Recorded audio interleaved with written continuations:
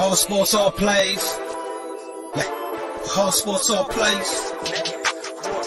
All sports, all plays. 365, we making a plays. You talking the game, get you through the days. We're high in the court, the dime in the lane. Variety topics, living the same. All presentation, sports information. In the airways, taking the nation. All sport, all plays, like working your faces. Grace at the field, so tie the laces. All sports, all plays.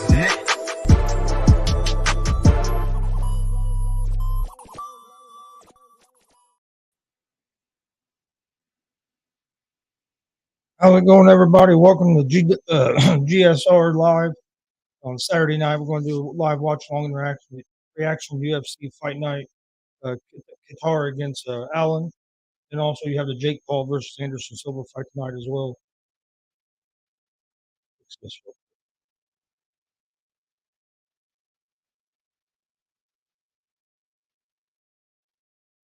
All right. Here, getting ready for the main card here of the UFC. It'll be a pretty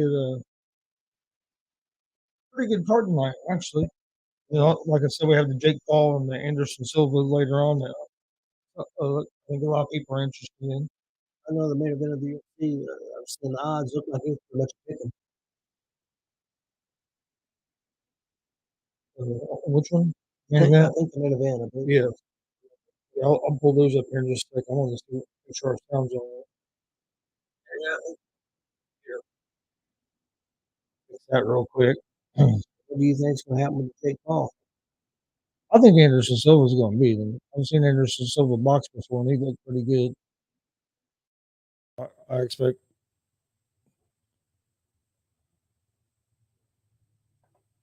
That's what I expect to happen. We'll see if it. I would say he's got the most boxing skills that Paul's faced. So, you know, that'd be a little more. What I expect to happen. We'll see if it. I would say he's. There we go. Now we sound a lot better. Well, I mean, yeah, he's going to have the best stand up that anybody Paul's faced so far. Yeah. I mean, he fought guys that were more wrestlers. Yeah. Or grapplers. He hasn't really, or NBA guys. He hasn't fought this will be the first guy that has more of a striking background. Yeah, I think it's going to be interesting. I really do. I'll pull up the odds here in a second. Been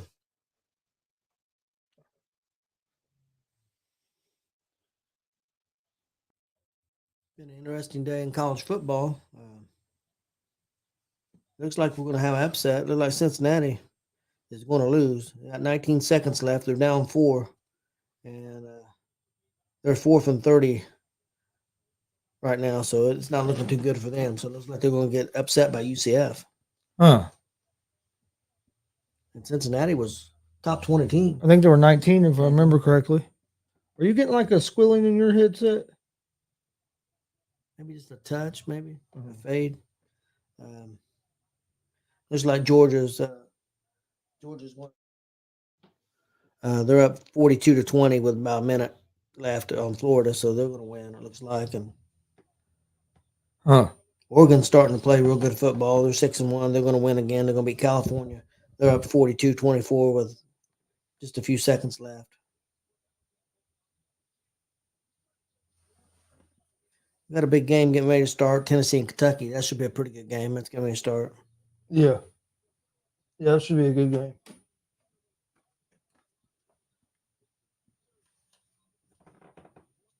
Of course, Ohio State won today, but Penn State gave them a good game for a while and honestly choked it a little bit. Yeah. And we got, not only do we have fights going on tonight, got World Series game too, where the Phillies jumped out in front of the Astros last night with the 10th inning win. A lot of stuff going in on. Game 1. Some pretty good boxing on the night too. Yeah. So a lot of stuff going on. Was it Lomachenko? Yeah, Lomachenko taking on Ortiz. I'm pulling up the odds for the UFC fights. I think there was a ladies fight on a boxing match on today too. I think it may have been on earlier today though. Yeah, I know the main card for the Jake Paul and Silva fight starts at 9. At 8 o'clock is their prelims. Also on that main card, you have Le'Veon Bell against Uriah Hall. Yeah. Looks like the first fight we'll have is going to be Dustin Jacoby against Khalil Roundtree. Jacoby's going to be a -180 favorite, and Roundtree is a plus 152 underdog. So should be a good fight to kick off the main card here for you for this UFC Fight Night. Kattar against Allen. And like I said, we have the Anderson Silva and Jake Paul fight here in a little bit as well. We'll cover that. Also, we'll keep an eye on the World Series baseball as well. Yeah, it's a big game. I mean, definitely Philadelphia did what they needed to do. They got a game there, at their park, at Houston's Park, and now have an opportunity to try to get 2 games there, which would be huge. Yeah, be able to get one was great. If they get 2, man, I think that's a big advantage. Because the next 3 would be at Philly. And all you'd have to win is 2 out of 3 at home to win the series. If you could get up 2-0, but just getting 1 victory is still a big victory. Yeah, but if they can win tonight, you're right. Being able to get the a 2-0 advantage, man, going home to play 3 straight, and it puts all the pressures on the Astros now. Even more now because you was up 5-0, and you lost that game 6-5. Didn't score any runs after the 3rd inning. This gives Philadelphia confidence. It is going to be interesting to see how Philadelphia's pitchers hold up tonight, because that manager, I mean, he went all in to win that game last night. So, which you had to. Yeah. I'm not saying he made a mistake, because I agree with 100% what he done, but they need a good start. They need a good what? I think they would at least like to get 7 innings out of Wheeler tonight. They would love to. If they can get 7 innings out of Wheeler, they'd be. I'm gonna go with Jacoby in this fight. But this Roundtree is pretty tough too. This should be a good one to kick off the main card. Like I said, UFC main card's getting ready to start here in just a few minutes. Waiting on the fighters come out. The Jake Paul and Anderson Silva fight main card starts at 9:00. We'll keep an eye on that for especially you're going to want to cover the or watch the Jake Paul and Silva fight. Yeah, because this should be over 10. Yeah. So I don't think that'll be till probably, I would guess, probably around midnight. I'm not gonna lie, I kind of want to see what Le'Veon Bell looks like as well against Uriah Hall, who's a former UFC fighter. So it's gonna be interesting. And then, like I said, World Series game 2. Talked a little bit about that. Got some big college football games going on. Tennessee's playing now, aren't they? They already played. I think it was supposed to start, about 7 or so. So it's getting ready to start if it hasn't already. If I was college football, I'd have played my bigger games during the day before the World Series was going to be on. TV but it's hard as well because you have so many college football games. Yeah, and the TV likes that 7 o'clock time slot. ABC, Fox. Well, not Fox. It just makes it harder going against something like the World Series because a lot of people watch that, especially with it being on regular Fox. Yep. All right, Roundtree's finally in the cage, waiting on the Jacoby to get in the cage for the first fight of the UFC Fight Night, Kattar versus Allen. If you're just joining us, we'll also be covering the Jake Paul and Anderson Silva when it gets time for that later this evening as well. All right, Jacoby's making his way to the ring octagon, and while he's doing that, just your first time checking us out, please hit that subscribe button on YouTube at Gonzo Sports Room. We greatly appreciate it, and also on the All Sports All Plays Network. Like and follow us on Facebook and Twitch as well at Gonzo Sports Room and at the All Sports All Plays Network. We greatly appreciate it. We got daily shows from sports to wrestling to we cover about anything sports related on the ASAP network and at Gonzo Sports Room. There's shows basically from 9 in the morning till about midnight on the ASAP All Sports All Plays Network every Monday through Friday. So come join us for that. I also do a sports betting show, Easy Money, a sports betting show live Monday through Friday at 3 p.m. Eastern. At Gonzo Sports Room on YouTube, Facebook, and Twitch, and also at the All Sports All Plays Network as well. If you're an Indianapolis Colts fan, we have a Colts show every Monday and Friday at 6 p.m. Eastern. live on YouTube, Facebook, and Twitch at Gonzo Sports Room and at the All Sports All Plays Network. But again, we're getting ready for the first fight of the main card here for UFC Fight Night. Kattar versus Allen. Also, check out the All Sports All Plays Network. They got a great morning show, 10 a.m. Eastern, every Monday through Friday. I do a baseball show around the bases every Monday through Friday at 9 a.m. Also, we got the ASAP Afternoon Blitz at 1 p.m. Eastern, Monday through Friday. So there's and check out the college football show every Saturday morning. This comes on at 9 and goes all the way up to kickoff on the All Sports All Plays Network. So that's another good show to check out. And Unscripted, 7 p.m. Tuesdays and Thursdays, 7 p.m. Eastern. Usually Saturdays at 8 p.m. Eastern, but not tonight. You getting ready for this first fight? Jacoby is a slight favorite at -175. Roundtree's a +150 underdog. Roundtree has like a half-inch reach advantage. Not a big difference in age either. No. Not much difference in reach. These guys are look Jacoby's a couple inches taller. Yeah. A couple inches taller, but has the shorter reach. You don't see that too often. Usually the taller guy has the longer reach, but not in this one. No, this should be a good one here to kick off the show with.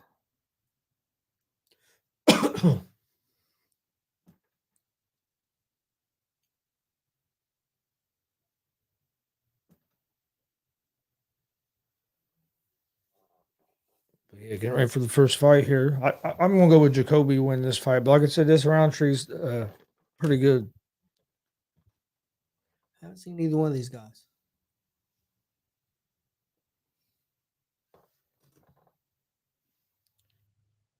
He's not a heavy favorite, but he is a favorite. Yeah, so he's not. Yeah, he's not a real big favorite. I've seen him fight. I've seen both these guys fight. But like I said, Roundtree's good and real athletic. But I just think both of them more strikers or more down on the mat, or a little bit of both.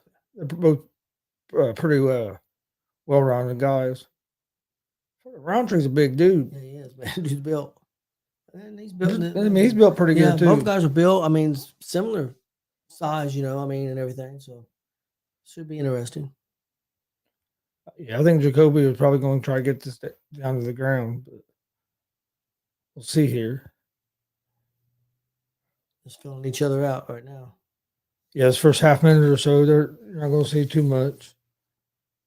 Ooh, Roundtree with the big left. Roundtree's quick. I was going to say, he looked pretty quick on that exchange.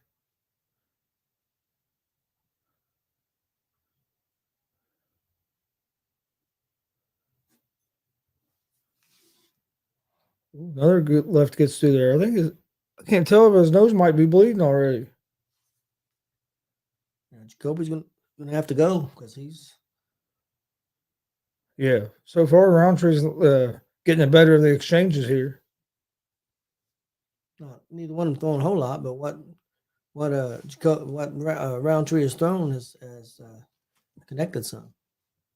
Yeah, Roundtree's landed the more shots and the cleaner shots so far. Swings a little wild though. He did on them 2 punches. He was off balance, swinging wild on them 2. Looks like he's going for the knockout, isn't he? Yeah, Jacoby's working on that front leg with that low leg kick. Yeah, Roundtree's he's going for a knockout. He's throwing everything he's throwing. He's putting everything behind everything he throws. Jacoby's starting to get a little more comfortable. Yeah, starting to throw some jabs and some kicks.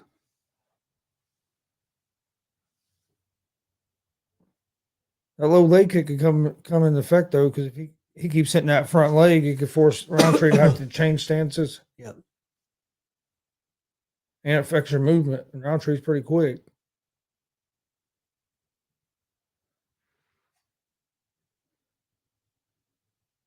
And with Roundtree putting so much behind every strike, how's his stamina going to hold up? Yeah. because he's swinging with everything he has every time. That's a hard leg kick by Roundtree too. But look at that big loopy right. Yeah, he's looking to end it. End it with one punch. Yeah. It's been a pretty close round so far. Yeah. Roundtree does have some pretty quick hands.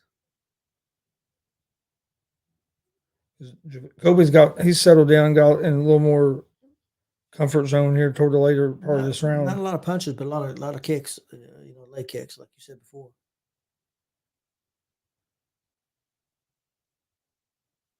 There's one next Saturday. Another UFC's next Saturday. Rodriguez versus Lemos.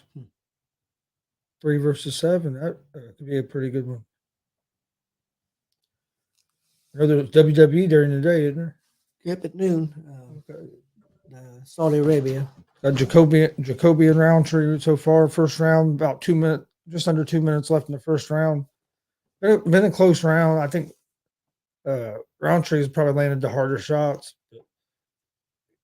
Jacoby's started to land more here in the later part of this round.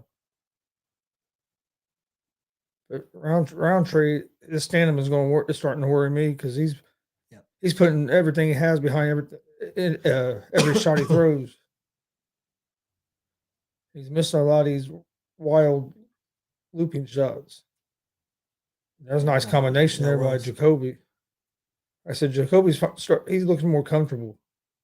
Ooh, that was a nice punch. Nice straight hand by Roundtree. Ooh, and Jacoby come right back. Yeah, now they're kind of exchanging back to the middle of the octagon. Got about 50 seconds left in round 1. The opening fight of UFC Fight Night. That's a close round, but I think right now, I would go with Jacoby. I think he came back and got a lot of leg kicks and got a few punches in. Yeah. I would give him a slight edge. Yeah, I would too, unless just last 30 seconds something changes. But yeah, I like Jacoby's oil for the first round. I mean, Roundtree got off the first minute or so, and I wouldn't be real arguing or anything to say that Roundtree, did maybe got the round, but I think Jacoby has. Well, even on their thing, they're saying the numbers. Jacoby's landing more shots than Roundtree has too. Yeah, Roundtree started off a little hot, but then like Jacoby, I thought took over the round. So I'd go 1-0 Jacoby going in round 2. Yeah, I think I agree.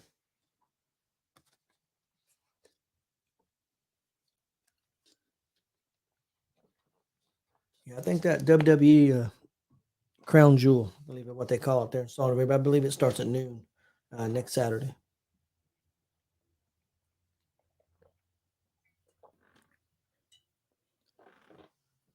Yeah, I don't know if Roundtree's stand-up is going to hold up the way he's throwing them wild punches. Yeah, we'll see. When he swings, man, if he connects one of them, it could be good night as well. Yeah.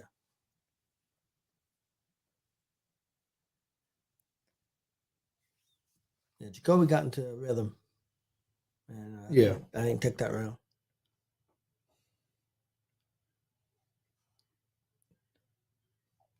He ate a couple big shots. He did eat a couple big shots, hard shots early. Jacoby did, but he didn't act like they really hurt him. But yeah, to me, it looked like Roundtree might be breathing hard already. Yeah, that's what I was afraid of. The way he was throwing, that he might slow down these later rounds.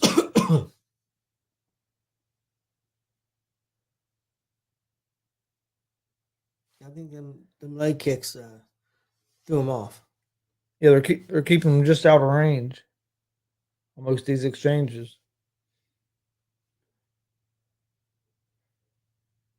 He's starting to throw that kick a little bit too. Yeah, I think Jacoby needs to go back throwing them kicks. He was in a rhythm.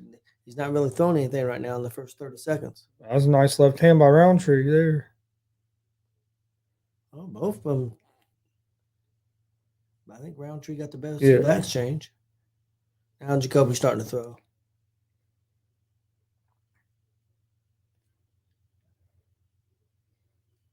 I think this pace right here favors Jacoby.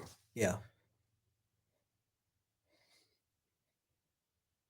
Jacoby tries the elbow, misses it. That's nice left hand.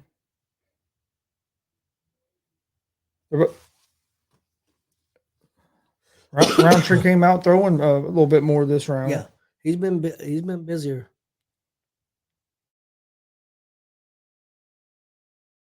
I don't know how many of them really hit it, made it very much connection, but he was throwing.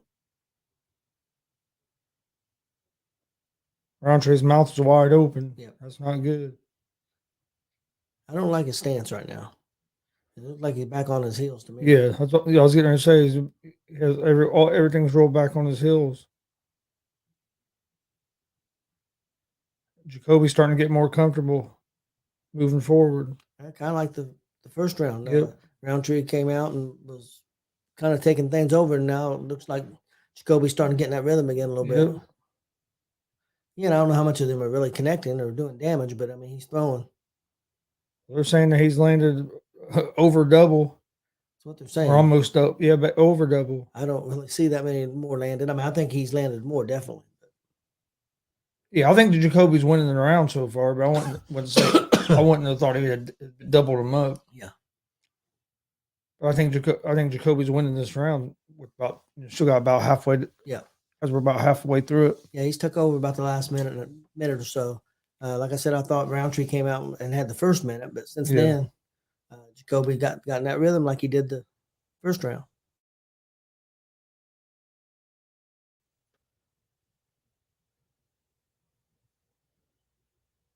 Well, Roundtree's keeping his hands completely. He's looking tired. He looks tired. Real tired.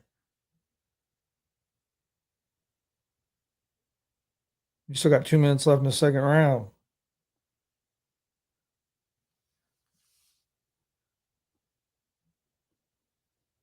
He blocked some of that cake, but that still was hard. Yeah.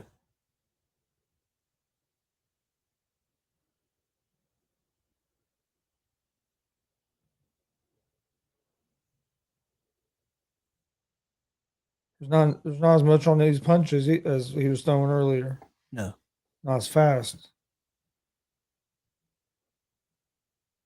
Both of them got their hands down right now. I think Jacoby might get a little cocky. I'd be careful with that.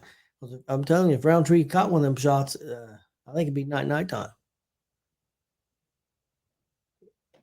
Yeah, Roundtree moving backwards there. Yeah, Jacoby moves forward and throws. He's pretty successful. Looks like Jacoby's cut right there by his left eye. Ooh, he ate a nice shot from Roundtree there. Yeah, I think Roundtree's a more powerful guy.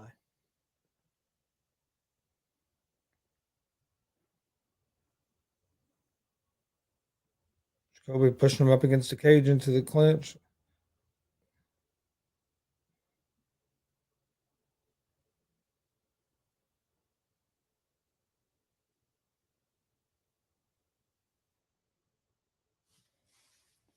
But I think Roundtree's going to need to finish to win this fight, though. I think so.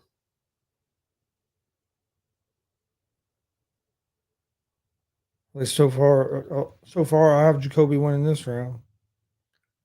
Jacoby ain't hit him with a lot of super heavy shots, but he's got him a lot of jabs and kicks, and he's scoring.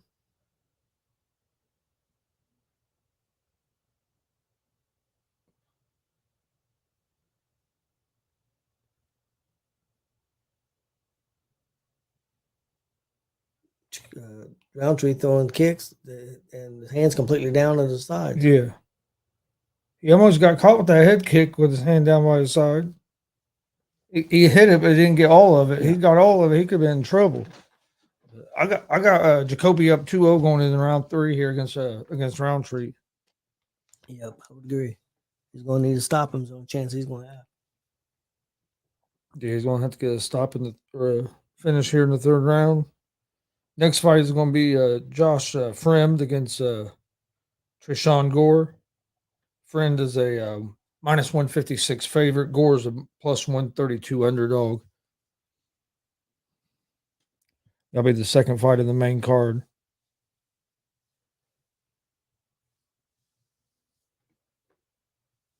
Tennessee scored already. 10:33 left in the first quarter, and Tennessee's already scored up 7-0 and got the ball. Dang. We'll try to jump out quick. Tennessee's got a pretty good offense. Yeah. I'm telling you, I really like that quarterback, that Hooker. I'd like to see some different teams in the college playoffs. I'd like to see Tennessee get in instead of Georgia or Alabama, which I think is Yeah, it'd be nice to see. the interesting thing is Tennessee could beat Alabama, could beat Georgia, play Alabama in the finals. And lose, might get left out. Yes, or they could beat Alabama Yeah. and definitely get in because they'd be undefeated if they beat Georgia, and then Georgia would get in. I would think over Alabama because they would only have one loss. Alabama would have two. Yeah.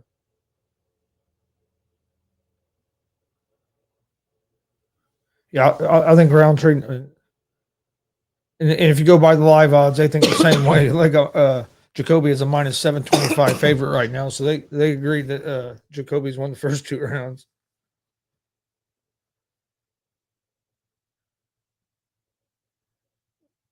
That was a nice punch. Yeah. Roundtree caught him there. Caught him there flat-footed a little Yeah, bit. but Roundtree's not moving near as fast as he was, though. One thing he's not really does is early on he had some combinations, but Yeah. he's really not thrown any No. combinations since early on. And unless he just catches one of them big wild ones. Yeah, and Jacoby's doing a pretty good job keeping him at range. Yeah. Now, he's still throwing them wild ones, but he ain't really got close to connecting. I think that front leg kick has been the key. Yeah. Keeping him on the outside, not just out of range. I think he just missed that last one.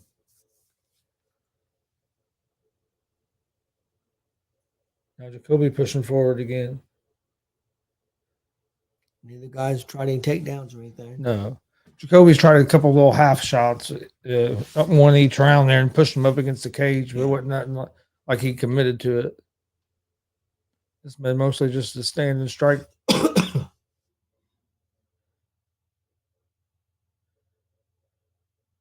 Like you said, Roundtree's a more powerful guy, but Jacoby's he's a little bit more accurate guy. You don't have as much on his strikes, but he's been able to land a few more. He's used that front leg kick real well to keep Roundtree just out of distance on them big looping shots. Yeah. For the most part. So here he decides to push him up against the cage. They both landed some shots there.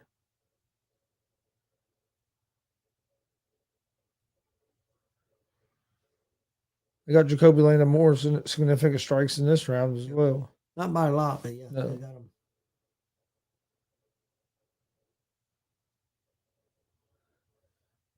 And Jacoby looks like the fresher guy of the two as well. Yeah, by far.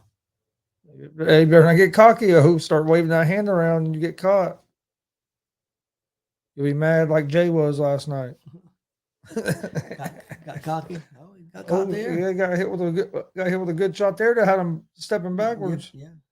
Almost knock him down, knock him off balance. But he came right back and landed a couple. But that's the thing, Roundtree, like you pointed out, he's not been throwing no combinations, so it's just one big looping shot, and then that's about it. He just got out of the way of that one from Jacoby. When he tries to throw that looping right, Jacoby makes him pay with that front leg kick. Yeah, I don't think Jacoby's really hurt Roundtree with any big shots. I think the leg kick probably more than anything. And I mean, he's been landing some shots, but nothing really hurt him. I think Roundtree has probably hurt him more than Jacoby as far as any big shots. But maybe a takedown there. No, let it go. Goes for a single leg, but lets it go pretty quick. But Jacoby's just been more busy. Yeah, Jacoby's definitely been the busier guy of the two. As we're coming up on the last 30 seconds of the fight, I have Jacoby win it. I'm winning all 3 rounds. Yeah. Oh, there's a nice shot by Roundtree. This round's been a little closer. The closest, I would think. Yeah.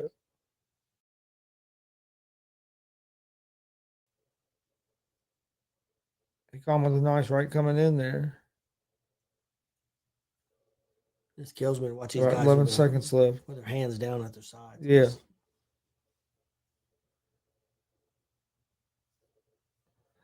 What kind of kick was that? Yeah, I don't know what that was. I don't know what the hell Roundtree did there. It was He's like tired. he started to kick and say, He's "Ah, fuck like, it."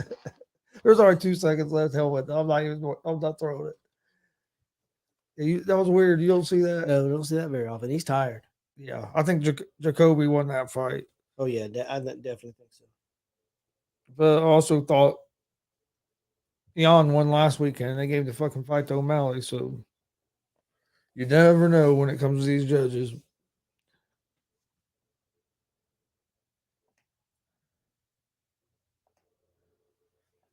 Never know when it comes to these judges.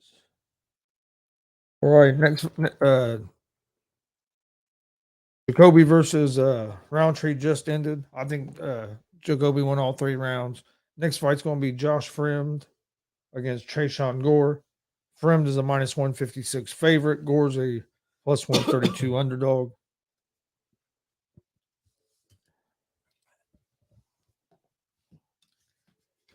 We're waiting on the official decision here on the first fight.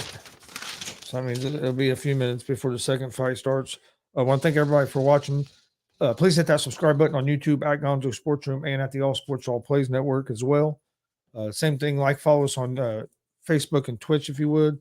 At Gonzo Sports Room and at the All Sports All Plays Network. We're also going to be covering the Jake Paul and Anderson Silva fight later this evening.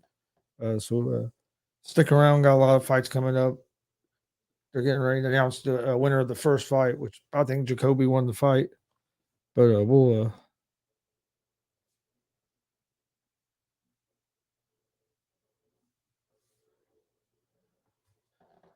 see, because like I said, you never know with these UFC judges sometimes.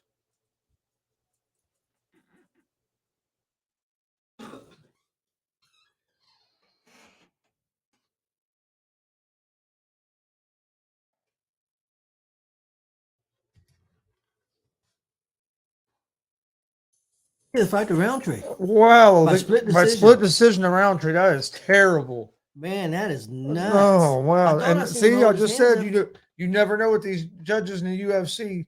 Jacoby clearly won that fight. Wow.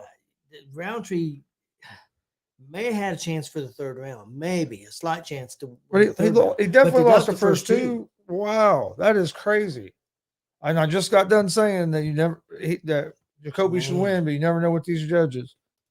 Wow, I was pissed off last week when they gave O'Malley the fight over Jan, but this is even worse. Yeah.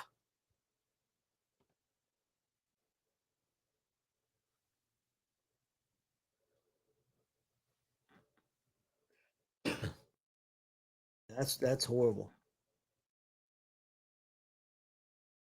Yeah, that's terrible. I can't.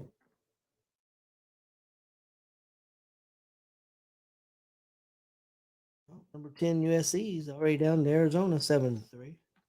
All right. Next fight's going to be Fremd against Gore.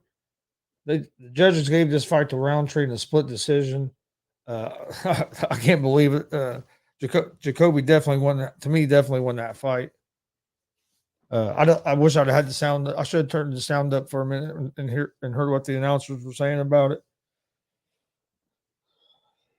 That's bad. But yeah, that's terrible. How 3 people sit and watch that fight and came up with a split decision is unreal. I'd like to know, can you find anywhere what the judges' score is online? Probably. I'll look here in a second. I'll tell you. Well, I got the first fight. I got it right, but I got it wrong technically because of the damn judges. But there's no way he won that fight. That's just terrible. I think so. I'm interested to hear what people's thoughts are on it, because to me, that was pretty bad. Yeah, I think so. Yeah, I don't see any way. I honestly don't think he won a round, Chris. I don't either. That's why I don't understand how they got a split decision out of that. That's crazy. Jacoby definitely won that fight. Yeah, the third round was closer, but then the last 30 or 40 seconds, I thought Roundtree kind of gave up. So I thought he lost that round too. But the first two rounds, there's no doubt that he lost those first two. Roundtree did. Yeah, that's terrible.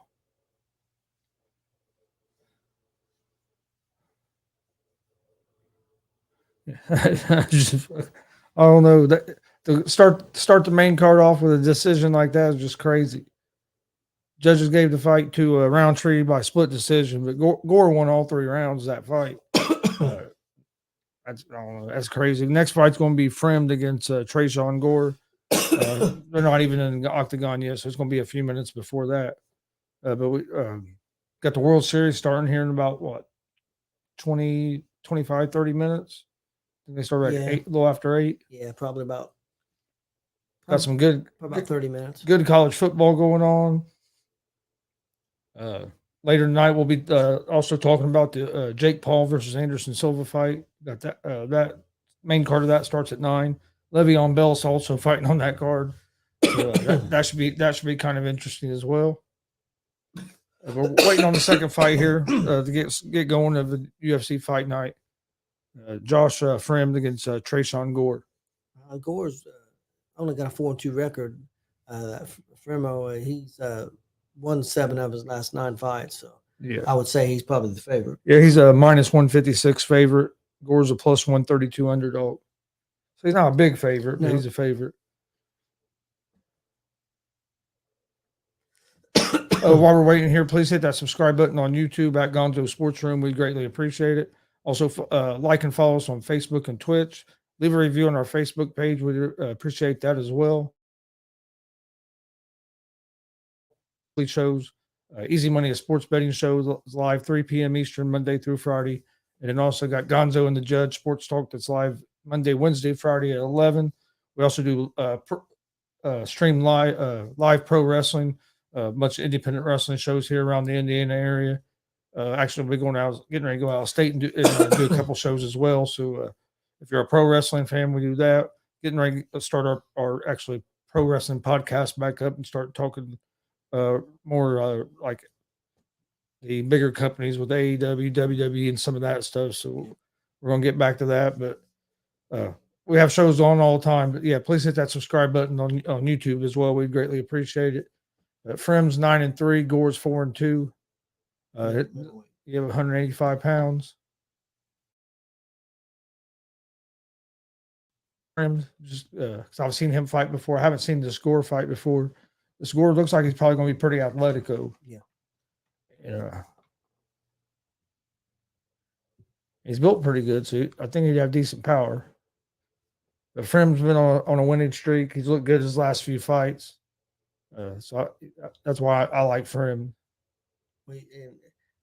In the highlights there, it didn't look like Gore like to be.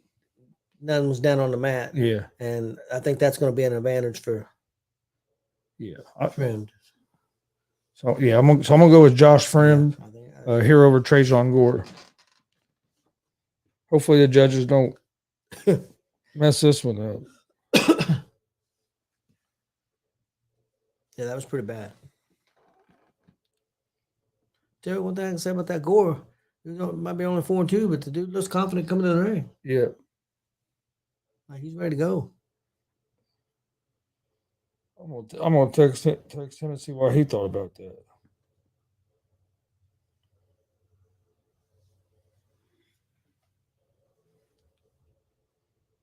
That's just terrible. Okay, college football, USC has come back and scored already, so they're up 10-7 over Arizona. There's a couple minutes left in the first quarter.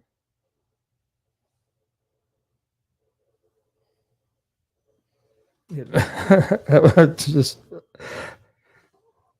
Dana White has to be back there thinking, "Oh no, not already." Tennessee's up 7-6 right now on Kentucky. Waiting on the two fighters to get in the cage here on the fights. Notre Dame pulled off a pretty good, nice victory day for them against Syracuse.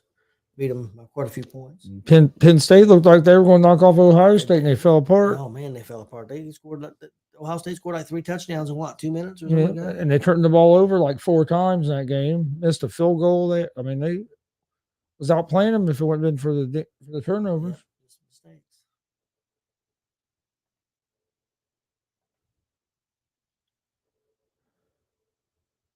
All right, next fight's going to be Josh Friend versus Trajan Gore. Well, they got these guys out here fairly quick. Yeah, a little bit quicker than they usually do. Yeah. Friend looks like he's the taller guy. Where not Roundtree Gore looks like he's probably a little bit more powerful guy, a little more thicker.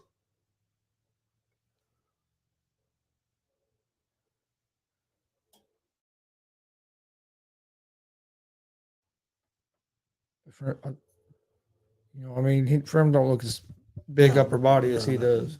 He looks like he has long ass arms. Long arms and I think taller.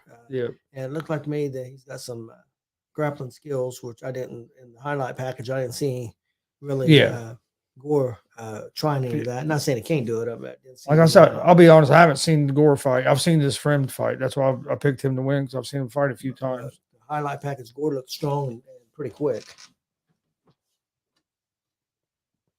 Hell, he has 4 knockouts and 3 submissions, so he must have decent power. And he's a Brazilian Jiu-Jitsu purple belt, so he has some kind of ground game. He got 3 first-round finishes also. So. Oh, you want to get a finish tonight the way these damn judges are? That's for damn sure. Yeah, I think you're right because that was horrible. Yeah, that first fight that was just flat out terrible.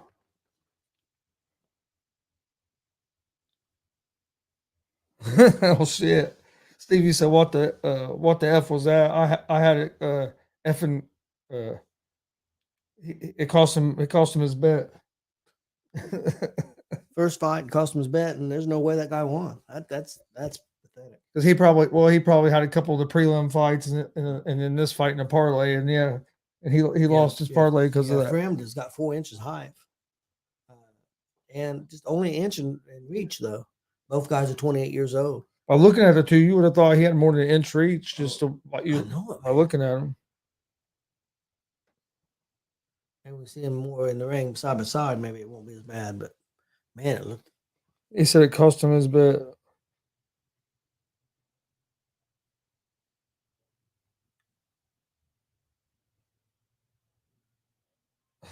Oh yeah, I know he's pissed.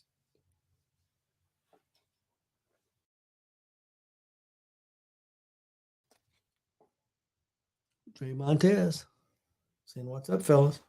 Hey, how's it going, Dre? All right, getting ready to start the second fight. First fight, Khalil Roundtree won. Well, he honestly he didn't win, but the judges gave him the fight, so you have to say he won. Yeah, he won. He didn't win a round in that fight. How the judges came to a split decision is beyond me.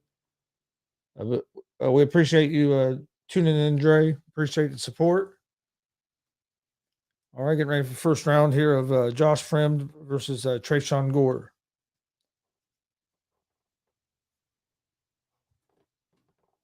Let me check something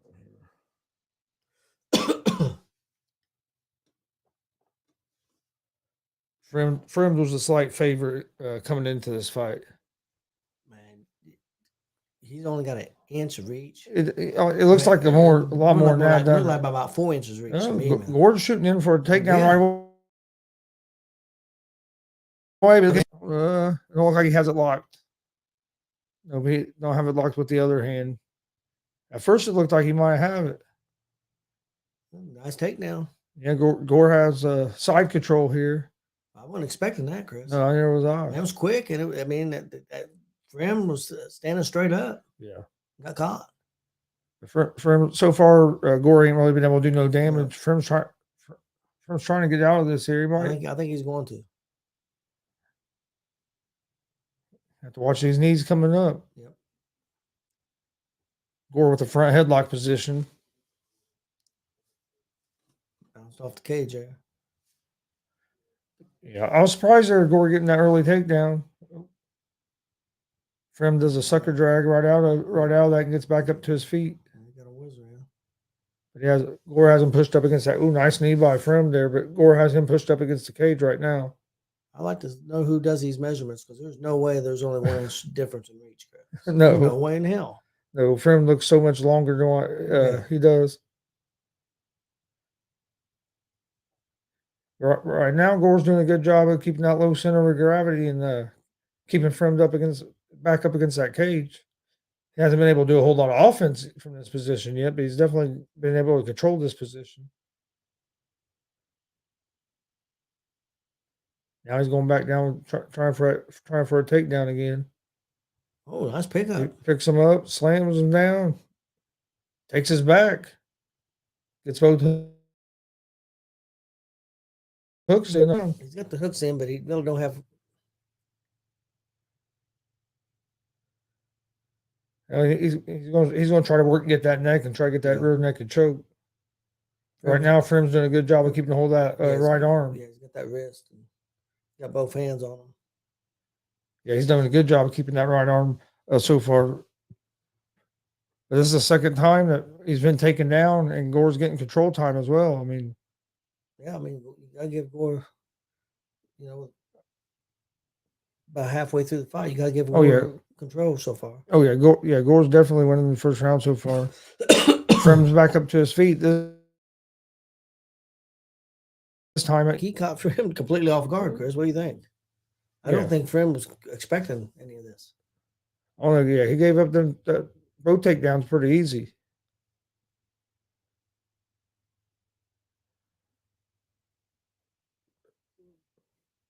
Frim hasn't been able to get a whole lot going yet.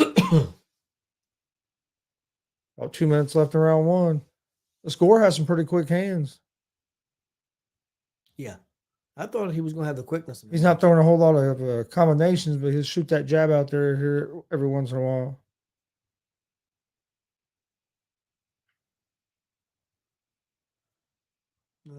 Maybe. I think Frim needs to start throwing those leg strikes. Yeah.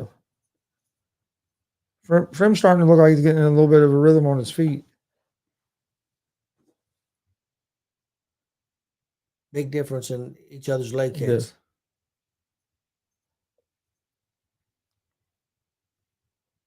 Oh, he hurt Gore. He hurt Gore with that within a couple punches, and he got a knee. Hit a flying knee.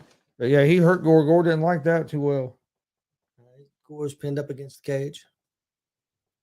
I think Frim's better off to separate. He's able to do damage with the striking out in space. You don't want to mess around here and give up another takedown. Frim has had a better nice knee to the body. Minute or so, but I don't know if it's going to be enough or not, Chris. What do you think? It depends on what happens. It's going to depend on what happens this last 45 seconds to a minute. But now he got reversed and has his back up against the cage. That's why I said I thought he should have separated. He's had better success when they're separate. Ooh, nice knee. But this is where he's had his success is when he's out in space. Yeah, Frim is bleeding from the nose.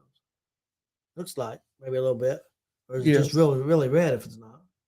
There's another nice right hand by Frim. I don't know why Gore's got his hands down the side now. He was protecting himself pretty good.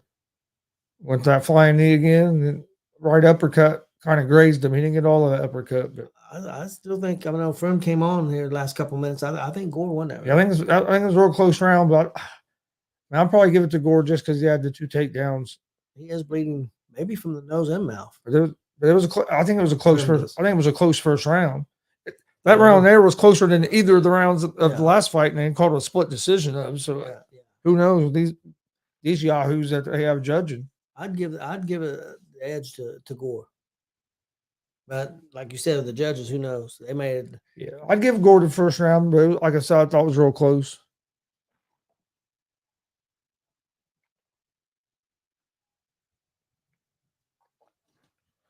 But I think Frim, unless Gore can take him down some more, I think Frim will come back and win this fight. I think that he was getting more comfortable. But like you said, he needs to keep his distance. Yes. The distance. If Gore can keep getting inside on him, then Frim's not going to be able to get stuff off. All right. You're going to start round two here. Gore don't look tired or anything. No, both of them look pretty well conditioned. I'll say both of them look like they're still cardio still good. Last fight, hell, dude, it looked like he was the tiredest. Was the one that won the fight. I just don't know. That was terrible. Let's see what I'm interested in seeing what some of the people thought of that first round. How they usually show some of the tweets. Yeah, they didn't really show much that first fight. Yeah, it's weird. Sometimes they show them, sometimes they don't.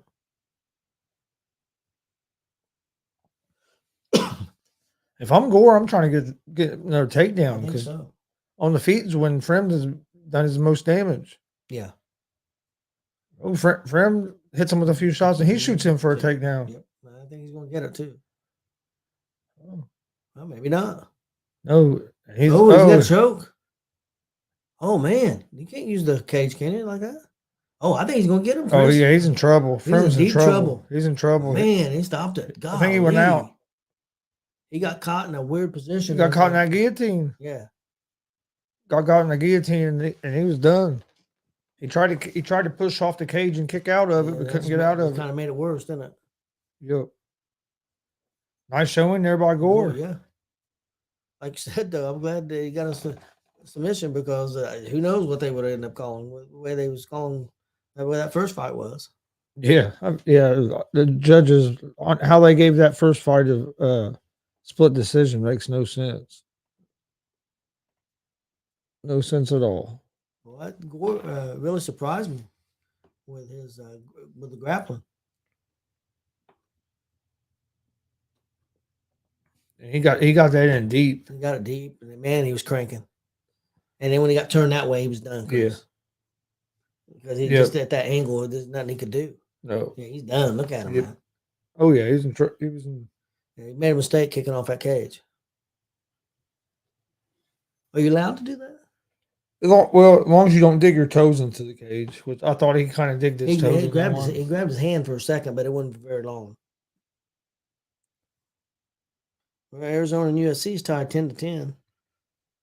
All right, so now we're going to have Jared Vandera against Waldo Cortez Acosta. Tennessee's up 7-6 over Kentucky in the first quarter. So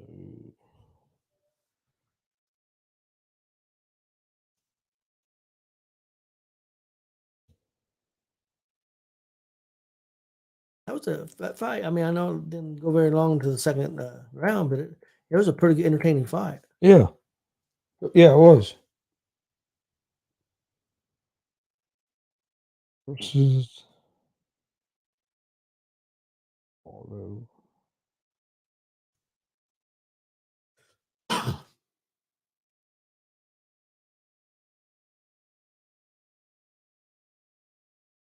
All right, waiting on the third fight of the main card to get ready to start. They're getting ready to get the official decision between Fremd and Gore. Gore wins by guillotine. Just beginning the second round. In a fight that was a competitive fight up until that point. It was a real close fight at that point. But Fremd went in for a single leg, and Gore was able to get that neck, and man, he had it tight. Frem tried to fight out of it. Hell, he didn't. He didn't tap out. He went to sleep. Now next is going to be Jared Vanderay against Cortez, 215 favorite. Vanderay's a plus 180 underdog. Costa's the biggest will be the biggest favorite we've seen on so far. He's minus 215 favorite.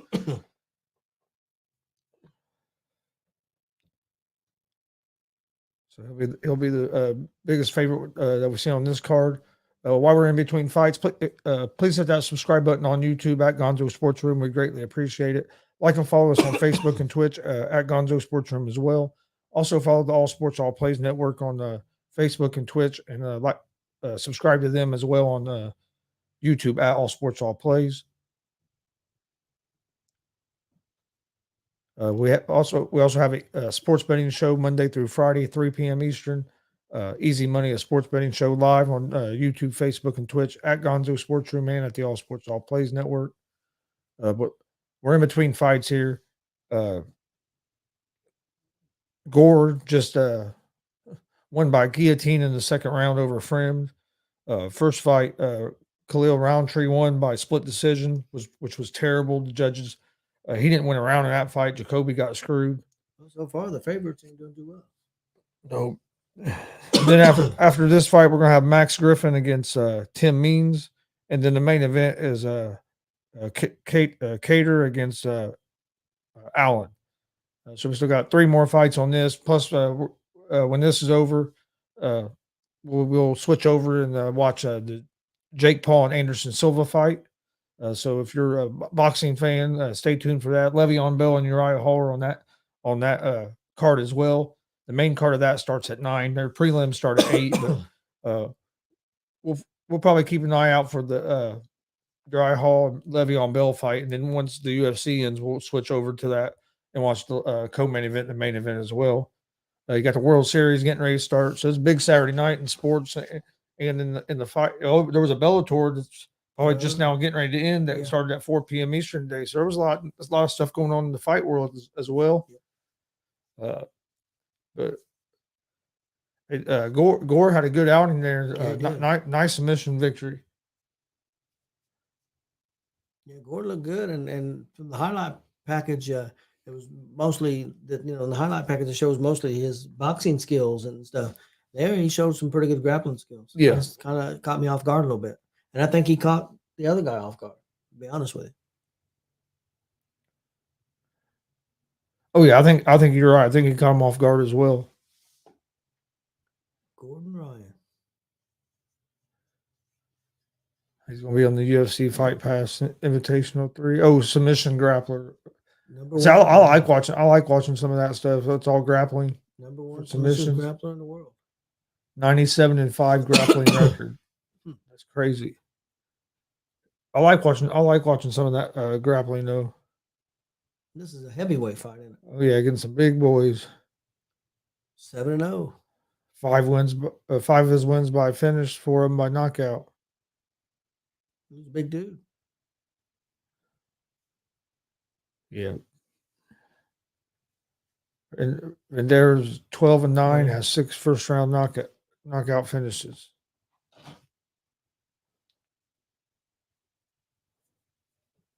But okay, I was gonna say cost. That's why Cost is such a big favorite. And he just went up to -225. That's on FanDuel. I'm not sure what he is on DraftKings.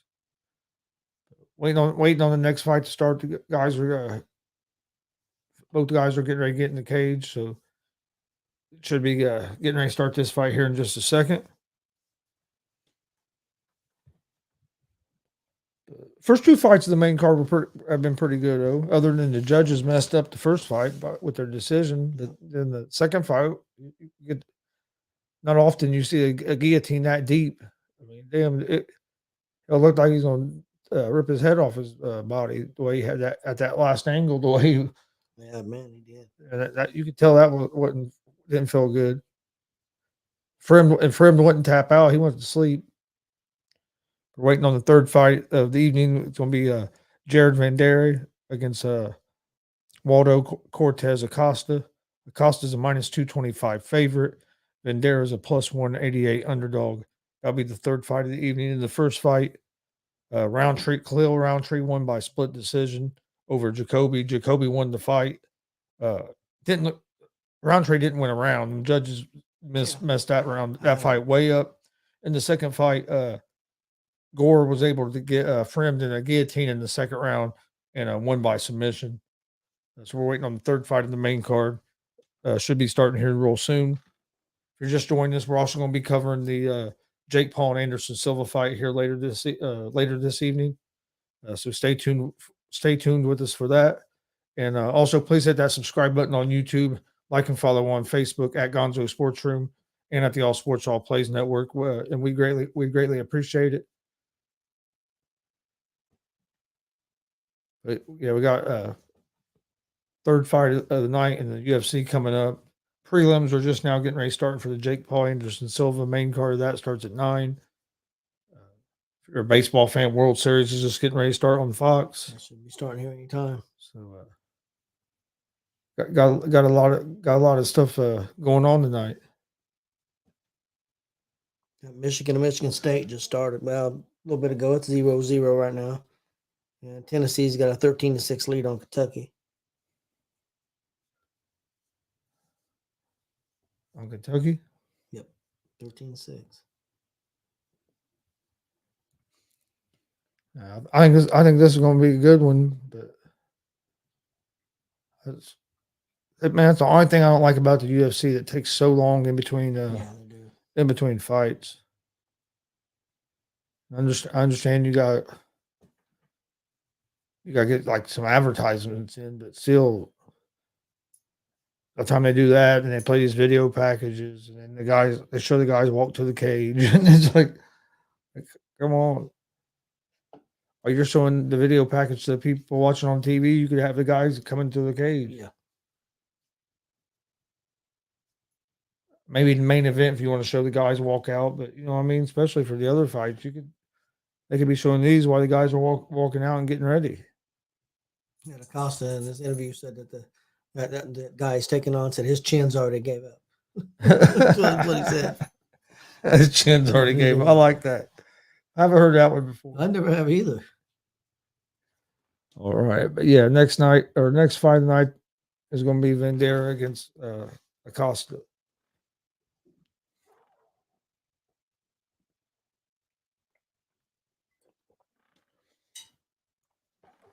So I've seen him fight before. He's aggressive. That's according to him, the other guy's chin's already gave up, so this probably ain't gonna last very long. Hey, but this Vendera is a tough dude, though. I think Acosta's gonna be too much for him. I do too.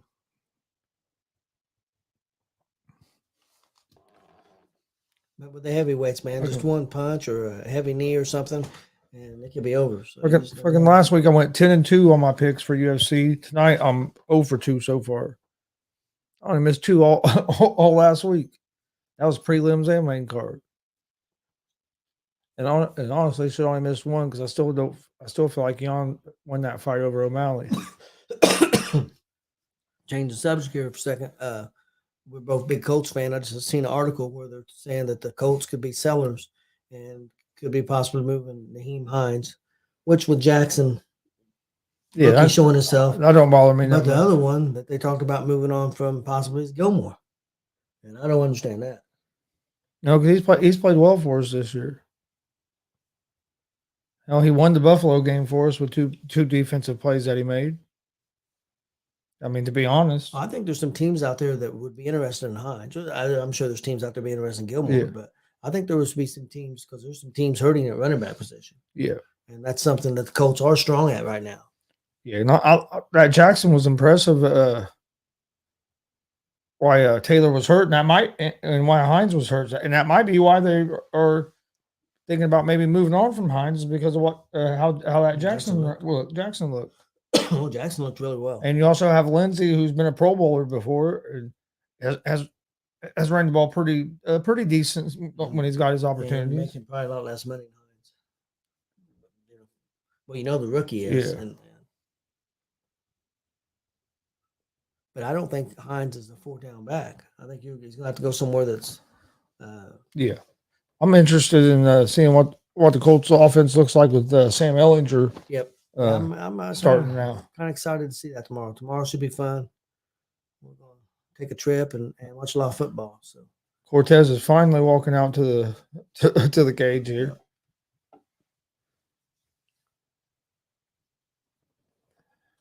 Big dude, man. He's definitely a big dude. He is. I don't know how tall he is. I believe we think about 6'5", 6'6" at least. Yeah.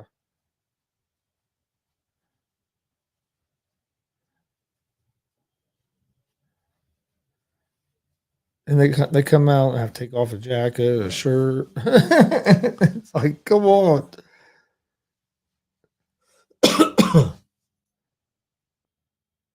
I understand this part where especially in the setting that they're in right now, there's not a lot of fans there.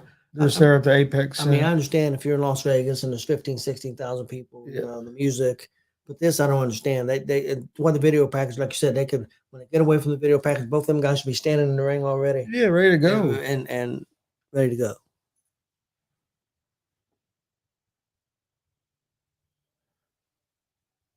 They basically were filling time because that second fight ended so quick. Yeah.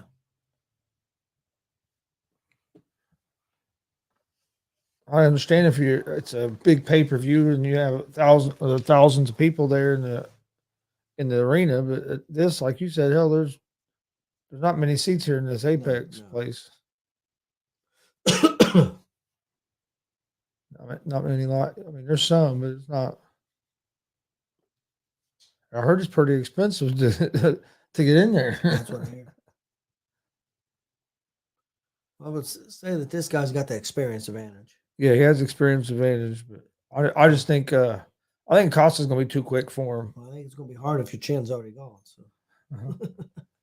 He's six. Both of them are 6'4". Huh. Vandera has the 2-inch reach advantage.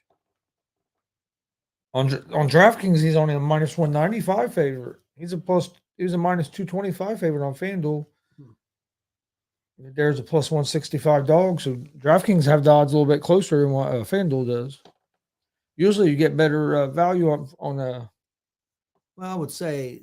Well, you usually get better value on DraftKings than what you do on FanDuel for UFC. My guess is that Bandera has fought probably better opponents. Yeah. I mean, he's got a 12-9 record, but I would say in his long career, he's fought some pretty tough guys. He's fought better. Yeah, he's fought probably the higher level of competition.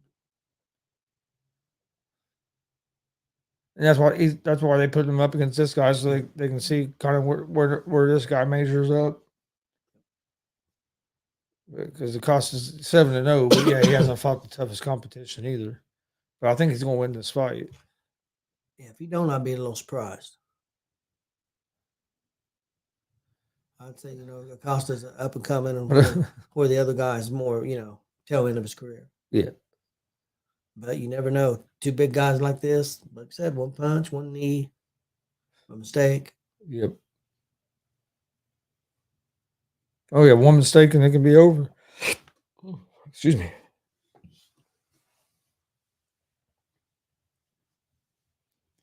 All right. Starting round one of Vandera and Costa. Third fight here on the UFC Fight Night this evening.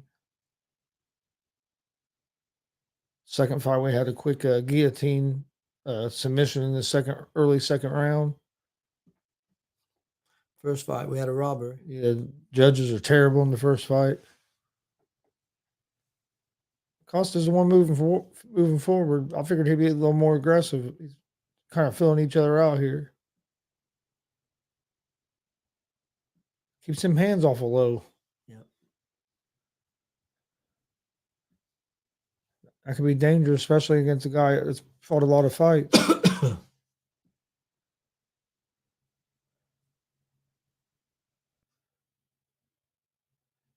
He keeps dropping those hands. That scares me a little bit. Both guys are a little reluctant to pull the trigger so far. Well, when you get these heavyweights like this, I mean, one mistake and your lights can be out. So I understand why they're a little cautious. He tried like a damn hammer fist from a couple of times, and it's pretty horrible looking, to be honest with you. That's a different kind of strike from that position.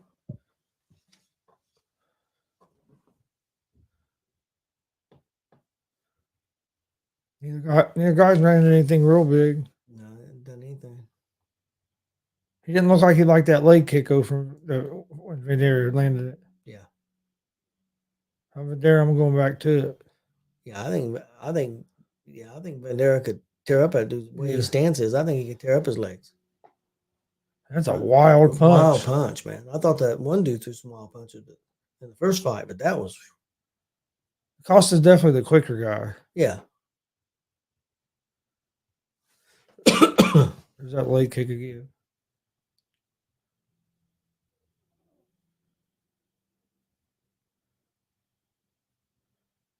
We're about halfway through the first round. I don't know how you judge this. Yeah, it hasn't been a whole lot.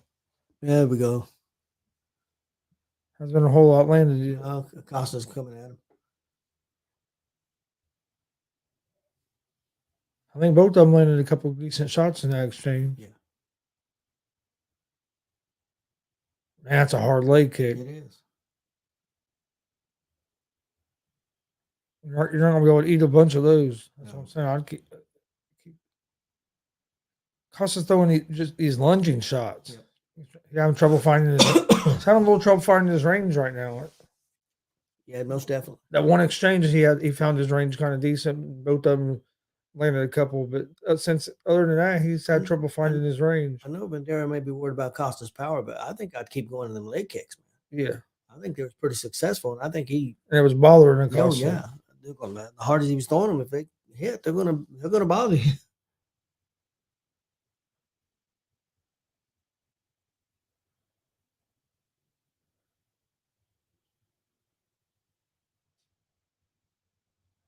Left landed there for Costa. Went a whole lot on it, but it landed. Yeah, well, when he throws his body shots, they're horrible looking. Yeah. Well, he's lunging. Yeah.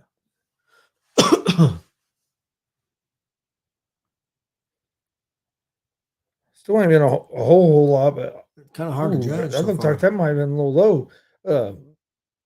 Yeah, I'd probably put Acosta up just a tad, but man, I don't know. It's been real awful close. I don't. It's one of those. It's not been enough action really. It's really hard to judge. It's been real close. I mean, Bandera's definitely hit quite a few leg kicks, and I think he's hurting Acosta. And I don't think Acosta's really hurt him. He's hit him a few shots, but I don't know. It's pretty close. I don't know. I could argue either way. Yeah, it's been real close so far. Going to last about 40 seconds. Last 40 seconds could tell.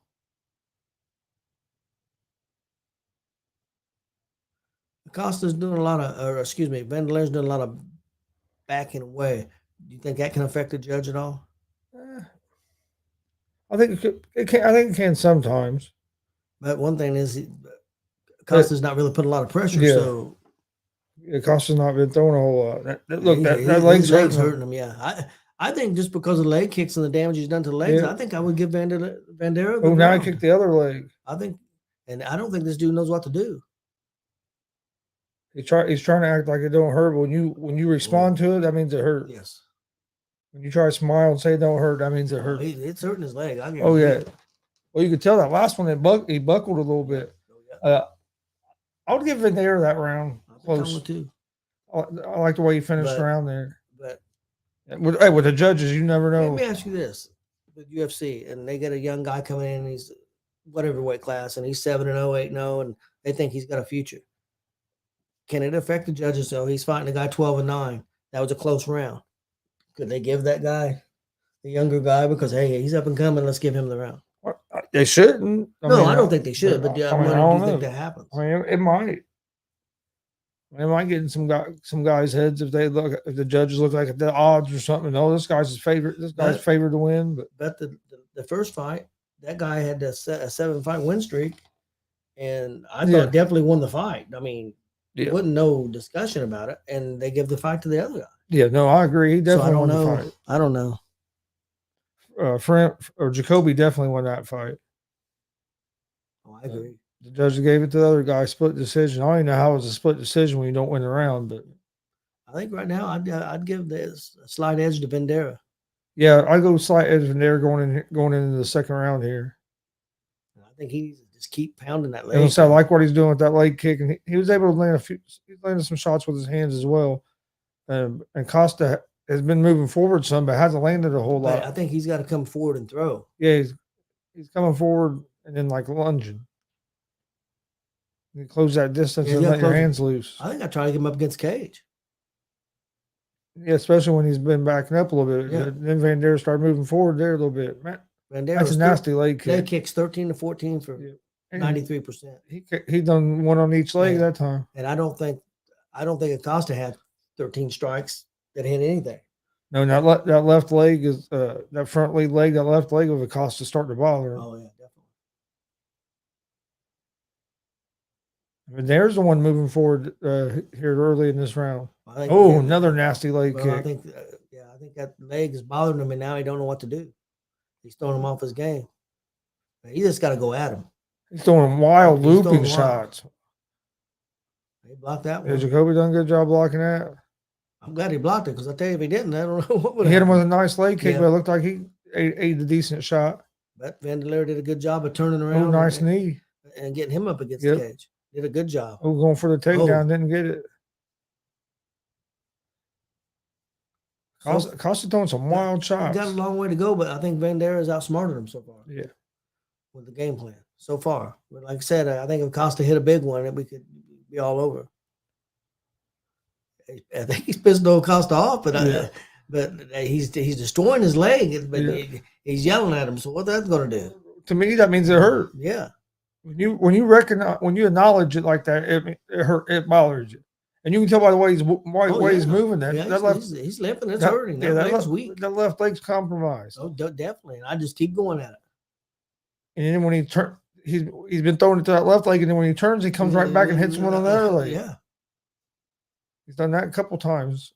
And where he's connecting on the other leg, the other leg might be compromised too, because both shots he's hit on the other leg hurt. He's trying to check it. He's trying to show the dude he's tough, but you can be tough all you want. You keep taking 20 strikes to the leg. Especially the way that he's lunging on with these punches. Yeah. This game plan is thrown to Costa completely off. You don't know what to do. There's done a good job so far of keeping him at range. Well, I think there's a couple of pretty good punches. But now he gave up his back. See if he can take him down from here. There's some punches. There's some nice punches, but nice elbow too. Nice then elbow, a big nice left. punch there. Didn't miss the knee, but he got the elbow like you said. He got that left on the way out too. I think Vanderleer is winning this round, Chris. Vanderleer with a nice combination there, nice flurry there. And now I think it looks like to me Acosta's starting to get tired.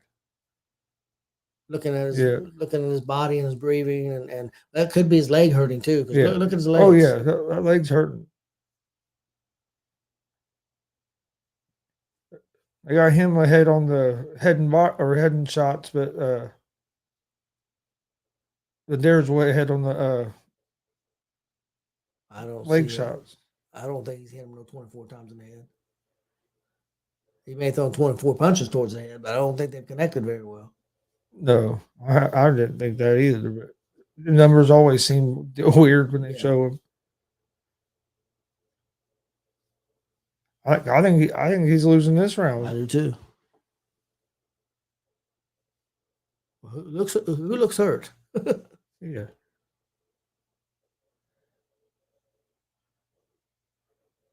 I think Vanderleer's got to stay on that. About a minute left in round 2. Trying to go to some body shots. That might be smart but he's still lunging. Yeah. He ate one on the way in there.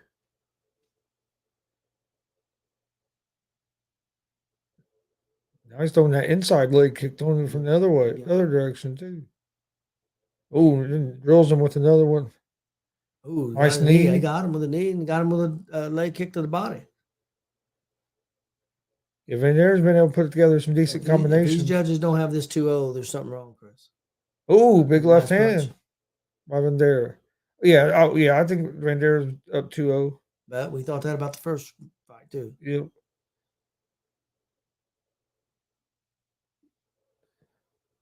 Vanderleer's had a good game plan and has executed it well. Going into round 3, I think Vanderleer's won the first 2 rounds of this fight. Vanderleer don't make a mistake. He's definitely fresher.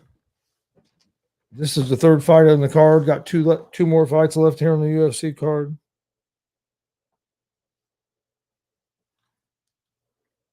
You got Max Griffin against Tim Means next, and then the main event, Calvin Kattar against Arnold Allen. And then we're going to be switching over to the Jake Paul and Anderson Silva fight. The main card of that starts at 9, but there's like 4 or 5 preliminary fights before they get to the to Paul and Silva. While we're in between rounds, please hit that subscribe button on YouTube at Gonzo Sports Room. Like and follow us on Facebook at Gonzo Sports Room and at the All Sports All Plays Network as well. We greatly appreciate it. Getting ready to start the 3rd and final round here between Jared Vanderlei against Waldo Cortez Acosta. I have Vandera went in the first 2 rounds. Under 2. Bandera didn't even set in his corner. He stood the whole time in his corner. And you can tell them legs are hurting Acosta. Oh yeah, that front leg is hurting him. I think both legs. I really do. I think definitely agree with you. The front one for sure, but I think that he's got some kicks on that back one too. I think it's hurting also.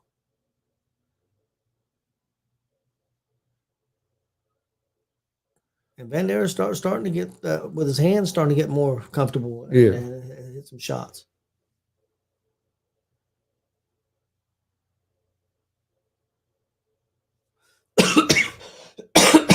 Costa's been able to end that jab a little bit, but he eats a leg kick for it. Yeah, no combos.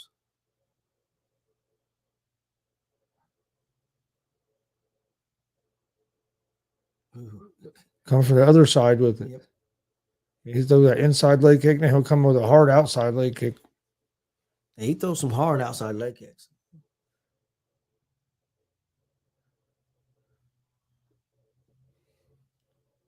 To me, Acosta's not being aggressive enough. You're down in this fight. You got to be going aggressive, and you got to get a finish. I think he's tired, and I think his legs hurt. I think it's gotten to his mind, and look at him. He about took him. Yeah, about took him down with that one. Yeah, Look, he switched stance. Yep. Brings the other leg in the front. And then look at his punching. Yeah. When he does that, it's really weak. So it's definitely to Bandera's advantage. Bandera fakes the shot there. A jab, but he returns it with a leg kick at the same time. So far, it's been a really good game plan by Bandera and his group. Costa hasn't had any answer for this at all. No. And Chris, what do you think about the only answer should be you should really go at him. Yeah, he has to get on the inside, and he needs to try to get him like his back up against the cage. Well, for right, we think he needs a finish anyway. He needs a knockout, so he needs to just go at him and try to get him up against the cage and start punishing him. I think that's his only chance. I said that Bandera's hit 30 leg kicks, and I think that might be low. Yeah, that might be low.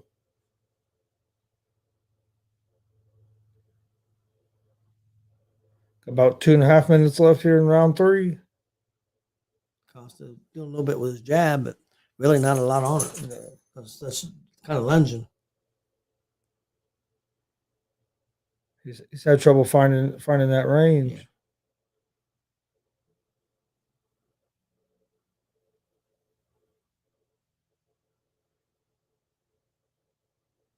Looks like Bandera is bleeding there off his nose. Yeah, I think so. I think one of them jabs got him.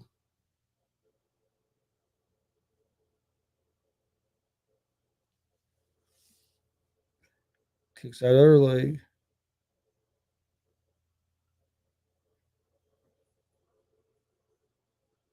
Ooh, almost landed a big right there. Bandera did. Costa was able to get his hand up at the last second.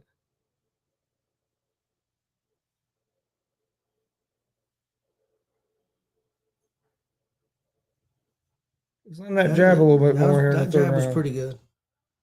He got one of them that I thought landed pretty good. The other one I thought he blocked away. Another one I thought was on top of the head. But why is he Costa getting cocky for? I mean, you're getting beat. Yeah, you can't feel like you've won this fight. And there's no way that Costa's landed 44 headshots. No. I don't think that fight's even close, Chris. I'm worried about these judges. About 35 seconds left.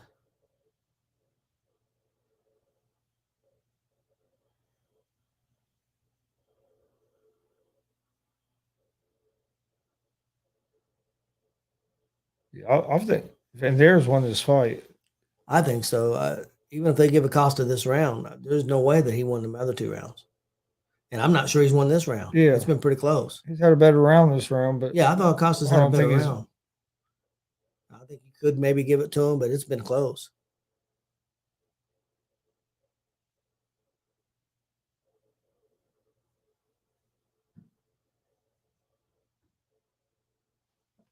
I say Vandera won, but we'll see. We'll see what the judges come up with. Costa's tired, man. Oh, and that leg is killing him. Yeah, I guarantee you that leg's killing him. Yep.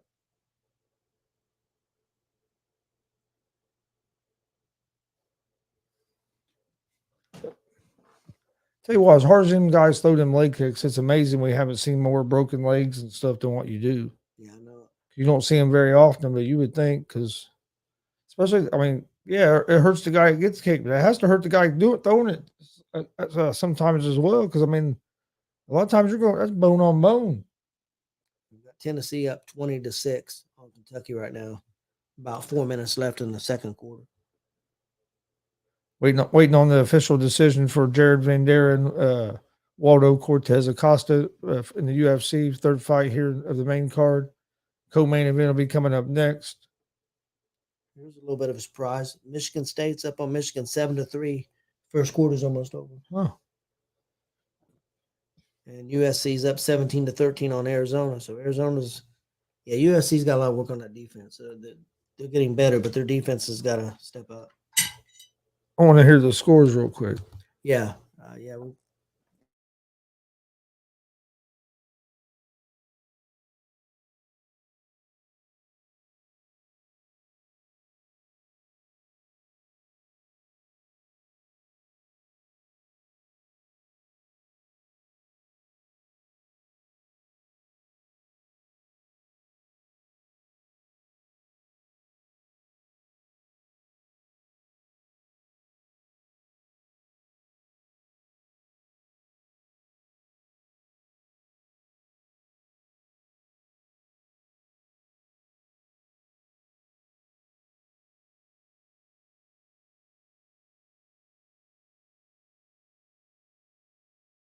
There's no way you have him winning that fight unanimous decision. Wow. That is pathetic, Chris. I picked Acosta to win the fight at the beginning, but he didn't win that fight. That is pathetic. The judging in 2 out of these first 3 fights is what makes some people not watch UFC no more. Yeah, I'm about ready to quit right now. This is horrible. Yeah, I mean,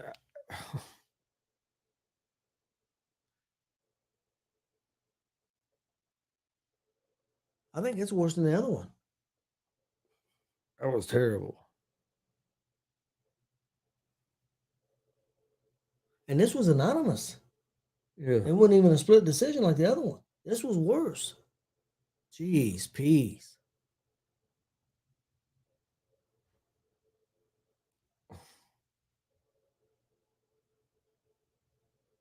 That's terrible.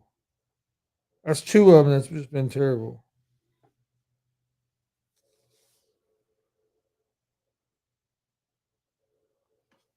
I think you're right, Chris. You better stop them. Yeah, you're going to get finishes tonight because these judges are flat terrible. How they get not only did they give him the fight, they gave it to him by unanimous decision. That's just there's no way. All right, next fight's going to be Max Griffin against Tim Means. Co-main.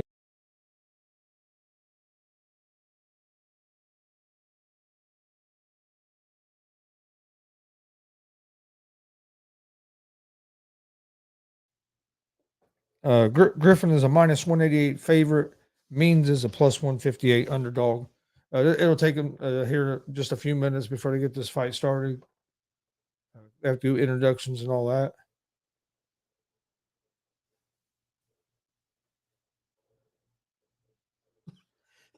That's horrible. Got the World Series just starting. Prelims of the Jake Paul and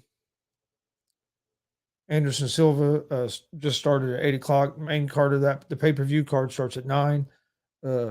Got a good UFC next week. Is the main event is Marina Rodriguez against Amanda Lemos. Co-main events Neil Magny against Daniel Rodriguez. Got some pretty good fights on that card for. It's another one that starts at 7 p.m. Eastern next Saturday night. Chris, the Astros have scored 3 runs in the first inning, and they're still batting in the bottom of the first. Well, hey, they jumped out to a 5-0 lead yesterday. Yep.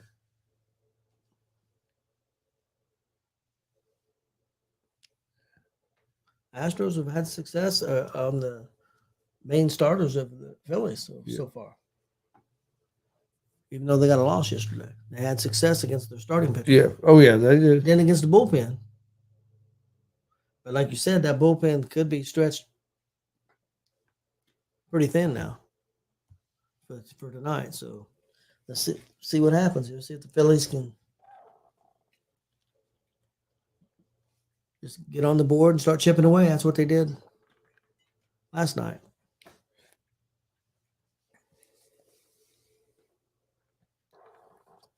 I'm gonna go with the veteran Tim Means in this fight.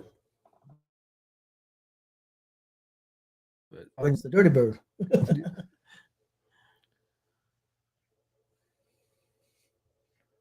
Who'd you say you liked? I'm gonna go with Means.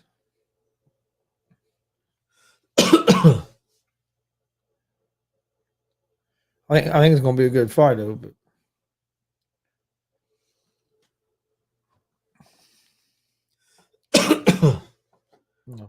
look real quick. It's pretty good with his legs and knees. Yeah, Man. they have Griffin as the favorite. Oh, do they? Griffin's a minus 188 favorite. Means is a plus 158. Well, if there's not a finish, Underdog. we don't know who's going to win. That's for damn sure. Yeah. These judges have been just flat out terrible. I mean, it's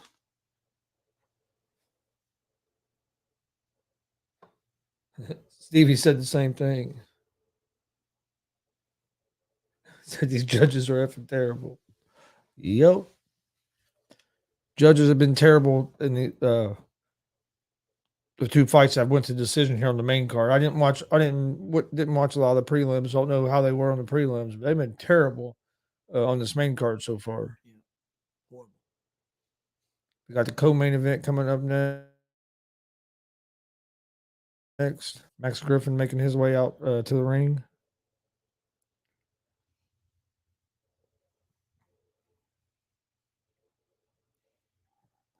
Octagon ring, whatever you want to call it.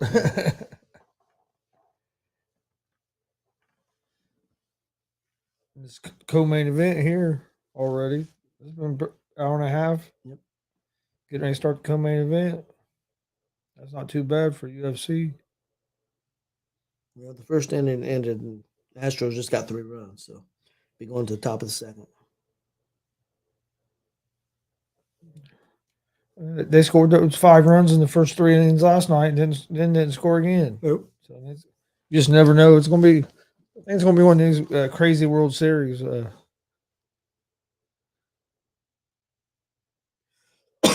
What's going to be? I mean, I know that was a tough loss for Astros yesterday, but it's going to be hard to rattle them. They've been there so many times. They're not going to get rattled. Yeah, but you don't want to go in Philadelphia down 0-2. No, you don't want to, but I'll tell you, if anybody could come back from it, it'd be the Astros. I think they would be capable of doing it. Yeah, but man, it just mount up more pressure on the Astros as well. Because that Philadelphia crowd, if they're up 2-0. Oh, it's going to be crazy. It's going to be crazy anyway. Yeah, it was. Yeah, they've been crazy anyway. But man, if they go back home up 2-0. Oh yeah, they're really going to go.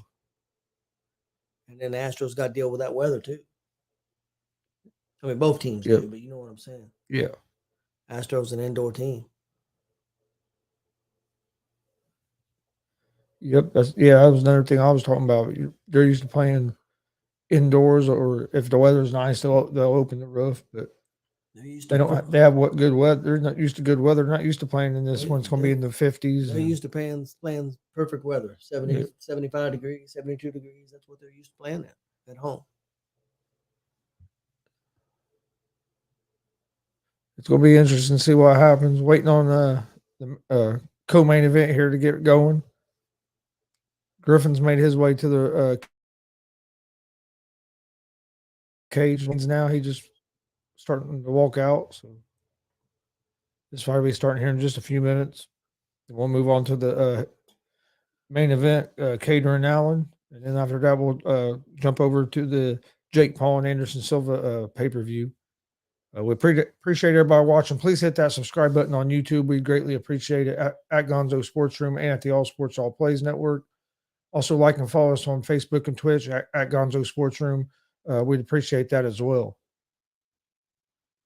We have daily shows Monday through Friday, basically from about 9 in the morning to about midnight. You can find shows on the networks. So, gambling show, baseball shows, afternoon show, talk a lot of sports and wrestling interviews. Usually, sometimes a couple times a week, and we do live wrestling shows on the weekends, and just a little bit of everything. Oh yeah, watch alongs. Yep. With pro wrestling and UFC and boxing. Man, come on! I just hate waiting on these fights to start. Like I said, with the main event getting ready to come up now, getting ready to start now is Max Griffin, who's the -198 favorite against Tim Means, who's a +166 underdog. That's on FanDuel. You usually get a little bit better odds on the UFC fights at DraftKings than what you do on FanDuel. I think that's because DraftKings is partners with UFC. It seems like you get better odds over there for UFC.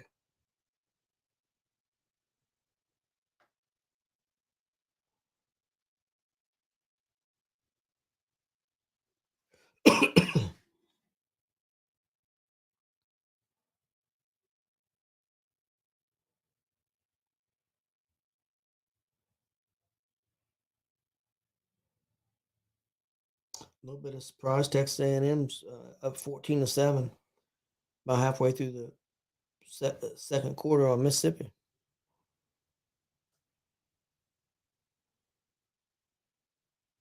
Huh. Michigan's down 7-3 right now to Michigan State. Still a lot of time left in the second quarter there. Getting ready to start this fight here. Should be here in just a second.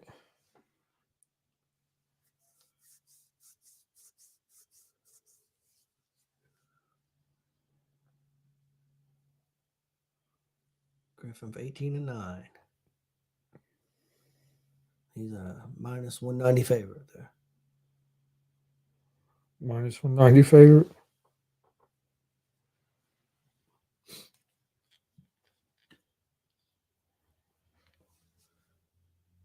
So you usually get a little bit better odds on DraftKings than you do for the UFC. Means 32-13. A tie and a no contest. And he's a +160 underdog.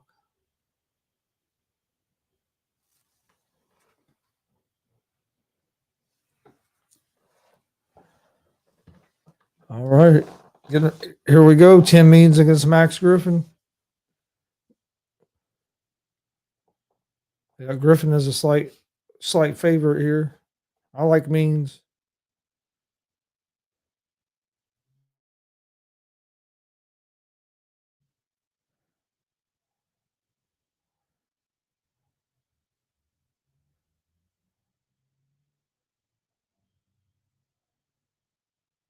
These guys came out right after each other.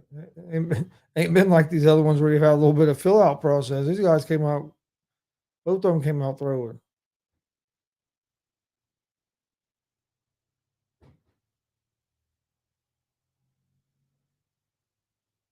He's done a good job checking those kicks. Like both of them got similar game plan. Like both of them like to kick.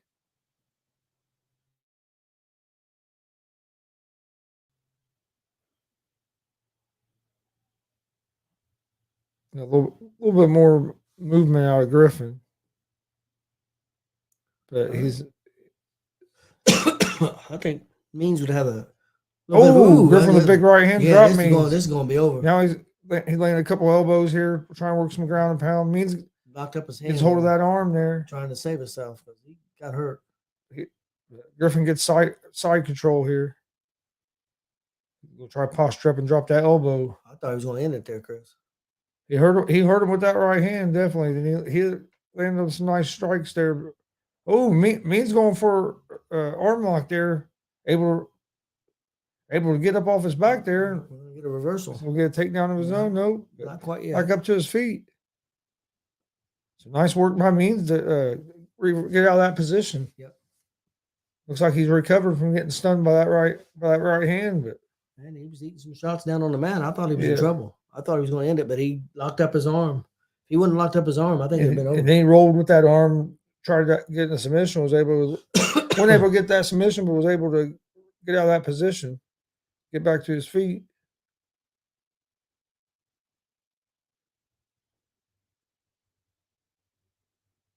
Griffin better keep those hands up.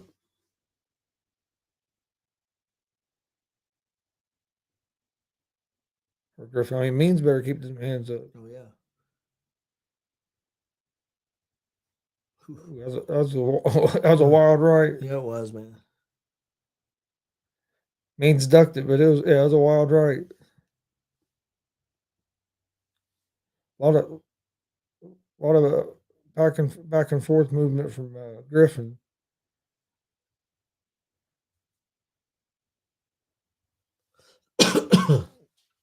Means using that leg kick, trying to keep him at distance. Means was doing decent on the feet until he got caught with that. Got caught with that right and got stunned. Got dropped. He was able to recover out of it. Well, Griffin may have missed a golden opportunity because I tell you what, the way they've been judging these fights, we'd like to have a finish right there. Yeah, the judges have been flat out terrible tonight.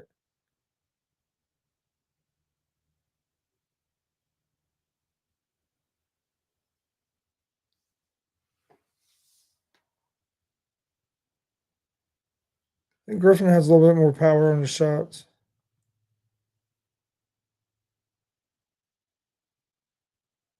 About a minute and a half left in round one.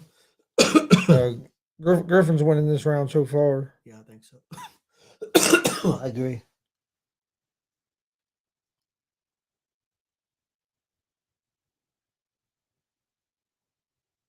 But since that knockdown, Means has been able to do pretty good. He's not giving up no big shots. I think Means has got the length advantage, but I think Griffin's quite a bit quicker. Yeah. His movement has messed with Means so far in this first round.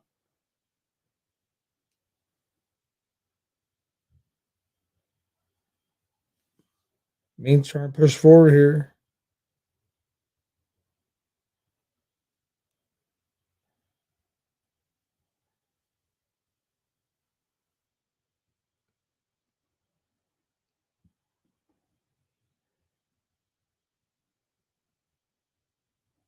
Well, Griffin goes for the takedown up against the cage.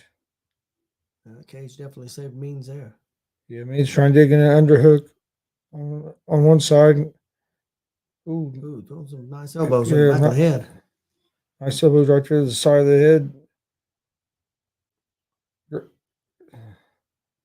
That was a good job by Means there not to give up that takedown. I still think Griffin won the first round, but I do too, but who knows? Oh yeah, the judges have been. If you're just tuning in, these judges have been flat out terrible tonight. So bad that almost makes you not even want to watch UFC. But we're in the co-main event, Means and Griffin. First round just in. I have Griffin winning the first round. We'll also be covering the Jake Paul Anderson Silva fight here. That Paul and Silva won't fight till later on. I think there's 3 or 4 bouts on the main card before them. One of them is Le'Veon Bell against Uriah Hall.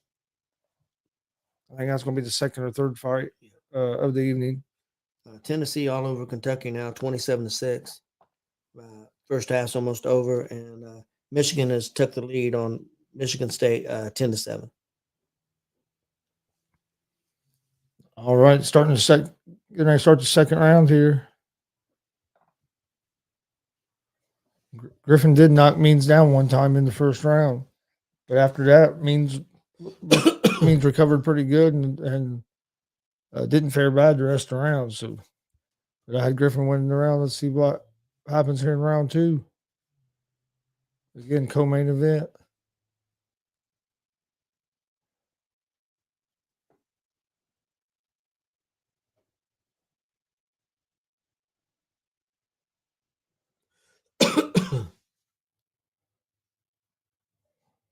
Nice little counters there by Means. Means to try and push forward and get Griffin up by that cage. It looks like. Yeah. Means has Griffin has a lot of movement. Yeah. Looks like that left got through there. Oh. Yeah.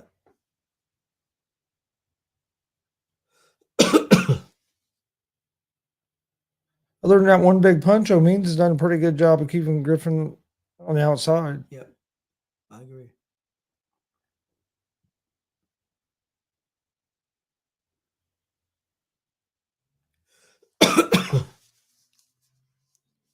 Means got off to a pretty decent start here in round 2. He ain't landed a whole lot, but he's landed more than Griffin so far in this round. Had a couple nice shots to the body.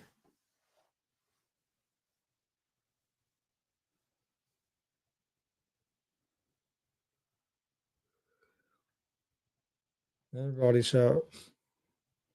But Griffin hit him with the right hand on the way out.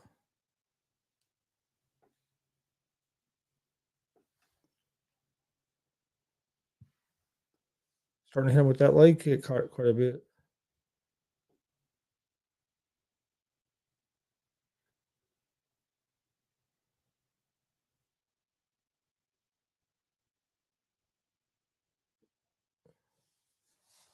Yeah, Means had a lot better round this round than he did in the first round. Yeah.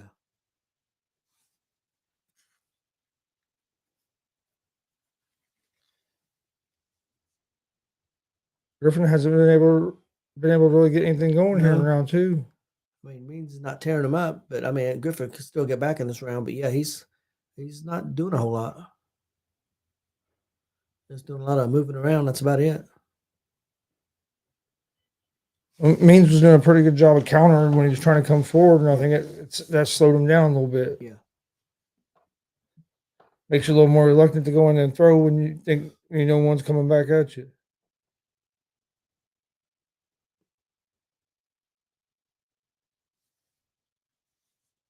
It Means has done a good job using that front kick to keep Griffin on try to keep Griffin on the outside, keep him out of range.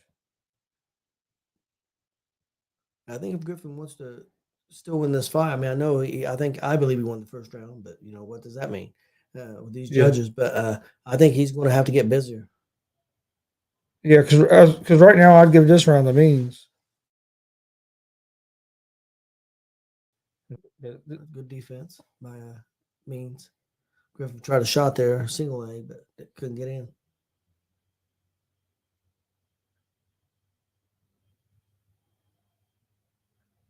About a minute and a half left in round 2. Yeah, you can see the strikes. He's about doubled them up. In the second round. That's what I'm saying. The second round, I thought Griffin won the first round, but so far with just over a minute left in round 2, I have Means winning the second round. Yeah, who knows? And actually a close fight. The other two that we thought that wasn't close at all, yeah, to the other guy. So who the hell knows what they're seeing? Yeah, because these judges have been terrible. That's for damn sure.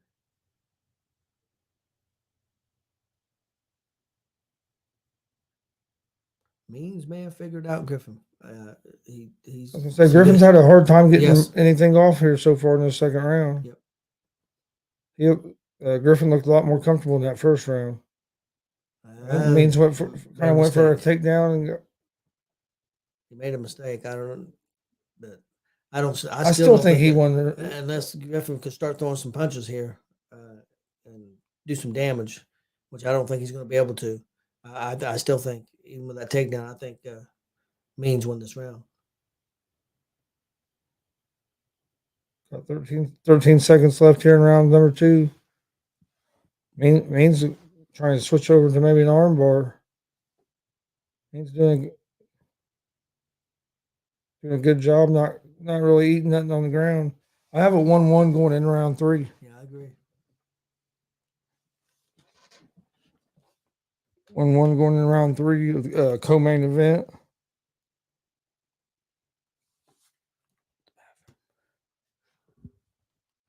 All right.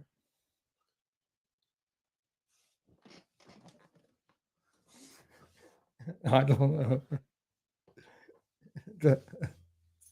It don't make no sense. When he falls off, I will laugh at him too. Damn dog. All right, getting ready for round 3 of Tim Means against Mac. I thought Griffin won round 1, Means won round 2. This is the co-main event of the UFC fight night. Next fight will be a Kattar against Allen, and then after that, we'll be covering the Jake Paul and Anderson Silva fight. Main card of that starts at 9 p.m. Eastern here in about 8 minutes. There's like 3 or 4 fights before that one. Le'Veon Bell and Uriah Hall is on that card as well. We'll be switching over there here in just a little bit after this rest of this fight and the last fight of the UFC. In between fights, I'll turn it over and check on it as well. Appreciate everybody watching. Please hit that subscribe room. Like and follow us on Facebook and Twitch at Gonzo Sports Room as well, and do the same thing for the ASAP All Sports All Plays Network. Means almost got Griffin's back. Now Griffin's going for a takedown. Griffin gets a takedown here early in round 3. Means almost had to take down, and Griffin was able to fight it off, and then he gets a takedown of his own.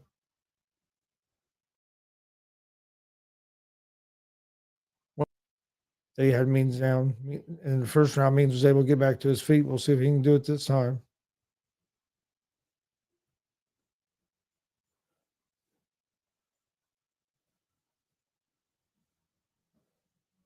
Means done a good job on defense here. Hasn't taken much damage at all. Now he's using his heel and hitting right in the thigh and the shin of Griffin from the bottom. Means is from the bottom position. He's still done a good job of tying Griffin up and keeping Griffin from able to posture up and get hardly any shots off. Griffin don't start doing something, ref might stand these guys back up. Means is landing more shots from the bottom than Griffin's landed from the top. Means done a good job with defense here. Real good job with his defense.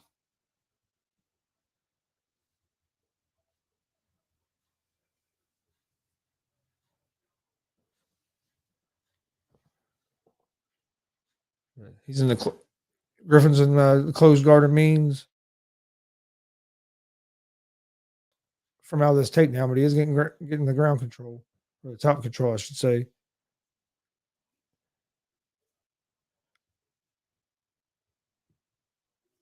But Means is landing more shots, laying on his back than what Griffin has landed from being on top. I had this fight 1-1 going into this round.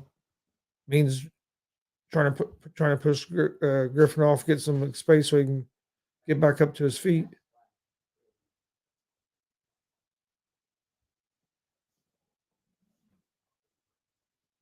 Oh, is he going for an armbar? Get back up to his feet. Good job. I mean, yeah, Griffin got some top control there, but he didn't get hardly no damage at all, or no shots off. Means was the one landing more shots from that position. Now Griffin trying for another takedown. He's just trying to hang on here.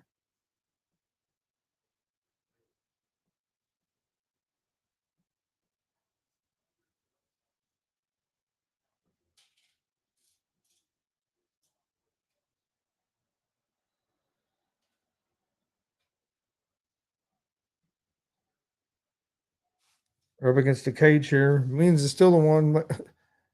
Griffin's just holding on to him there, not even trying to improve his position. I'm surprised referee hasn't stepped in and brought him back up. He's not trying to improve it.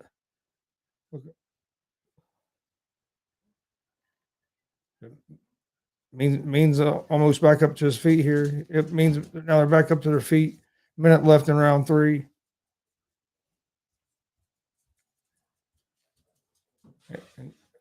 Ooh, nice knee by Means. Now Means drops down on the legs, trying to get a takedown here.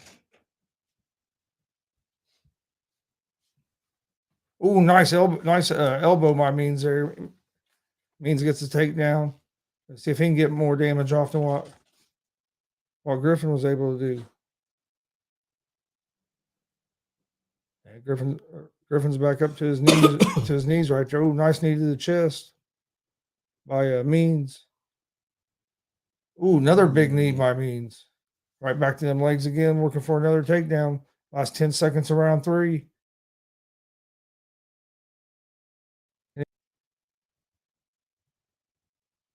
Another takedown there. I think Means. I like Means to win the fight. Griffin did get a takedown and had some top control, but he was just standing there holding on to him, and Means was hitting him the whole time. So, and then Means got a couple takedowns toward the end. I like Means to win the fight. It was 1-1 going into this round. Well, we think. Or I mean, in my opinion, it was 1-1 going into that last round.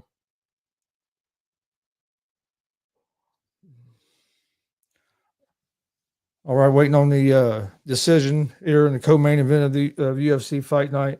Main event, Kattar and Allen.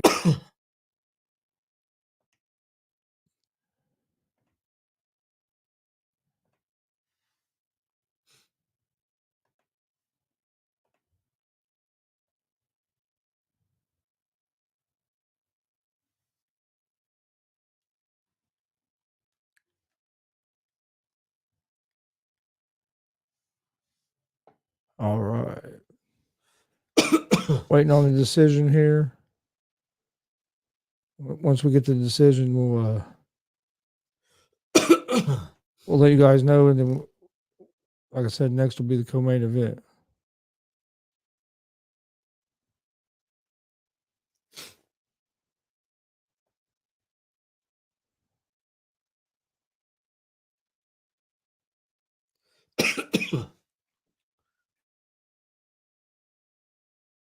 Here they come. All right, let's see what the decision.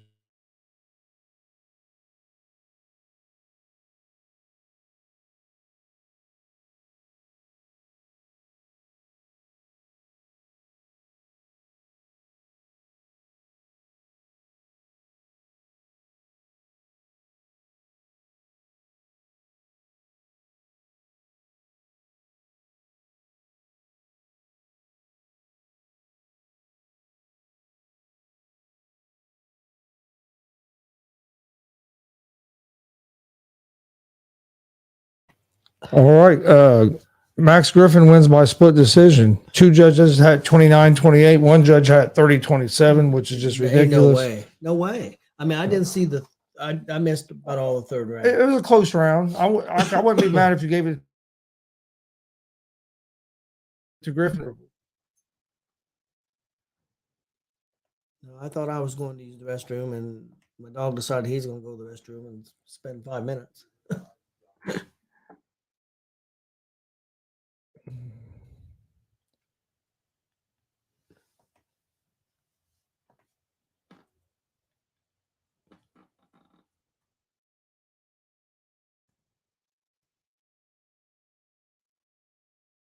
Yeah.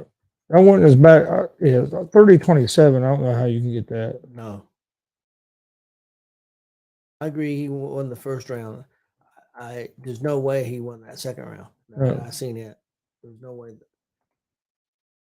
All right, we're going to take a short break here real quick before the main event, so I can go. So I'll probably take the dog out real quick, and then we'll be right back with the main event, Kattar and Allen. But enjoy this this video. This is some of our Gonzo and the sport and the Judge sports talk. Check it out. We'll be back here in just a few minutes. about tonight. Had a big trade in the NFL earlier today. Got the World Series coming up on Friday. Full slate of NBA games going on tonight. So quite a bit going on in the sports world. Joining me like always, the judge Jonathan Mathis. How's it going, man? Hey, what's up, Chris? What's going on, man? How you doing tonight? How you feeling on this Wednesday? Happy Wednesday to you. As you can see my graphic tee today, it is Wednesday Adams from the Adams family. It was perfect to put this shirt on a day like this. It is Wednesday. So, to celebrate that we finally reached the middle of the week, this was the perfect shirt to rock today. How you feeling? Pretty good, man. It's cold out here where I'm at. But other than that, not too bad.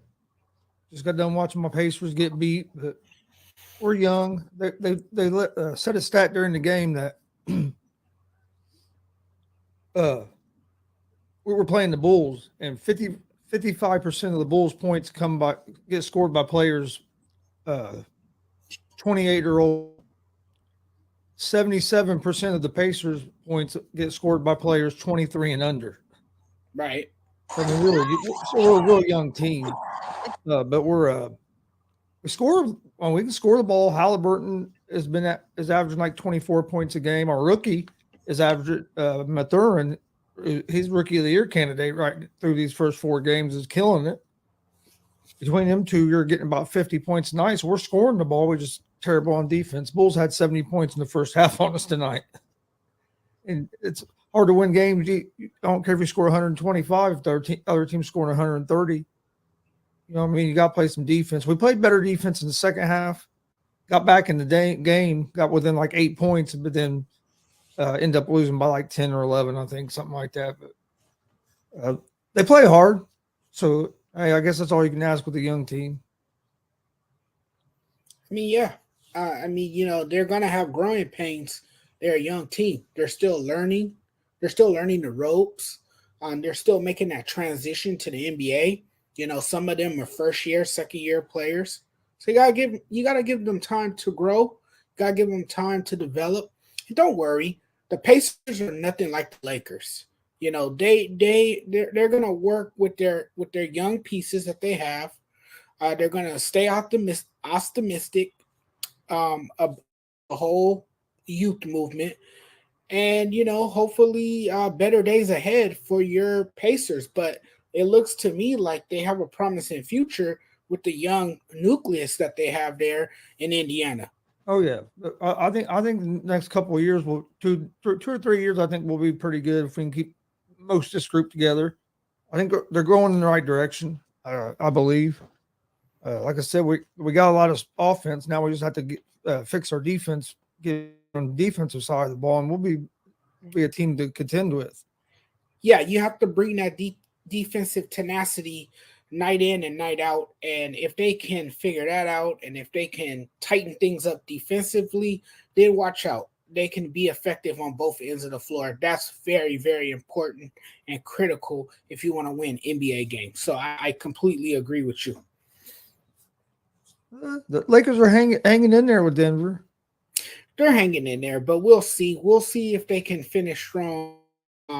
What are they in the fourth quarter now? I know that's silly for me to ask when the game is on behind me. I think there's just a couple minutes before the fourth quarter. It's getting close. Okay, so the fourth quarter is going to matter for the Lakers. The Lakers. No, wait. It's only in the second quarter. It's going to be halftime. Oh yeah, it is the second quarter. Yeah. Okay, so it all depends on how the Lakers come out in the second half. If they make the adjustments necessary, hopefully they come out in the second half stronger, and hopefully they can put together a strong second half. It's gonna determine, how they play. Things will be determined by how they play in the second half, particularly the third and fourth quarter. In the fourth quarter, you gotta watch how the Lakers perform in the fourth quarter, because a lot of times, man, the Lakers struggle to close out the fourth quarter for whatever reason. And a lot of it has to do with ill-advised jumpers. This is a team that still likes to jack up a lot of shots, even though they can't knock those shots down. They have a lot of confidence in themselves. They have a lot of confidence in themselves if they're going to continue to jack up shots like that, and know damn well they're not going to make them. You got to put the ball in the hole, and that's something that the Lakers are not doing. And then it doesn't help that you don't contribute on the defensive side of the floor either. So the Lakers have a lot of things to work on. It's going to be a work in progress for this team, and like I said the other day, this Laker team, to me, the season is over before it has even started. Um, I really don't know what else to say about this Laker team, um, other than the fact that it is utter chaos, that they look unorganized, that they have a bunch of stars, but then they can't put it together and they can't win games. And we'll see what happens in the second half, but I just don't see it. You see how Frankie feels right now about the Lakers. Yeah, yeah, and you know what? It's been a rough start to the season. Yes, Frankie is absolutely on point. Lakers struggled in every quarter, and I mean, I don't know if Jared said, is there faith in this Laker team? I don't know if you can have faith in this team. I really can't give you an answer. I mean, I know the season is still young. I know it's still early, but who are the Lakers? Who are the Lakers 3 games into the season? I mean, I hate to sound harsh. They're crappy. The Lakers have clearly become a national punchline. This is a bad team, most tellingly. I mean, you can't overstate the obvious. This Laker team is horrendous. They're pretty stinky. They smell pretty bad right now. They gotta do better keeping up with their hygiene. I'm not sure they can do that moving forward. I mean, I'm just telling it like it is. To be clear, this season again is over before it even started, and the path to an NBA championship for this Laker team seems out of reach. They got dogged by their little brothers the other night, the Clippers. They were daunted by the continuing shooting woes. And the Lakers are bracing themselves for another down year. They're tied at halftime. Oh, good. Dustin says Darvin Ham is going to be a good head coach, but was the wrong man for the job. He took on. Frankie said LeBron and Pat Bev was already going back and forth. See, and that's the thing right there. There's no unity. Everyone wants to point fingers, and there's more than enough blame to go around for this atrocity that the Lakers, have experienced thus far this season. And it's going to be another long year of misery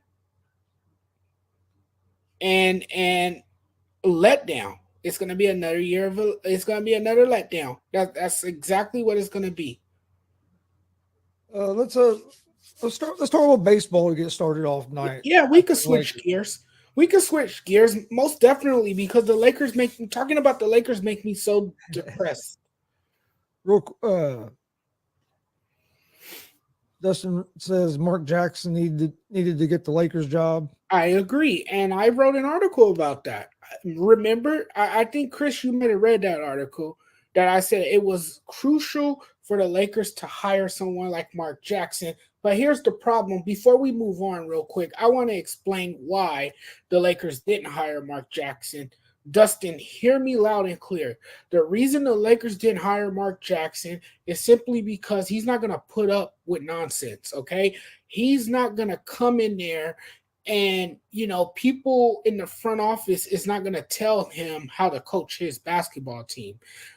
That's why he was run out of Golden State, because, he wasn't seeing eye to eye with the people in the front office. He wasn't getting along with the people in the front office because, quite frankly, he wanted to do it his way.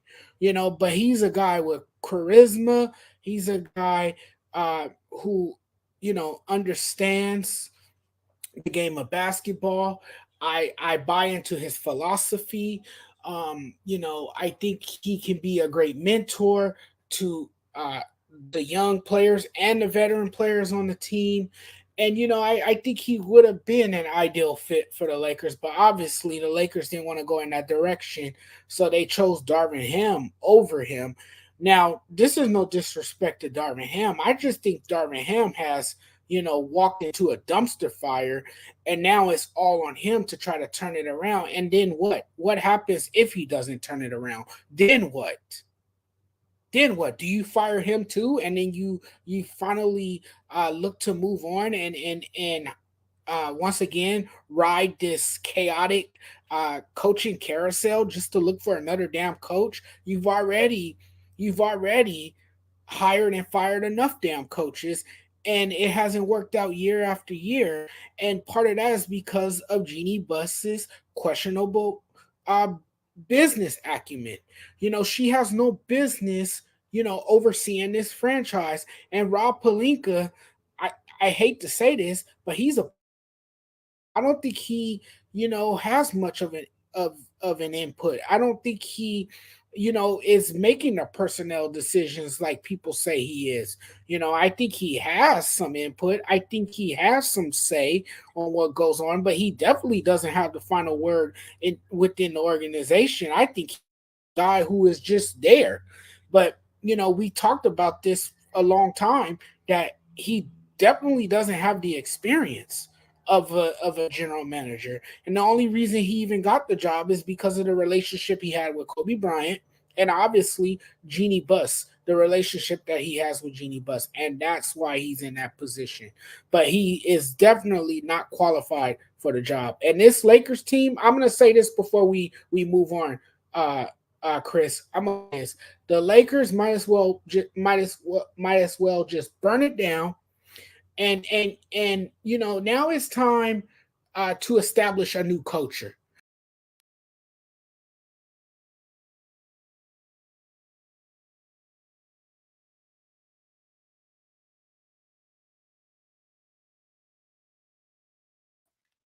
Getting ready for the main event of the UFC, Calvin Cater against Arnold Allen. And then after that, we'll switch over to the boxing pay per view that's going on with Jake Paul versus Anderson Silva. You also have Le'Veon Bell against Uriah Hall in the undercard of that.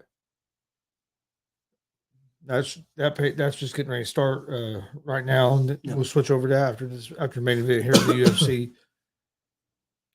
Judges have been flat terrible, so I hope this goes to a decision. Arnold Allen's a minus 130 favorite. Calvin Cater's a plus 108 underdog. I'm gonna go with Cater in this fight. I'm gonna go with the underdog. I don't know either guy very much here. Let's see. Well, Cater's got a couple inches reach, about 3 inches in height. You said Allen's 18 and 1. Like 28 years old. They're both saying pick him here. Yeah. Yeah. I think it's gonna be a real good fight. But I'm gonna go with Cater. Go with the experienced guy here. But no, I expect it to be a real good fight. Who knows what the judges will say, Chris? Yeah, that is true.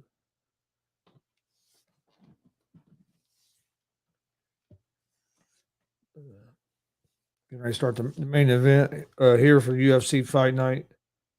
And like I said, we'll jump over to the Jake Paul and Anderson Silva fight after that. I think that's on Showtime pay per view, or I think you can get on Fight as well, or something like that. For sure, I'm not sure. I think it is Showtime pay per view.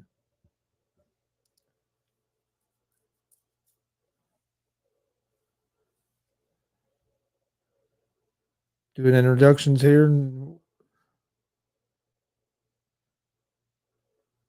Like I said, this is going to be a good one. He opened as an underdog, and now it's a pick 'em by DraftKings, and on FanDuel he's actually a slight favorite. Allen is.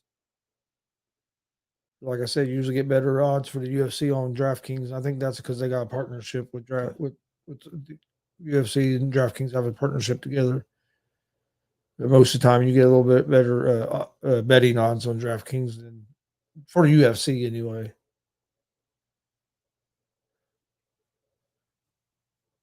Cater's 23-6,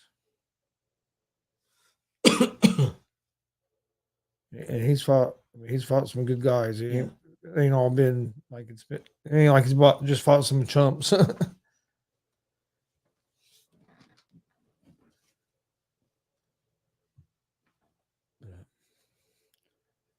All right, calling them to the center, getting ready to start the main event here. Real quick, if please hit that subscribe button on YouTube at Gonzo Sports Room. Also, like and follow us on Facebook at Gonzo Sports Room. But no, we're getting ready for the main event here of UFC Fight Night. Kattar against Allen. I expect this to be a good competitive fight.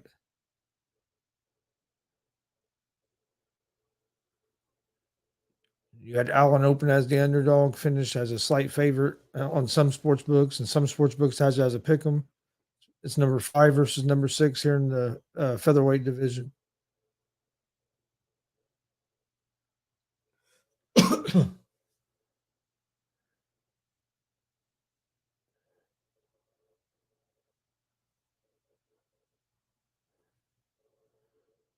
Until Cater's a little bit longer. Yeah. This Allen looks like he's in pretty good shape.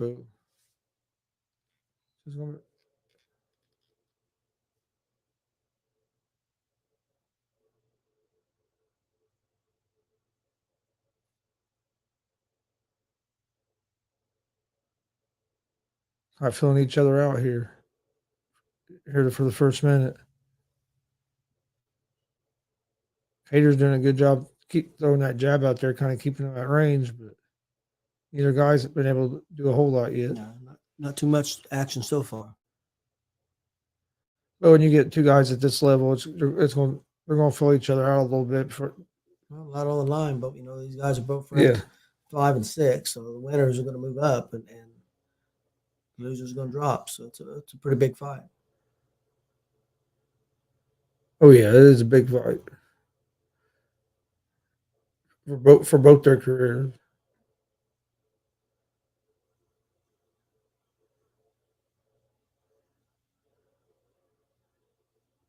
Especially for Kattar because he's already in his 30s.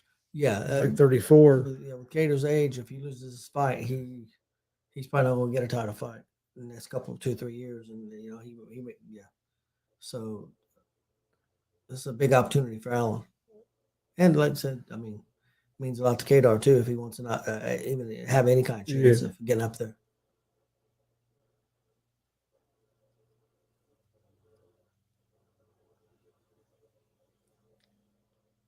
Hasn't been a whole lot of land here in the first half of this first round. But these guys' defense has been on point.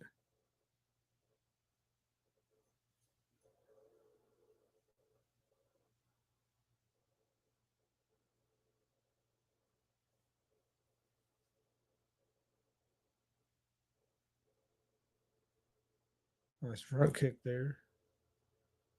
That's a nice leg kick by Kattar there.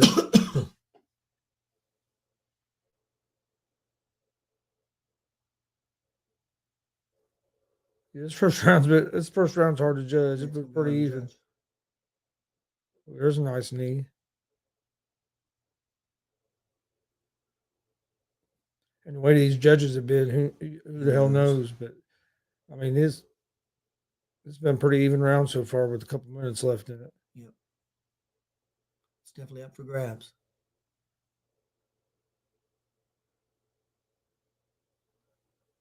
Allen connecting some. Yep. Allen, yeah. Allen with a nice combination there. That's been the best combination so far.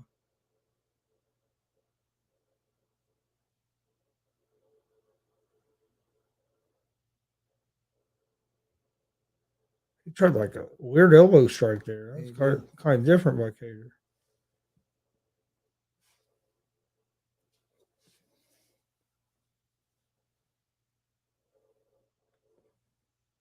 And Kattar landed a couple there. So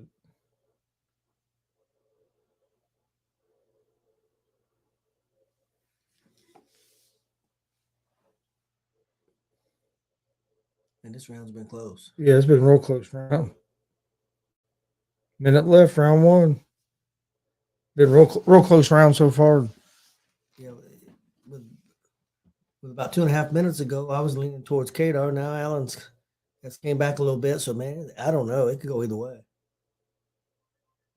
Yeah. Yeah, it's definitely been real close in my opinion.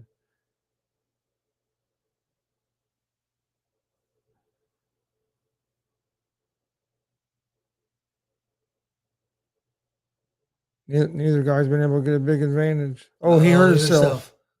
Hurt his knee. He tried like a lunging knee at him, and he landed and hurt his knee. Wrong. Yeah, I think it's going to be over, Chris. I don't know if that guy's even going to be able to get back up the way he went down on his knee. Hopefully he's okay. Yeah, Kattar messed up his knee there. Allen's trying to head arm choke here. He's not in great position to get the choke.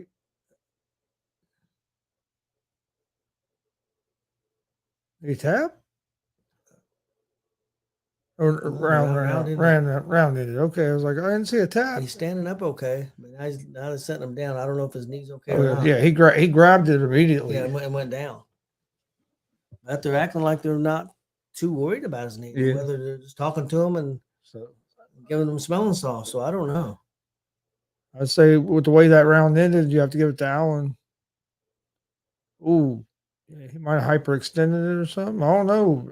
He could have tore something in it too. But he don't act like he's in a lot of pain now. So, ooh, you can see his Achilles like pop there. Yeah. He might have torn an Achilles there. Did you see that? Yeah, I did.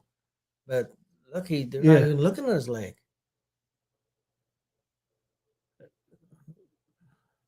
Act like he's okay. It looked nasty. The way it popped, you can see it muscle like. So you think you think Allen had enough there to pick this round? I would say I'd say he probably got the round. Now the doctor's coming in and checking. Why did he wait so long? Yeah. I don't understand. Yeah, I don't know why they waited so long. All right, round two, Kattar versus Allen. I give Allen the first round. We'll see if that leg has anything to do with it, because it didn't look good, and the way he reacted didn't look real good. Yeah, he can't put no weight on it. He's done. He took a kick and it was over. He got kicked in the other leg, not even in that leg. He got kicked in the other leg, and I'm telling you, I wouldn't be surprised if he didn't tear an Achilles there. The way you could see that muscle flex like that. I don't understand why nobody ever even looked at it. Yeah. And he got kicked in the other leg. He didn't even get kicked in that leg that time. Or neither time. But, I mean, you know what I mean? He got kicked on the other leg and went down. That was a quick main event there. Yep. I think it was going to be a good fight, too. I hate that. Yeah. But you can see that flex. I bet you he tore something. Yeah.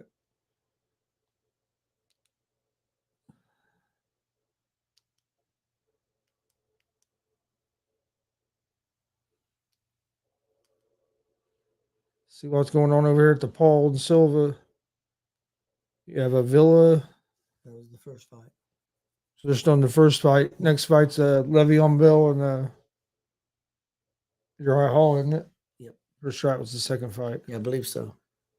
All right, main event or UFC has ended. Main event, Allen wins by stoppage. I think Kattar tore an Achilles there toward the end of the first round.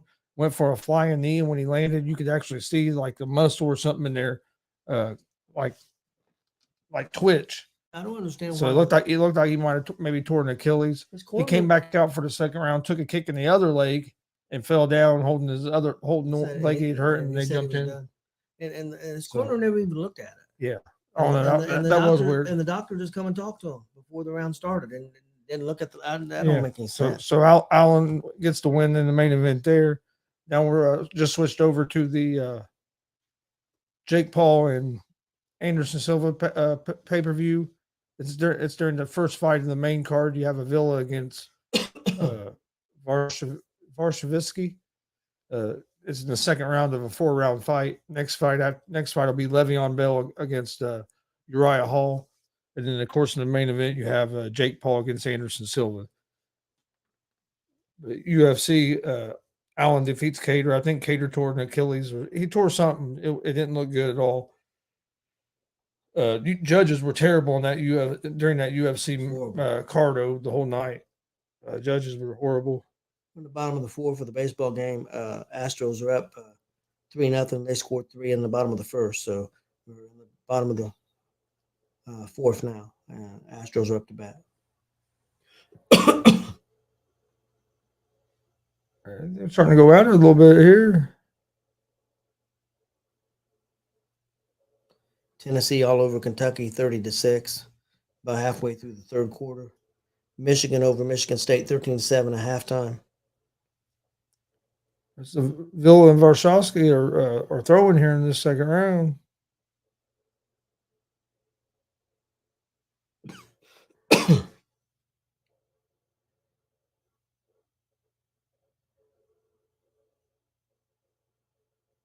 Villa's starting to land pretty good here.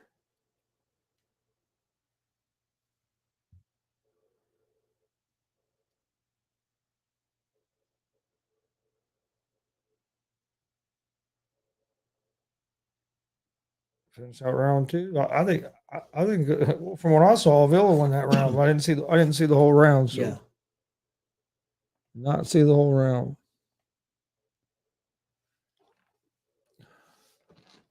All right, waiting on in between rounds here, and then like I said, Le'Veon Bell and Uriah Hall will be the next fight. Yeah, what I saw this round from where we switched over from UFC, I think Villa won this round. Yeah, I think so too.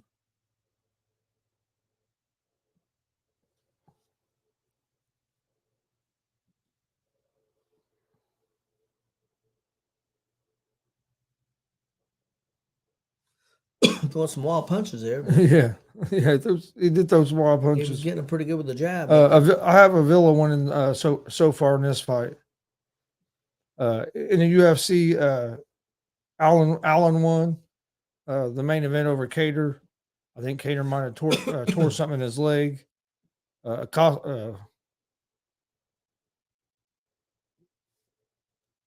to remember who the main. They had Costa won the co-main event, and then in the UFC. Now we switched over to the Showtime pay-per-view with the Jake Paul and Anderson Silva as the main event over here on some boxing. UFC is over. And here, so from what I've seen, and when we turned it over here to the boxing, it was in the second round. I had a Villa win in the second round. I didn't see the first round. This is a 4-round fight. It's the first fight of the main card. Yeah. And the third round here. The next fight is going to be Le'Veon Bell and Uriah Hall. Please hit that subscribe button on YouTube. We greatly appreciate it. Like and follow us on Facebook as well. You can find us on Twitch, Twitter, Instagram, all at Gonzo Sports Room. And also hit the subscribe button for the All Sports All Plays Network as well. And you can find them on all platforms also.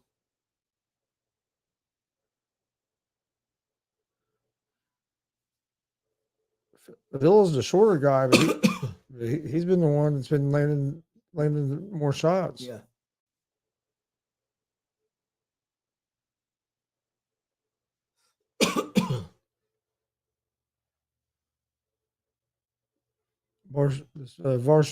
Varshavsky hasn't been able. Ooh, I stunned him. Villa stunned him with a nice right. Varshavsky just isn't throwing hardly at all. No. He came out at the start of the round, was throwing some, and then he got hit a few times, and now he kind of quit throwing. Just trying to cover up, and now he's throwing a little bit there, but not much on it.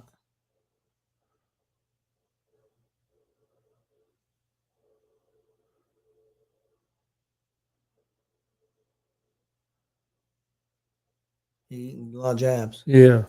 Eating a lot of jabs from Avila. Keeping his hands down. Avila, another nice little combo there. Going to the body, then coming back up.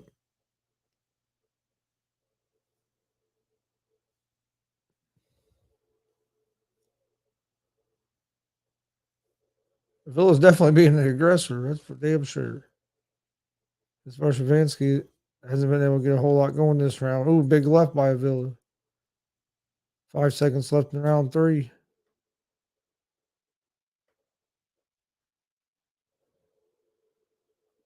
All right. Getting ready to start the 4th and final round here in first fight on the Paul and Silva card.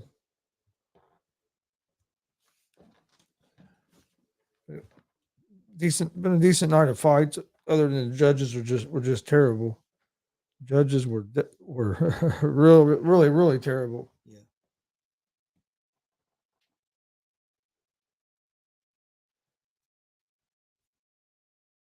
This is a cruiserweight bout, 4 rounds, like you said, and I think Avila is definitely ahead. Yeah. They're calling Hall and Bell cruiserweights.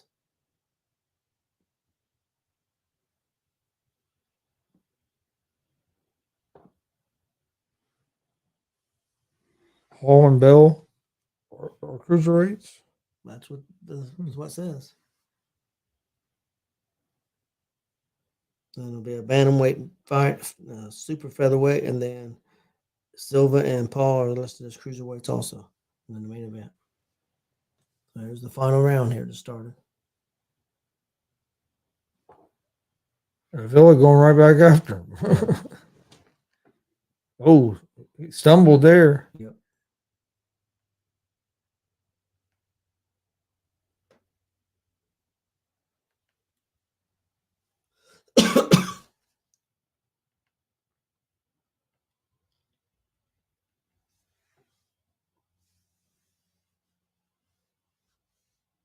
Yeah, what we've seen of this fight, it's been all Avila.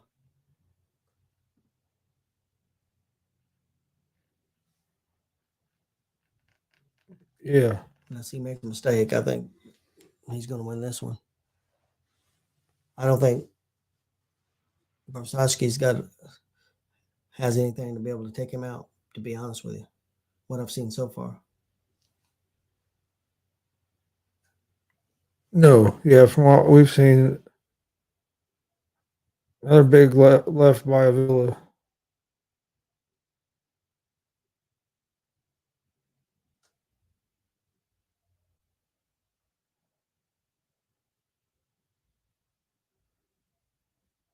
And when Varshovsky does throw, there's nothing on it. He's just barely touching him. Yeah.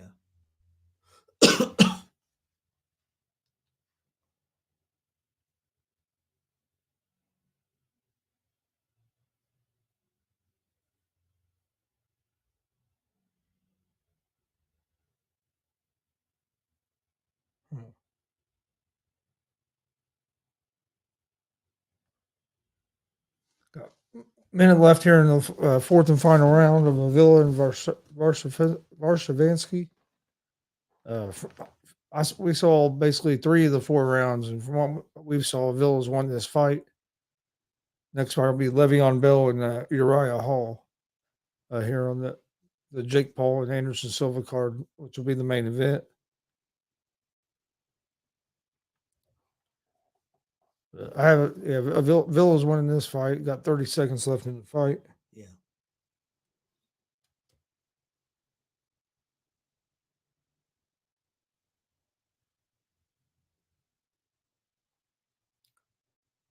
Like it was a pretty good crowd there.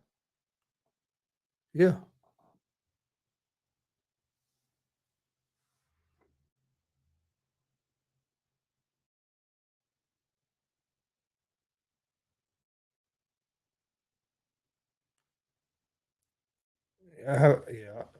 Avila won that fight.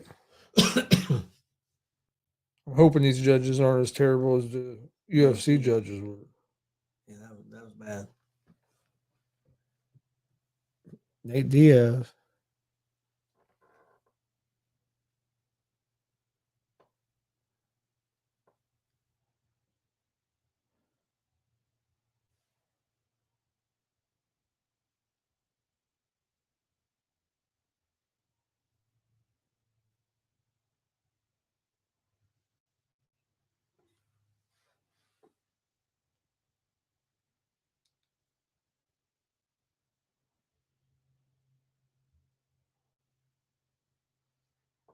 All right. What do you expect from Le'Veon Bell? I don't know. I think this is going to we'll see. This might be interesting. Might be interesting. But Villa won the first fight. Got Le'Veon Bell and Uriah Hall coming up next.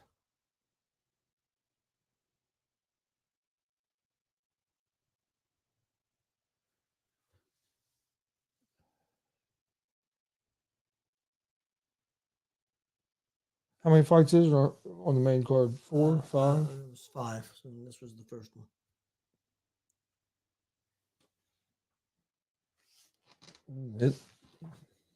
They're still showing highlights of the Villa fight. They should be getting ready to announce the winner here in just a second. But Villa definitely, from what I saw, he won the fight. There ain't no doubt about that. Yeah.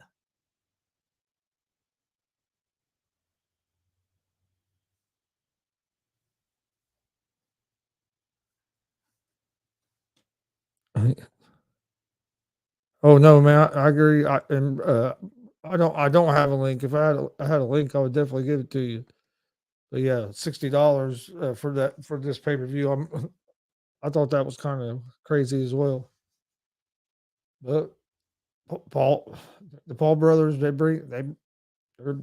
A popular. lot of people must buy it. I mean,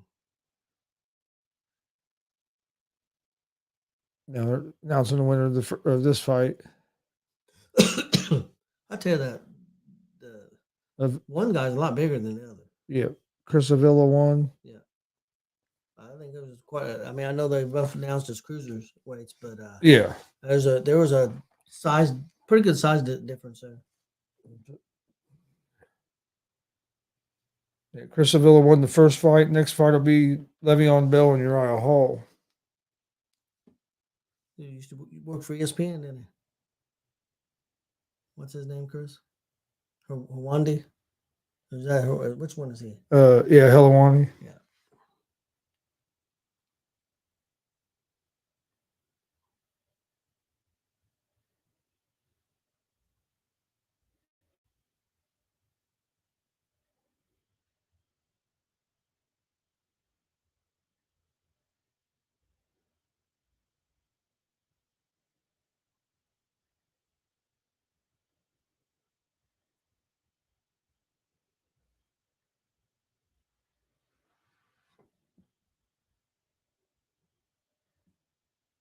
All right, waiting on the next fight to start here.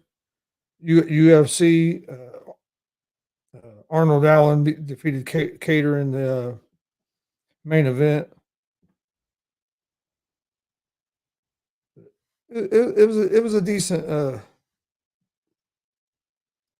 It was okay. decent card. But the Judges were judges kind terrible. of ruined it. I mean, to be honest with you, Chris. Yeah. Well, baseball update real quick. We got the Astros still up 3-0. Going to the bottom of the fifth. Astros coming up the bat. So, and Phillies having trouble. They've only had 2 hits. Well, Houston's only had 4 hits, but 3 runs. They've made a lot out of it. The Astros starting pitcher Valdez has good stuff. He's got nice stuff. So Yeah.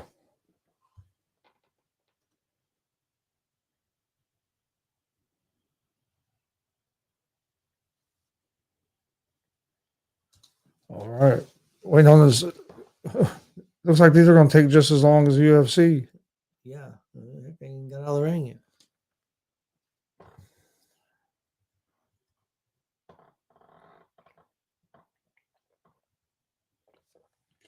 I don't understand why they're taking so long to get him out of the ring for. Take his fucking gloves off out Yeah. of the ring.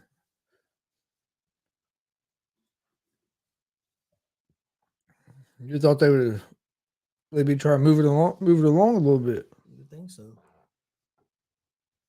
That was a 4-round fight, and this was supposed to start at 9. And It's 9:41.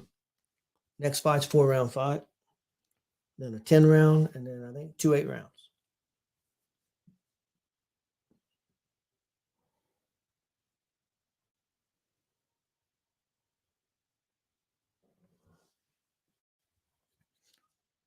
All right. Yeah, so it's going to be a few minutes before there's another fight. Yeah.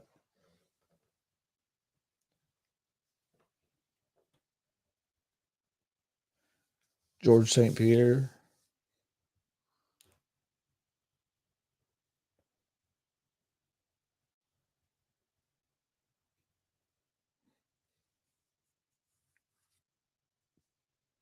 But no, this should be a good one. I think it'd be interesting. Well, I don't know how good it's going to be. It should be Yeah, I interesting. don't know much about the undercard. I'm interested in the Silva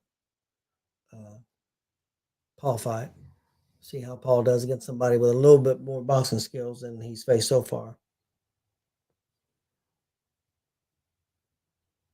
But I still want, if Paul's going to be a boxer, I want him to face a boxer. Yeah. No, I agree. Which I think he tried to face that Fury, didn't he? And Fury backed out. Which I understand a boxer, Paul's more, I think he trains hard and I think he's trying to be a boxer, but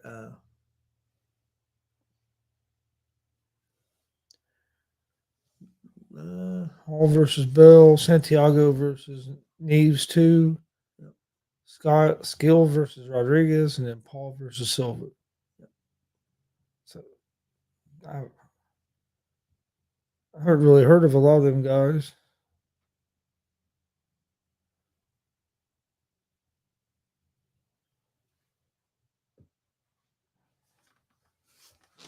Have you heard any of them guys? not really.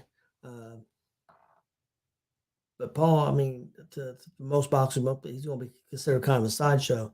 And if you're a legitimate boxer and you go in there and you lose to him, you got a lot to lose. And Paul has nothing to lose. Yep. No, that's 100% true. It's so weird to me that they do commercials and shit there in pay-per-views now. I don't know why, but they always have. Or not always have it. They start doing it now on all these. I understand why. It's where they make their money, but man, it's like.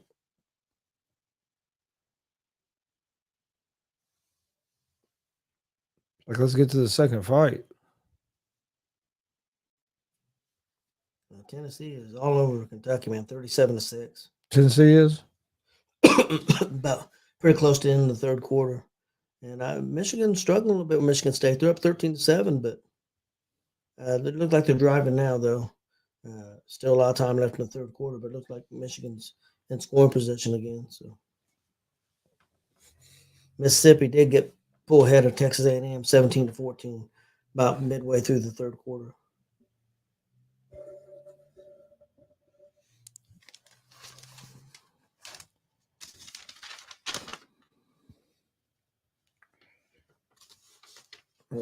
let's see.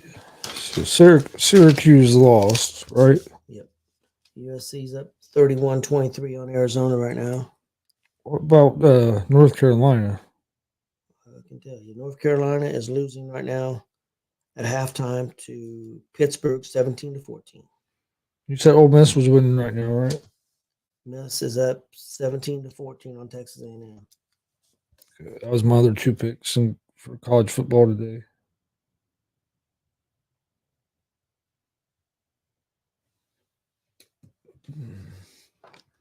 To get my picks ready for tomorrow. Yeah, that'll look too. Because I did have the Titans, but I don't know if I want the Titans now with not starting Tannehill. Tannehill being out. Yep. Right. I think I still like the Falcons and the Vikings, though. 49ers scared me a little bit now with Deebo Samuel being out. Yep. But the addition of McCaffrey kind of. The 49ers have been so inconsistent. Inconsistent on offense, inconsistent on defense. They've been really inconsistent. I don't know if they're going to put it together or not. I mean, I think they're capable of being a team that could come out of the NFC, but they're playing the Rams, who haven't looked good at all this season either. Yeah, which I told you I was worried about the Rams at the start of the season. But I don't know if San Francisco's going to put together or not. They've been really inconsistent. Team that really intrigues me And I think a lot depends. And I'm not putting him down because I've always liked Kirk Cousins, but can he win the big one? Can he win a big, some big games? They've only lost one game, and they didn't play very well that game. I think it was one against Philly. Yep. Philly could be the team to beat. I know they're undefeated. I don't think their schedule's super tough, but they're just getting more confidence. But I just don't know how they would do against teams like Buffalo and Kansas City, Bengals. I don't know how they would do. Yeah, I don't either. But they claim that they got the best defensive backs in football, and they have played pretty well. So I guess I don't think Elliott's going to play this week, is he? For Dallas? I don't think so. Last I heard, he was questionable.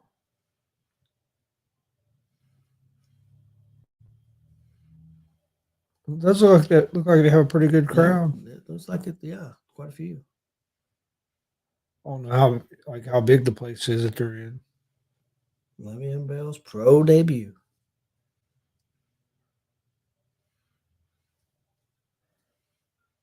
Well, once he left Pittsburgh, he didn't do anything, did he? No.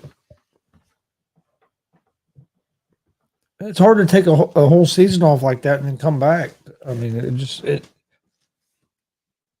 it's hard. I mean, you can't. No matter how much you work out and stuff, it's not the same as like game situations. So.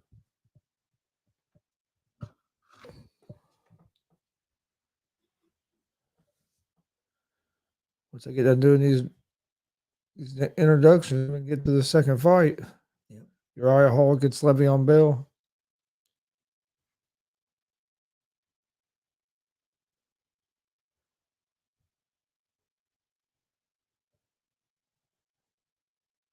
Should be. They're doing introductions for Bell and for Le'Veon Bell and Uriah Hall.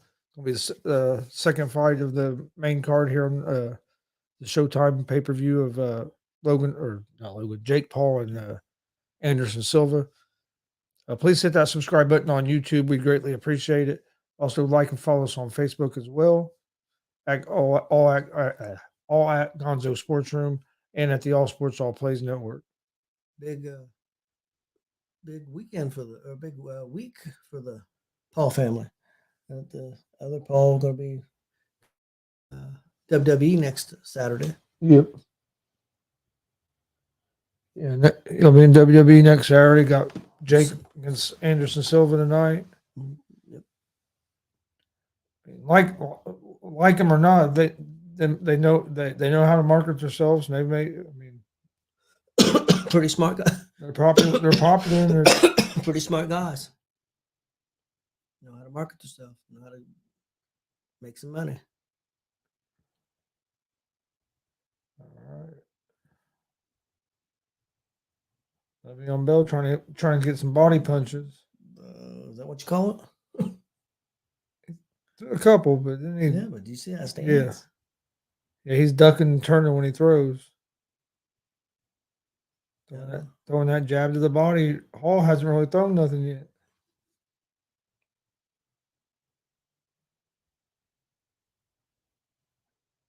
I don't think Bell don't want to get hit. No, he's afraid to get hit. Hall hasn't really thrown nothing yet, No, but he saw the power when he threw a couple days there. He has some power. Bell's just throwing that jab out.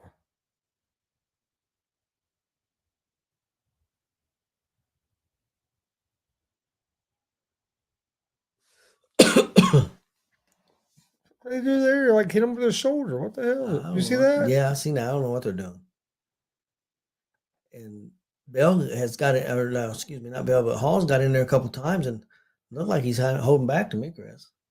He's not really throwing. He's not made any attempt to really throw anything. He's been there where he could have.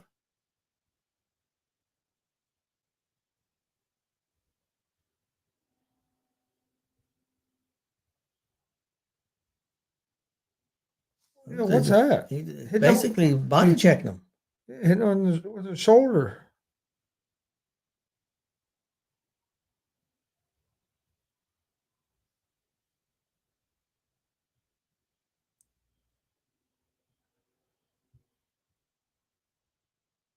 Bell's done more volume. I don't know how many of them connected. But Not very many, and Hall really don't seem like he's. he's warning them for hitting the back of the head, but it's because the way he's ducking.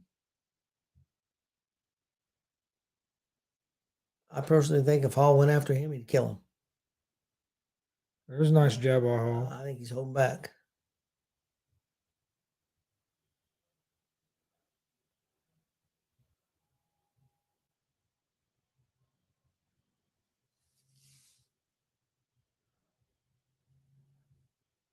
First round of 4.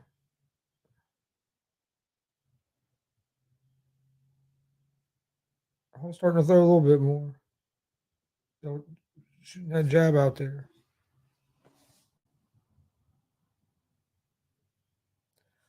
Le'Veon, when he almost fell down. Yeah. He's throwing that body punch from a weird angle the way where he ducks down. He almost loses his balance. It's almost like more days reaching out and touching him than he is really throwing a punch. Yeah, there's nothing behind it. But Hall didn't throw very much at all. No, he didn't, and I think he could. I think I don't know. I think he's holding back. I think he could take him out anytime he wanted to. It's just my opinion. See if maybe he comes out a little more aggressive here in the second round. Yeah. He didn't get Uriah Hall wasn't very aggressive at all in that first round. No.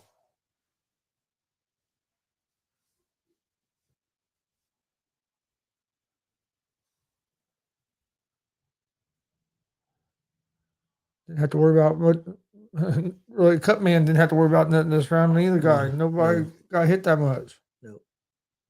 Bell threw a lot, but I don't know what connected. Yeah. And the way he threw it, it wouldn't hurt nobody anyway.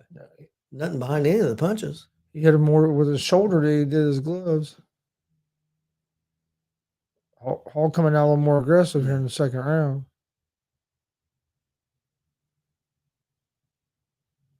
Look at him turn his back to him. Yeah, I mean,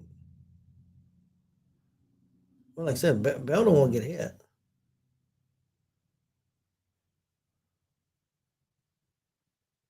Hall's marching him down. Hall's trying to be a little more aggressive this round. Yeah, trying to.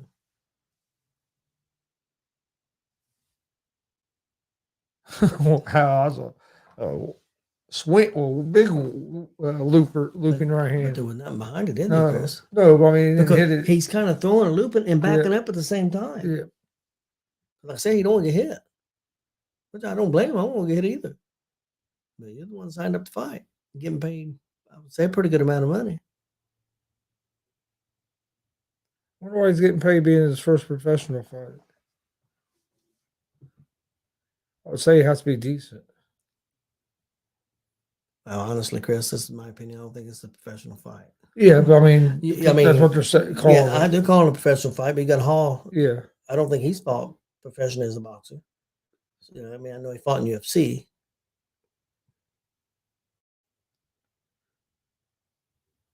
Bell's in good shape. Yeah.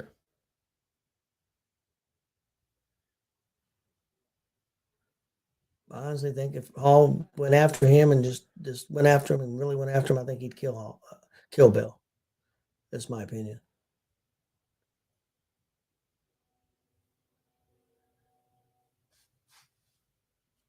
He came out at the beginning throwing quite a bit of volume, then he slowed down a little.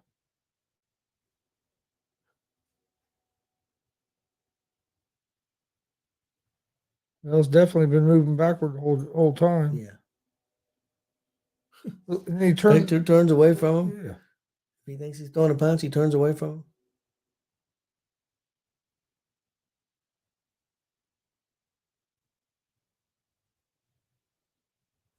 There's some big shots right hooks by Uriah Hall. That's what I'm telling you. If Hall wanted to go after him, Chris, he could take him out anytime he wanted to. Because Hall's punches are harder, straighter. Got something behind him. Bell's has nothing behind him. Because he's trying to punch and turn away at the same time and back up at the same time. And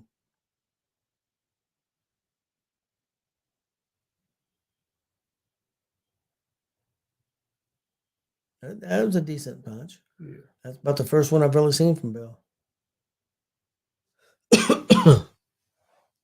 There's a lot better round for Hall that time. Yeah.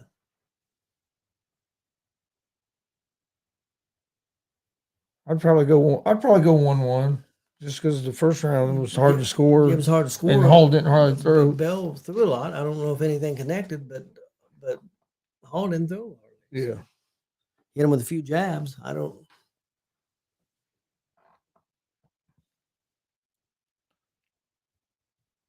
That was a nice combo. That was the best punch of the night so far in this fight. He just threw that and then I touched him. Yeah. Oh no! If I paid $60 for this, I'd be pissed. This right here was pretty good. Right here we hit him with 2 or 3. Hit him with a couple right hooks. So there's no doubt that Hall won that round. Yeah. So what is this BETR? Another betting site? Yeah. They had some kind of special on there, $100 special bet. They put it up pretty fast, so I didn't catch all the details. Hall's definitely being more aggressive. Well, let's be honest. Hall should be able to kill him. I mean, Yeah. he's a football player, and he was a UFC fighter. I mean, it really shouldn't be much of a fight.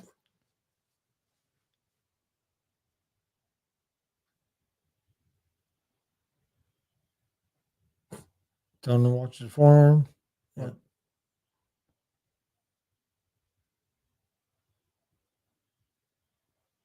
Oh, he's sticking the elbow out. Yep.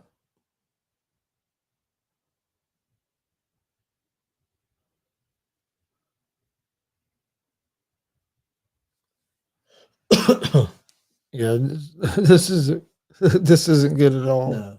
Well, I wouldn't expect much out of this fight. No. I was actually expecting Le'Veon Bell to get knocked out.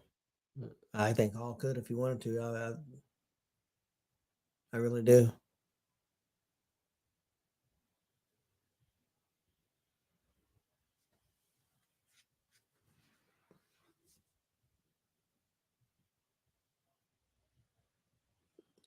How can you lead with your elbow? Yeah, I don't know. Earlier, he was hitting with the shoulder. Oh, there's a couple good shots. Yeah. Oh, if he connected with that one right, Hall's definitely being the aggressor. Oh, yeah. Starting to now. He's starting to pick him apart a little bit. If he'd hit him with that one right there, he'd have been out. Yeah. Bell's lucky it missed. Got a minute left in round 3.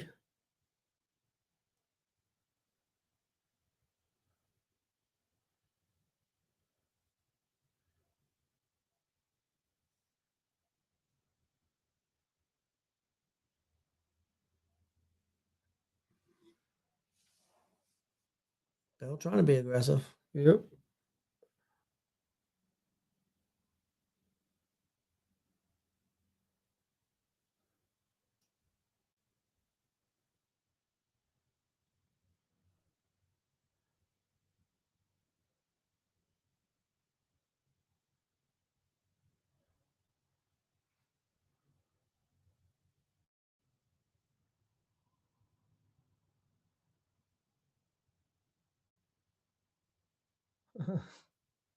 Oh, that was nice. Yeah. All right, gonna go to round 4.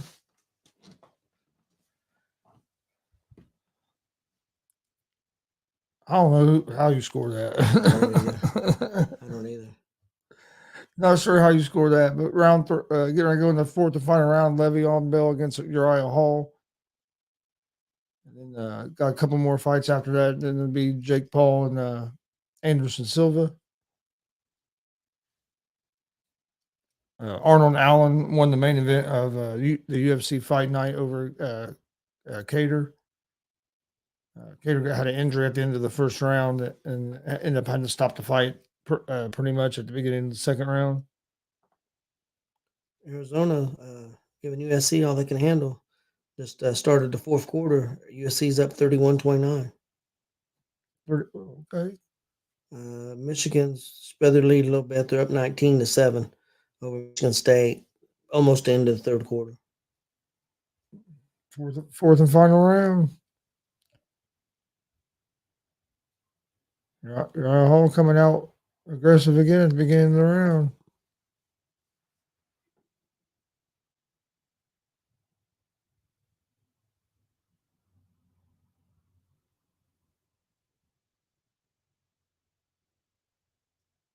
That was a nice combination by Hall. Couple to the body, the right hook or left hook to the head. Referee breaks them apart again.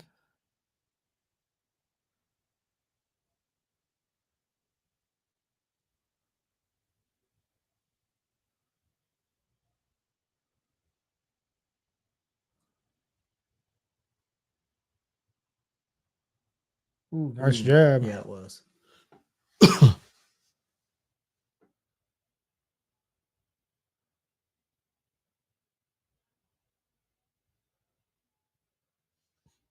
Evan Bell keeps trying to tie him up. Tucking in there with that shoulder.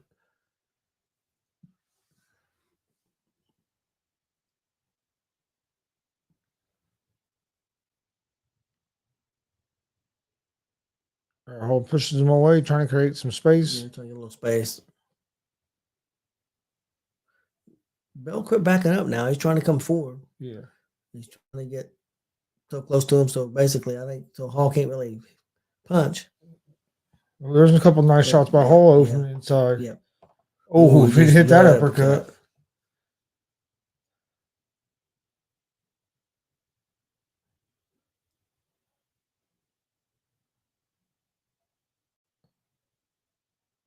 Oh. Thought he had him hurt there. Yeah. I think, like I said, I think if Hall wanted to, I think he could knock him out.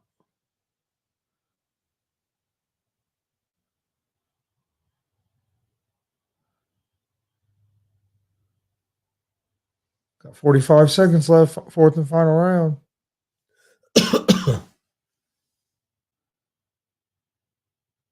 I think Hall's won the fight. Oh, I think so, but I mean, I don't know if we got UFC judges or not. So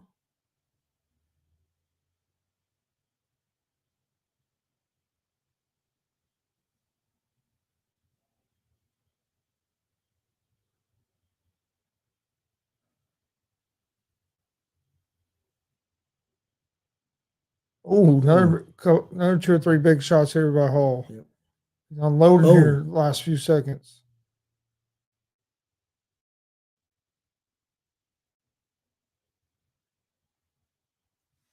If he'd have thrown like that, if he didn't thrown like that the whole earlier in the fight, he'd have knocked him out. Yep.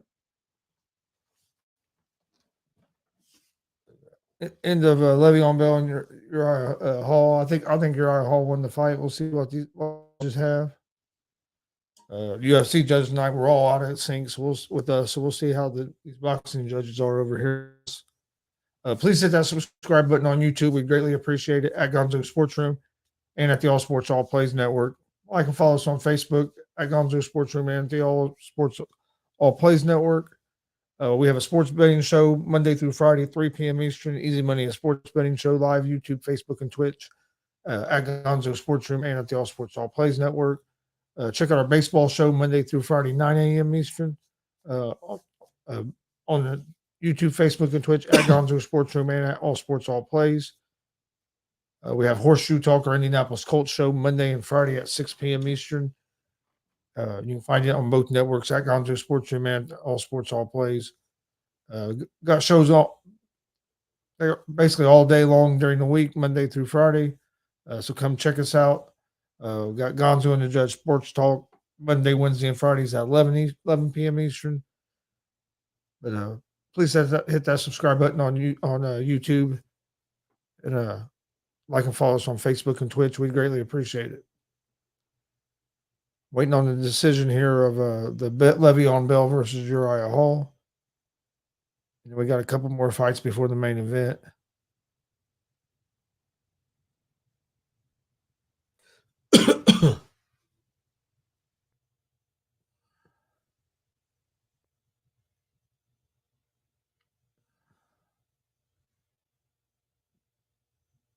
According to them stats, Belgium won the fight. Yeah, I don't understand the numbers. I didn't either. But nothing connected to the Bells, Yeah, in my opinion. But we'll see. We'll see what the judges who the judges give it to. Because like I said, it's been crazy.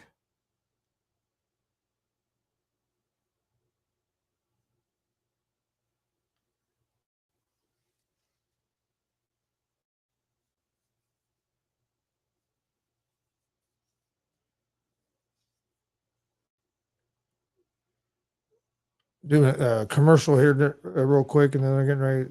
here we go. Here comes the decision.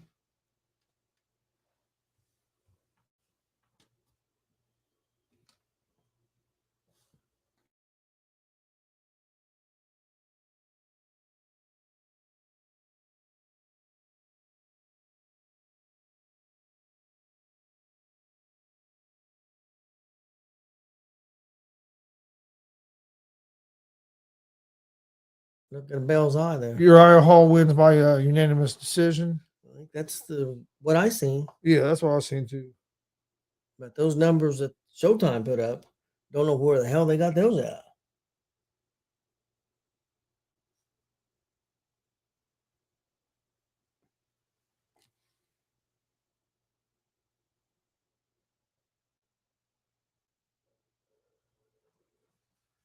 Yeah, Uriah Hall gets the victory there. It'll be another few minutes, and we'll get ready for the next fight. You want to take a short break real quick? Yeah, we can. You know it's going to be 10, 15 minutes, and I got to use the bathroom again. So Yep. we're going to take a short break, and then we'll be right back with the next fight here on the Jake Paul and Anderson Silva card. Enjoy this video while we take a short break. And if you want to establish that new culture, you have to bring in younger players. Enough with believing and riding with these old guns. Okay, I mean it's obviously not working for you. You have to rebuild the whole team. The Lakers just need to go into a rebuild. They need to learn how to be patient. You know, patience is a virtue.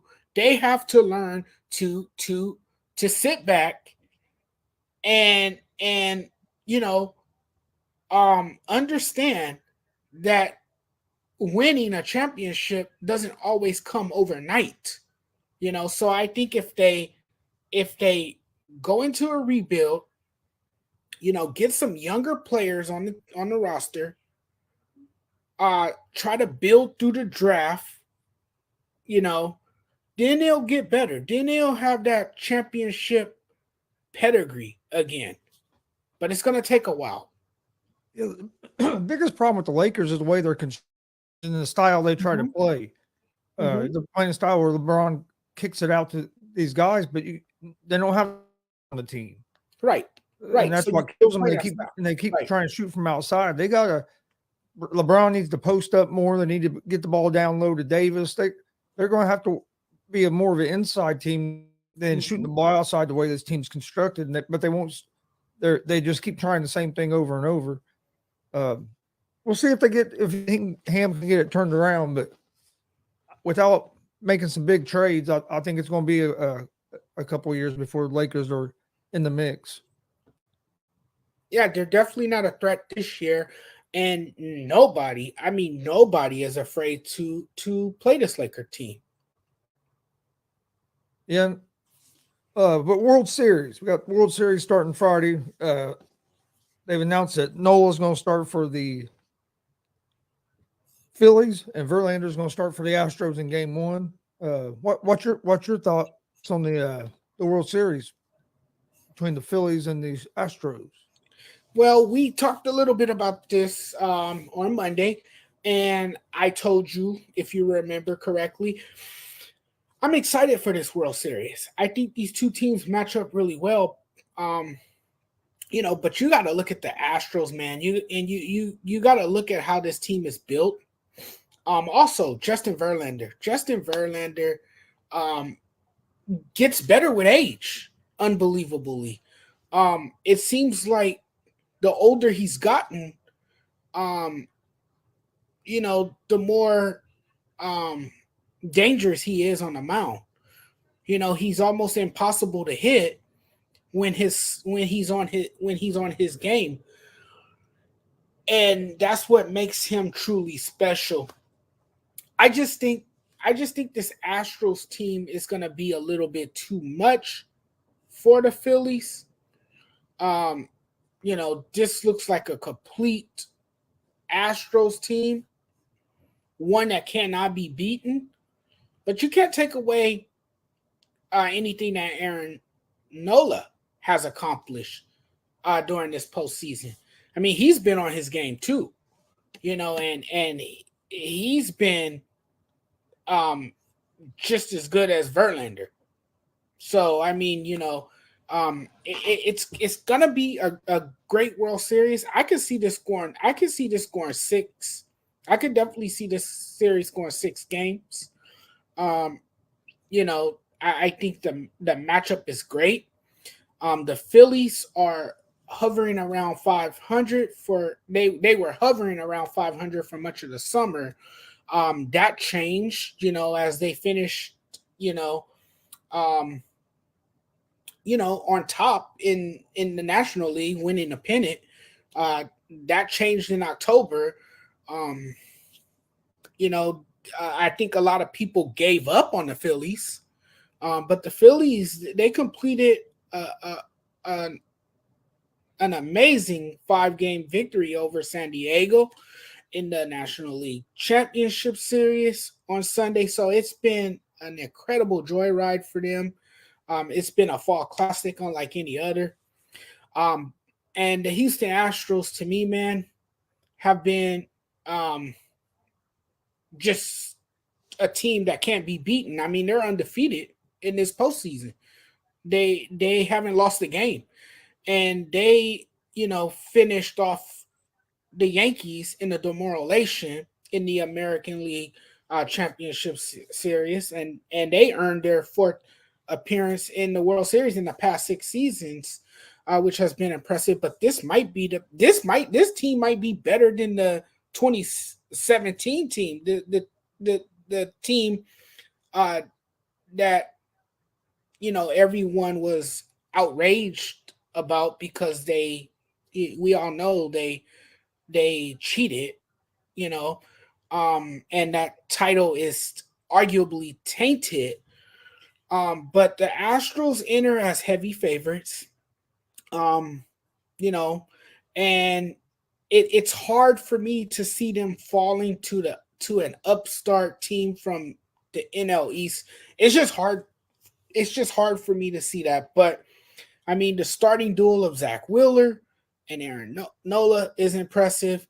The lineup features sluggers like Harper, who has turned it on this postseason. He's been magical for the team. I don't know what has happened that has made him so good in the postseason, but he has clearly took his game to the next level. Then you have Kyle Schwarber, you have Reese Hoskins, you have TJ Rillamutu. Did I say his name right? If I didn't, please forgive me. But Harper has been a nightmare for opposing pitchers this postseason. He has 5 home runs, 10 runs, and a 1.351 OPS in 11 games. That's impressive stuff, And I mean, to me, the Phillies can hold their own. The roster, doesn't really lack any depth. The Astros have plenty of depth. So that's why I think this is going to be a great World Series. Because to me, these two teams, they match up really, really well. Yeah, I think it's going to be a good World Series. I actually have the Phillies in 6. Only thing that worries me a little bit is kind of what John's talking about here, is that the Phillies have had these days off because the Phillies are hot.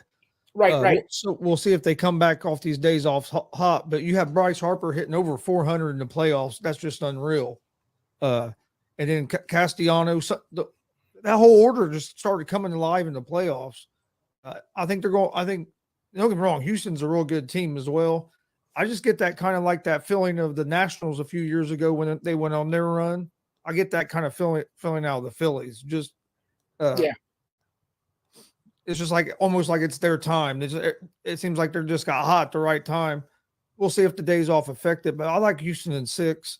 I was kind of surprised that they decided to start Nola in game 1 instead of Wheeler. Usually it's been the other way, but I like the Nola early in their matchup and then come back with Wheeler in the, game 2.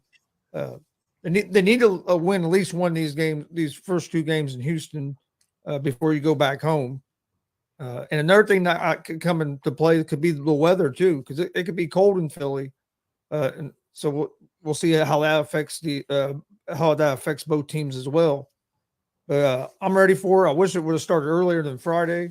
It kind of sucked having the whole week off. I think baseball messed that up kind of marketing wise, because now nobody's really talking about baseball for a week waiting up to the World Series. Where if you just started maybe Tuesday or today, it would have kept maybe out there more on the TV and stuff. So I think they mismarketed that a little bit. Yeah. Damien says Phillies in 4. Glenn Damn. said Houston's going to go Phillies in wire to 4. wire like the 1990 Reds. Wow. Stat guy says Houston in 6 like I did. He says Wheeler will be the X factor. We'll get to that question here in just Phillies in 4 is minute. an unpopular opinion. That's an unpopular prediction right And then, there. That's a bold prediction. Greg says, "What's up, my guys? Hey, how's it going, Greg? Thanks for tuning in." Greg What's up, says he Greg? has Thanks for Houston watching. winning in 6. That's same as me. What's up, John? Thanks for watching. And actually, John, that was kind of going into our next topic. You think Dodgers can sway Judge away from New York? Something has to change in New York. They have lost the division championship the last 5 times they've made it. One of my questions is I'm hearing that Judge might get a 10-year contract for $500 million. Judge is 30 years old. To me, you don't sign him to a 10-year contract to stay in New York. Well, wherever he gets it, that's what they're projecting. That's what one of the agents was projecting, that he's going to get $500 million for 10 years. He'll be the highest paid. $500 million. He'll be the highest paid player. Yeah, but to me, 10 years is too many. He's 30. He's 30. Yes, he's in his age 30 season. But this is a guy who just came off a historic year. I agree with John. Played out of his mind. I wouldn't go over 7 years. Right, I wouldn't either. But he played out of his mind in his contract year. He put up some big monster numbers all season long.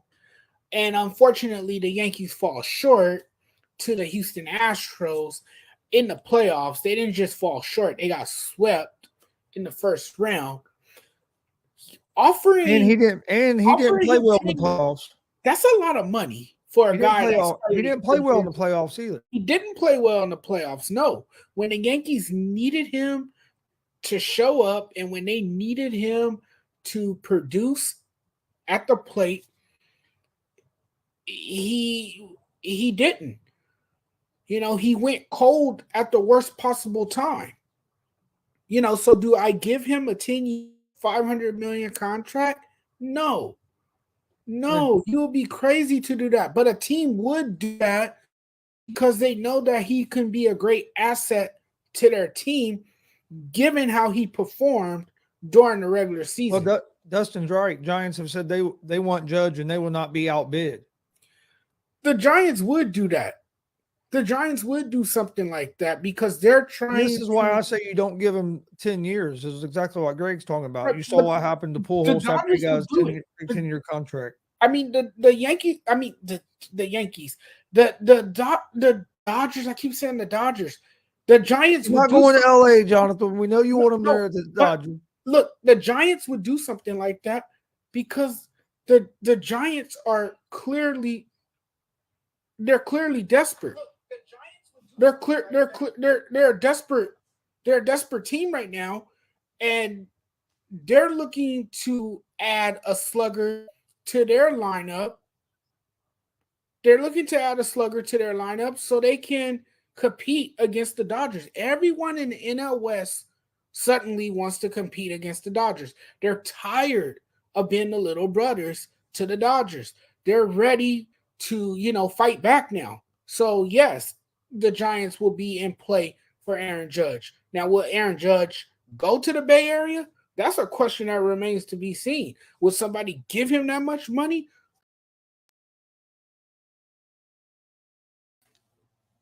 All right, welcome back.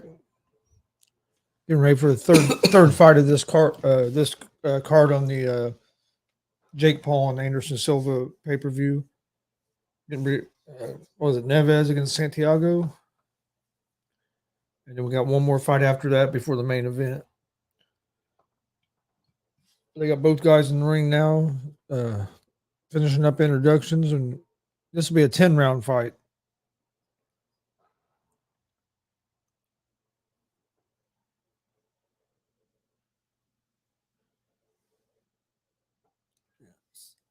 Santiago and Neves has fought before, and it was a draw. But Neves, you said, was what, 4-3 over his last 7? Last 7 fights, yeah, and Santiago's 26-3 overall, and a lot younger fighter.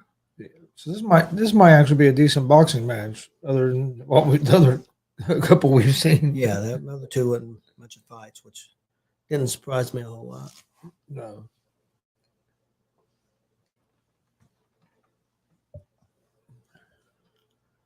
No, it didn't surprise me a whole lot either. And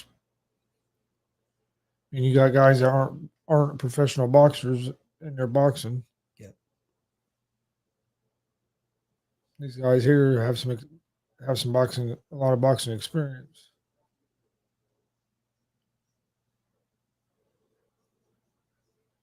You know, the Phillies are batting top of the 7th, and they're down 5-0 to the Astros.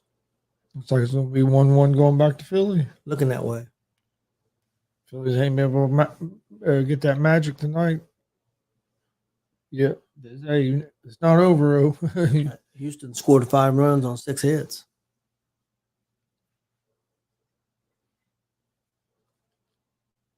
And here we go. Started round 1. Neves and Santiago too. This is featherweight. I think like 118 pounds.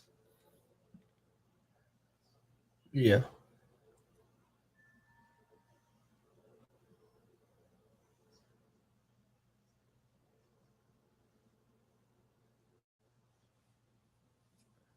This is weird. Both fighters wearing white. Yeah. That's why I was getting kind of hard to tell them apart at first.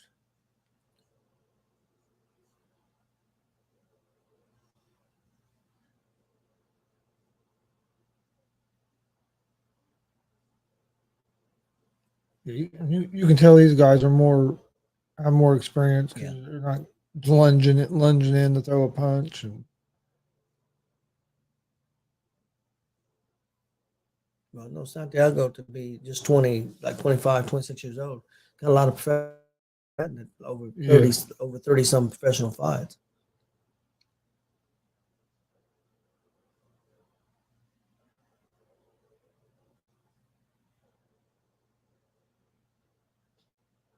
yeah, ain't been a whole lot. I mean, neither one of them's landing nothing real clean yet.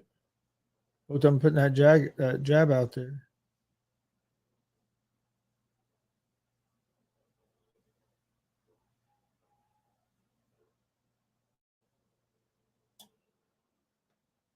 Nice body shot by Neves. And Neves is like 9 or 10 years older than Santiago.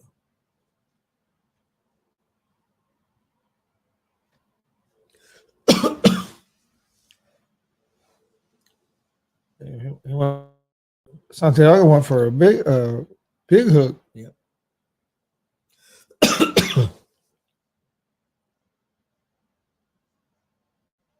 You can tell that these guys are both a little cautious. Yeah. I mean, the last fight must have been a real good fight to be a draw. Yeah. Real close, I was.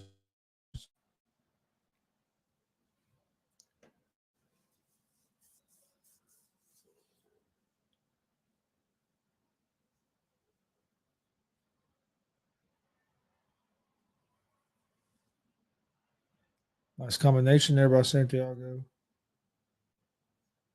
Neves come back, try to throw a combination, but Santiago was able to avoid most of that. Both of these guys are pretty quick. Yeah. I think you think Santiago might be just a touch quicker. I think so.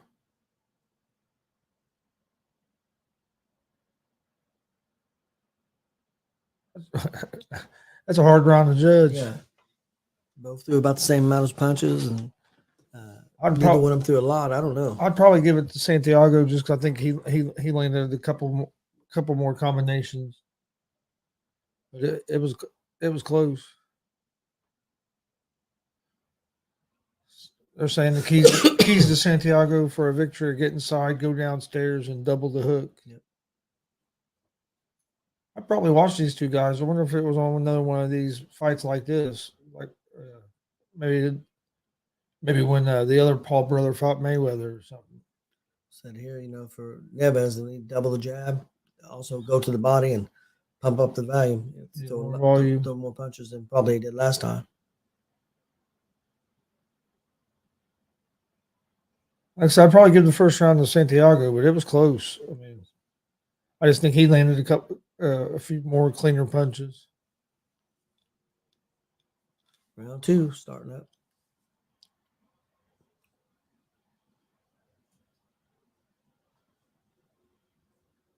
And they said Neves needs to throw volume. Both of them threw about the same amount of volume. I would say during that first round. Yeah, I think so.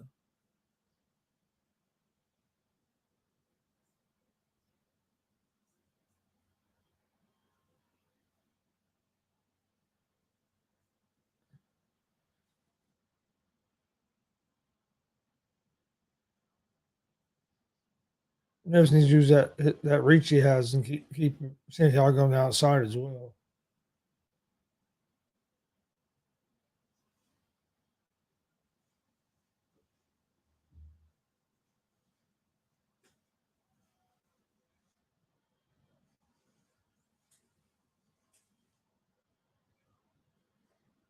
Neves is the one pushing forward right now. Yep.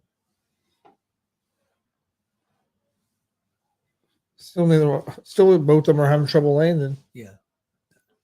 And Santiago does have a quick jab, man. Yeah.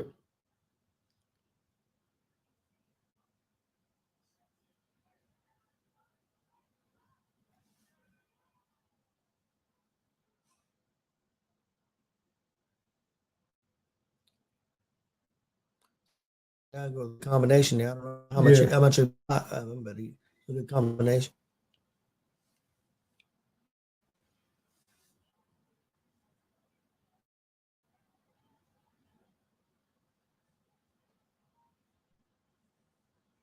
These two are probably get tied up and move right probably back. kind of hard to fight because honestly, I think both of them kind of fight a lot alike.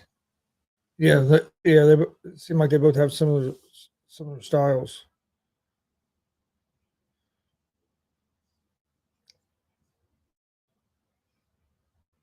Yeah, Neve's trying to get something going, but he just ain't been able to land much. Don't get me wrong, Santiago's not landing a whole lot either.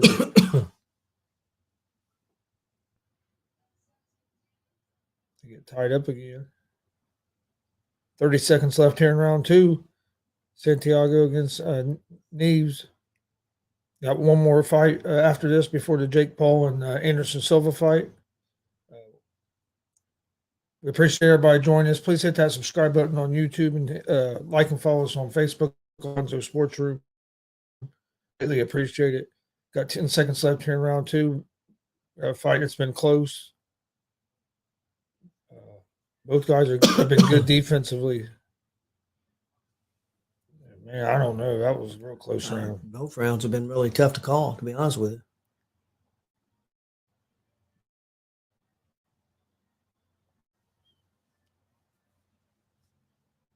Why are you talking to a guy that lost? Or no, that's what I thought it was. This is going to be the next fight. Next fight? Yep. Dude 7-0 with 7 KOs.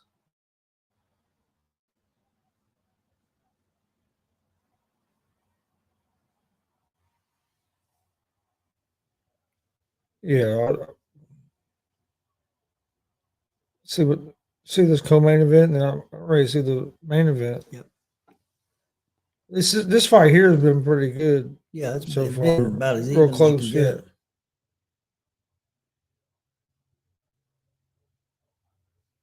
I don't know how the judges scored them 2 rounds because it was so close. Both of them did about the same amount of work. I don't know. I'd like to see what maybe they're saying. I'm gonna go 1-1. I think that'd be fair.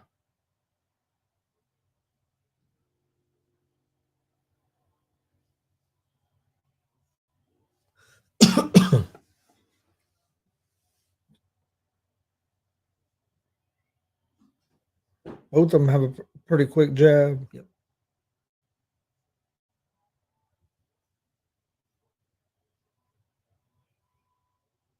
Yeah, I'd go 1-1 so far. After 2.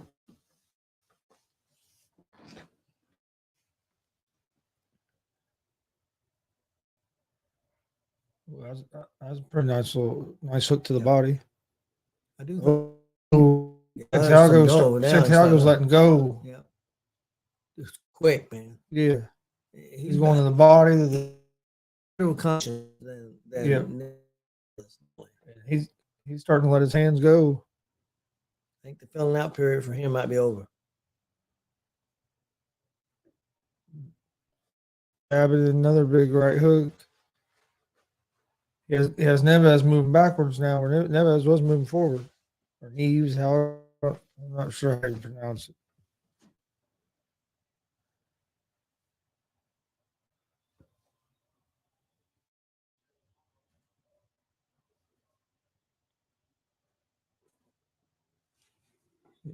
Santiago's the one moving forward this round. Yep.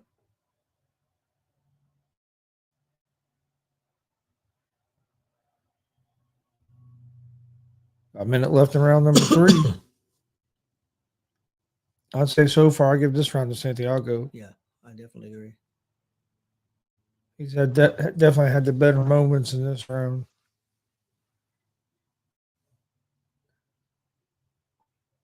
He went loose when he cut loose when he had him up against the ropes. He probably hit him 7 or 8 times. Yeah, he did. That's one thing, like I said in the notes there, they had up there that Neves was going to have to pump up the volume, and he's not yet. He's going to have a chance in this fight, I think. Yeah.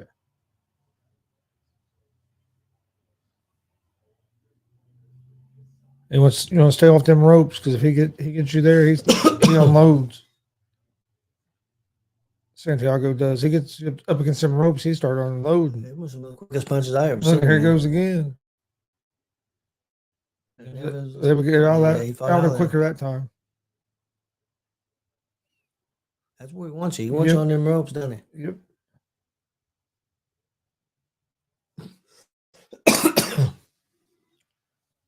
All right. I give Santiago that round. I go 2-1. I agree. Go 2-1 after 3 rounds. Get ready for round 4 of a 10-round fight. We got one more fight. Next fight will be co-main event after this fight.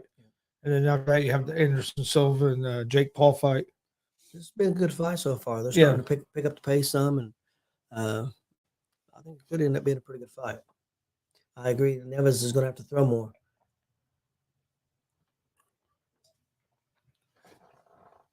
Yeah, he was Santiago looked like he's got more comfortable. You got to stay away from them ropes. He gets you up on them ropes. That's when he really lets loose. Man, he did.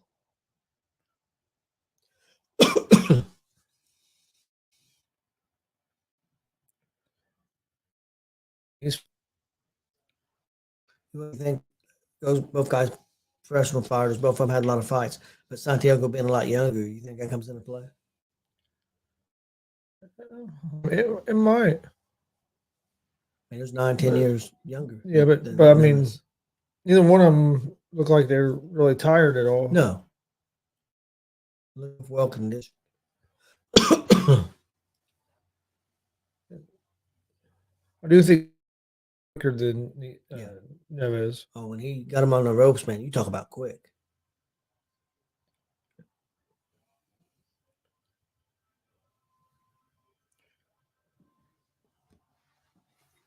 I think Neves needs to use his. He looks like a little bit longer fighter. He needs to Yep. use that to his advantage where he hasn't been.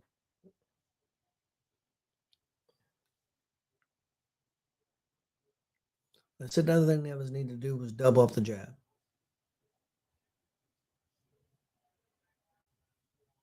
And he's trying to be more busy this round. Yeah.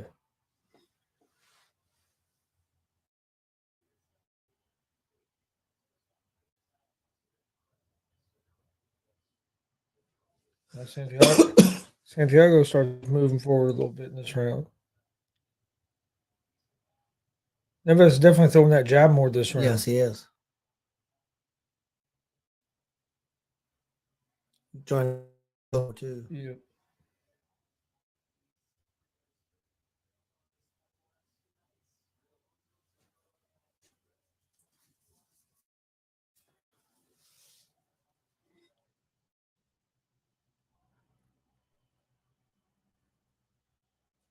Nice combination there by Santiago. Goes a bit. He likes that right hook. Yeah, he does.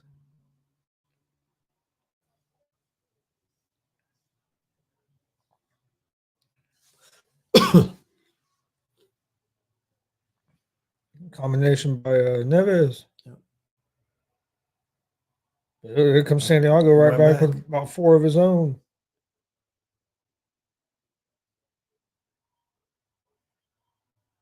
I think Santiago has more behind his punches. Yeah. I agree.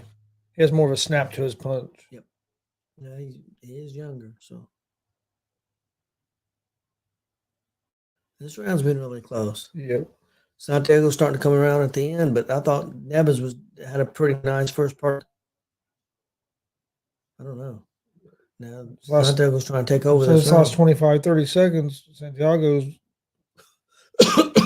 let loose.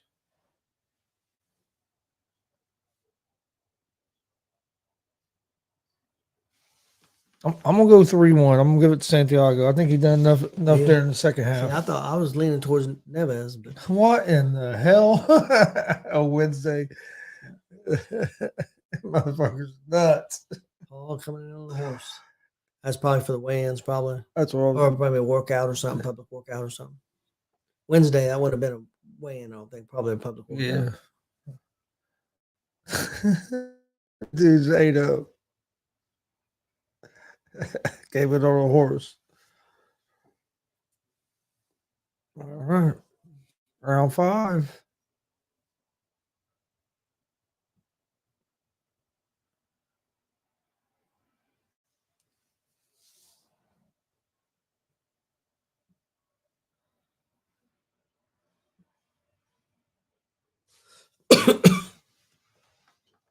All right.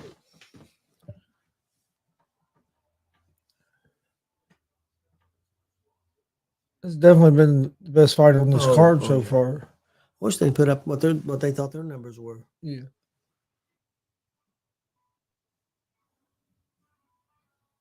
Can't decide. I was leaning towards 2-2, but it could be 3-1.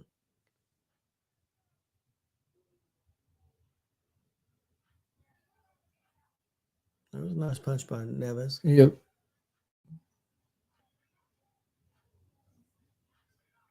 I think Neves just has to throw first.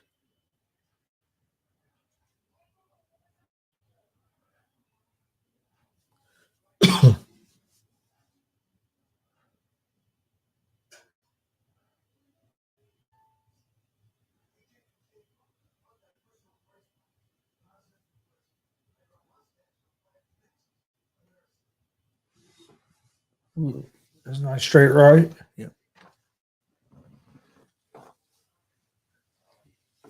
He Neves don't want to be on them ropes.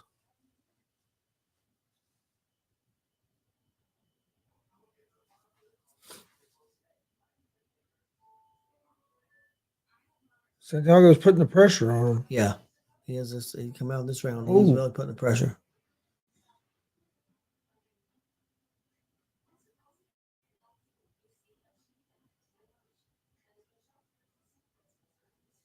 He's really coming forward, putting the pressure. Yeah, he's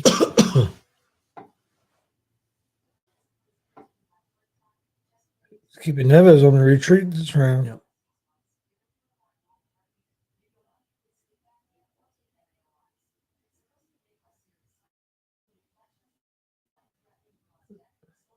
Nice little uppercut there. Yep. Yeah, Santiago's tucking it to him this round. Oh, nice. Nice combinations there by Santiago. Like I said, Neves is where he don't need to be. He got on them ropes. Every time he's got on them ropes, he's got in trouble. You know, you're right. When Neves has success is when he's the one moving forward. He's got not to move forward. He's got to punch first. He can't wait on. He's not moving forward at all this you know, round. he waits on Neves, he gets in trouble. Or I mean, Neves waits on Santiago, he gets in trouble.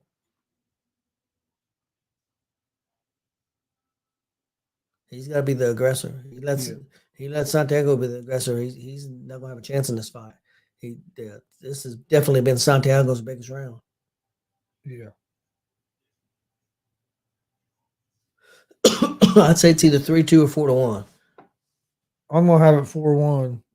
Yeah, but If somebody had it 3-2, I couldn't complain. But yeah, definitely, this is no question. This round here.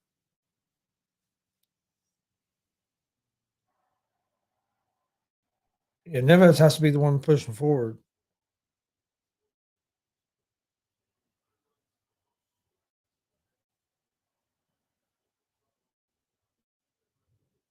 He definitely has to be the one pushing forward.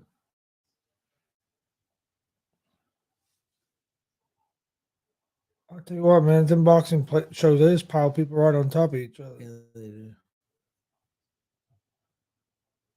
Jake Shields. Getting ready to start 6th round of a 10-round fight. Sean O'Malley, who got beat last week, but they gave him the fight. Anyway, 6th round of a 10-round fight. Then it'll be ready for the co-main event, and then after that, be the main event of the evening with Jake Paul and Anderson Silva. A lot of MMA people there. Yeah, a lot of them. All right, round 6. I have it 4-1 Santiago going into the 6th round. Neves better turn it up or he's going to be in trouble.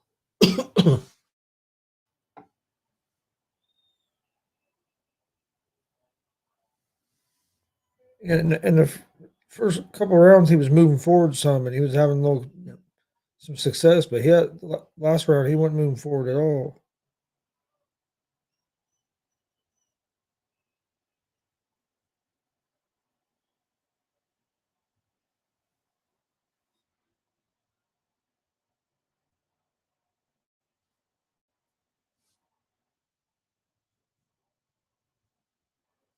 Here we go. They had Neves win the first 2 rounds. They got Neves winning They have Neves winning the fight 3-2. Huh. Damn. They had him winning the first 2. Winning the first 2 and the 4th. They have Santiago winning the I have a third and the 5th. I have a 4-1. I thought it might be 3-2. Could have been 3-2 Santiago. Is what I had. But again, them first 2 rounds were really close. Yeah. So I mean, I guess you can't argue that, but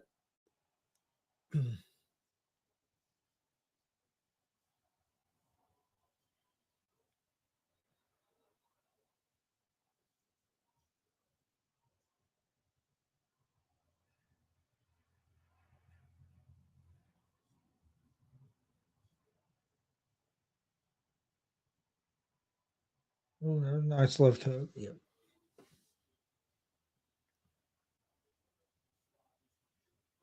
Yeah, I think so.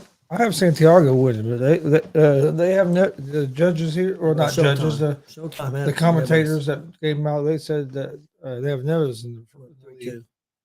Like I said, the co-main events after this. Yeah, you had Santiago 4-1, and I thought Santiago maybe 3-2, but they got Neves 3-2, so we'll see.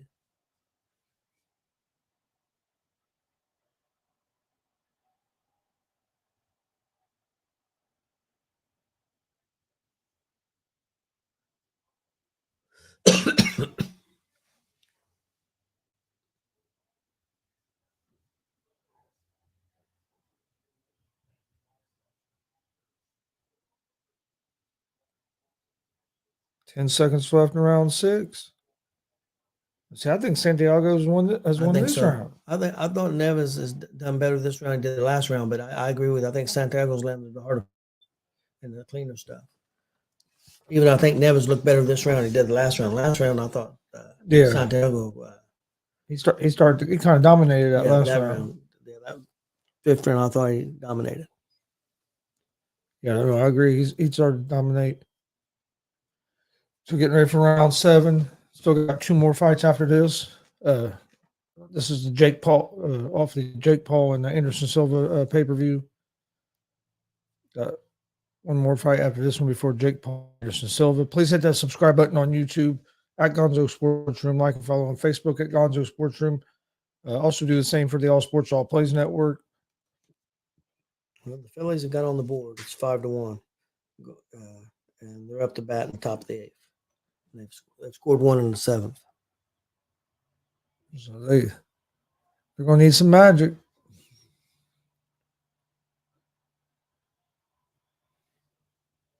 All right, here we go. Started round 7. Last time these two guys fought, it was a draw. I don't think this one's been that close, but I also the commentators their picks was they had their guy win than we did. So yeah. Who knows? In my opinion, Santiago's up 4-2. In your opinion, he's probably up 5-1. Yeah.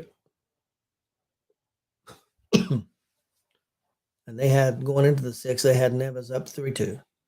The Showtime people did. Which I'm not saying that's official. It's Yeah.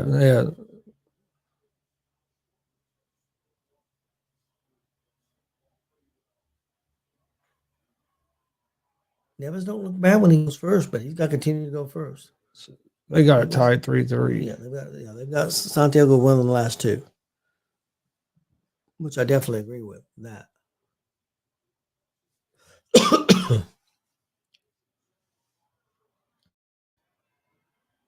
Neves has got to go. When he goes first, he has success.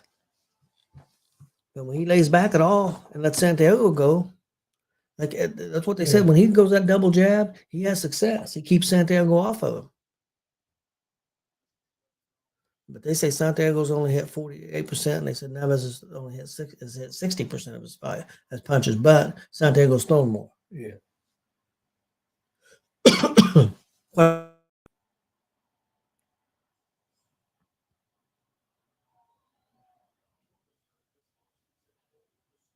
I think Santiago's has landed cleaner punches.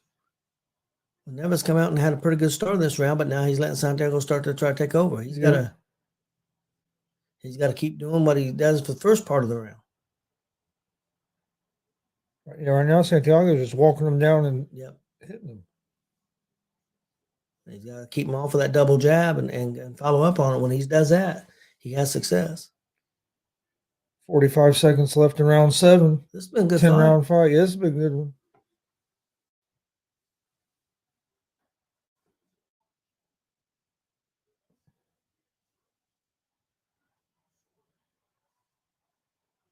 Santiago's just keeping pressure on him. Yep, just walks right at him, doesn't he?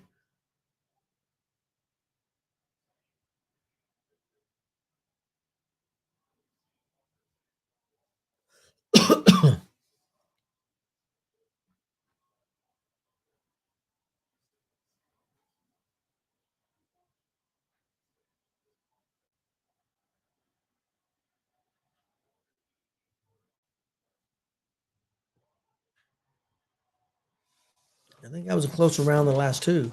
Yeah, it was a little bit closer. It was a closer round. This has been a good fight.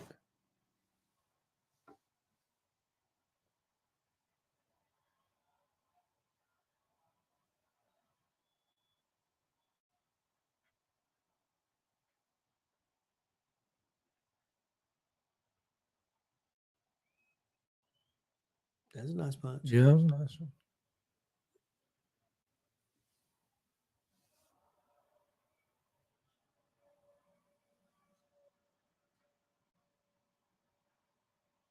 Nice body shot.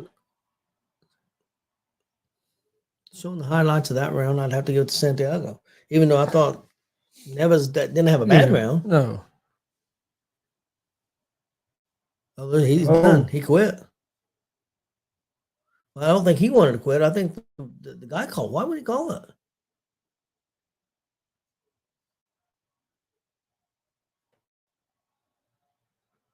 Well, that's kind of shocking. I think did you get injured or something? I don't know. I'll turn the sound off for a second. See if we.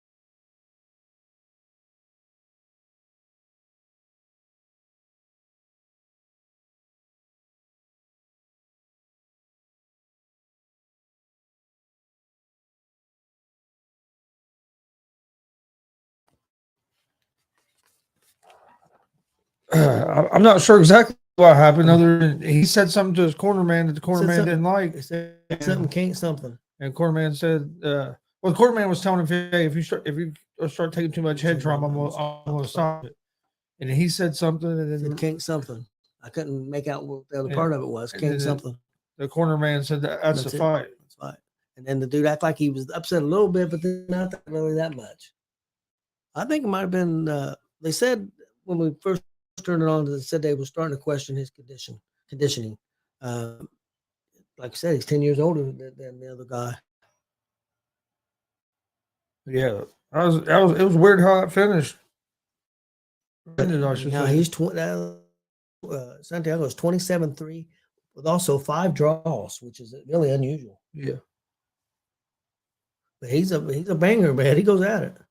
He's a pretty good fighter. And I'm not taking anything away from Neves. But No. I think the age difference may have caught him there a little bit. Like I said, it was definitely been the best fight in this card. It was a solid fight, man. These guys fought a little slow the first 2 rounds, but after the first 2 rounds, they went at it. He didn't look hurt to me. I mean, really hurt bad or anything.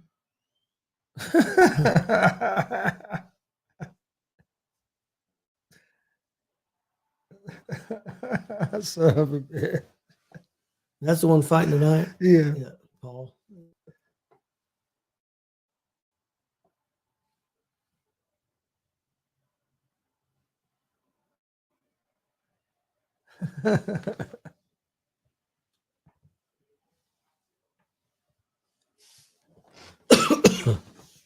Oh. Well, they're talking to Neves now. So got it. Co-main event, main event left.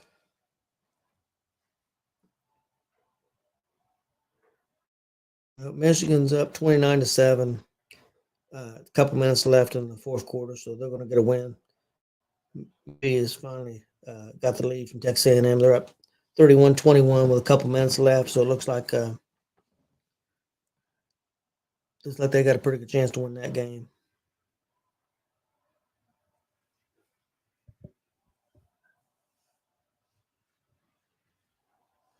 All right, waiting on the co-main event, and then after that it'll be Jake Paul and Anderson Silva. So we got two more fights left here on this card. If you're just joining us, we appreciate you joining us. Please hit that subscribe button on YouTube, like and follow on Facebook as well at Gonzo Sports Room. We greatly appreciate it. North Carolina's up 28-24 on Pittsburgh, but still a long way to go in the fourth quarter.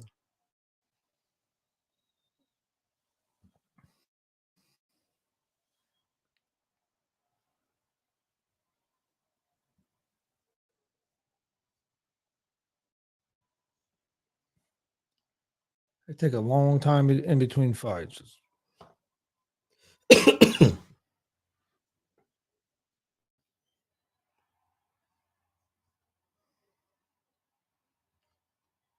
USC ended up beating Arizona, but only 45-37. Their defense is terrible.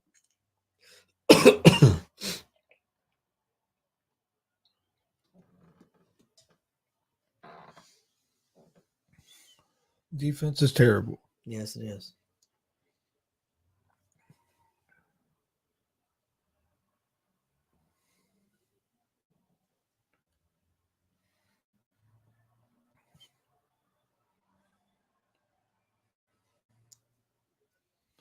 All right, got 2 more fights left. I'm sure it'll be a few minutes before they get this co-main event started because they're just now getting out of the ring. Yep.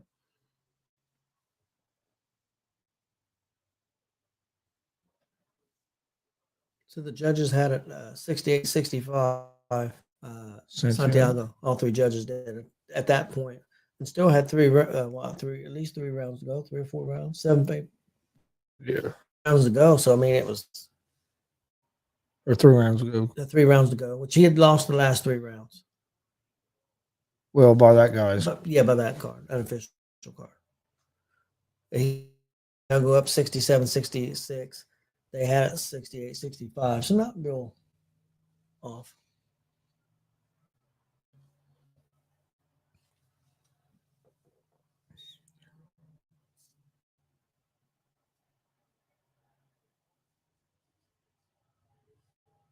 Taking pictures with the fans, signing some autographs. That's pretty cool of them. Yep. Not too many fighters do that after a fight, you know. No.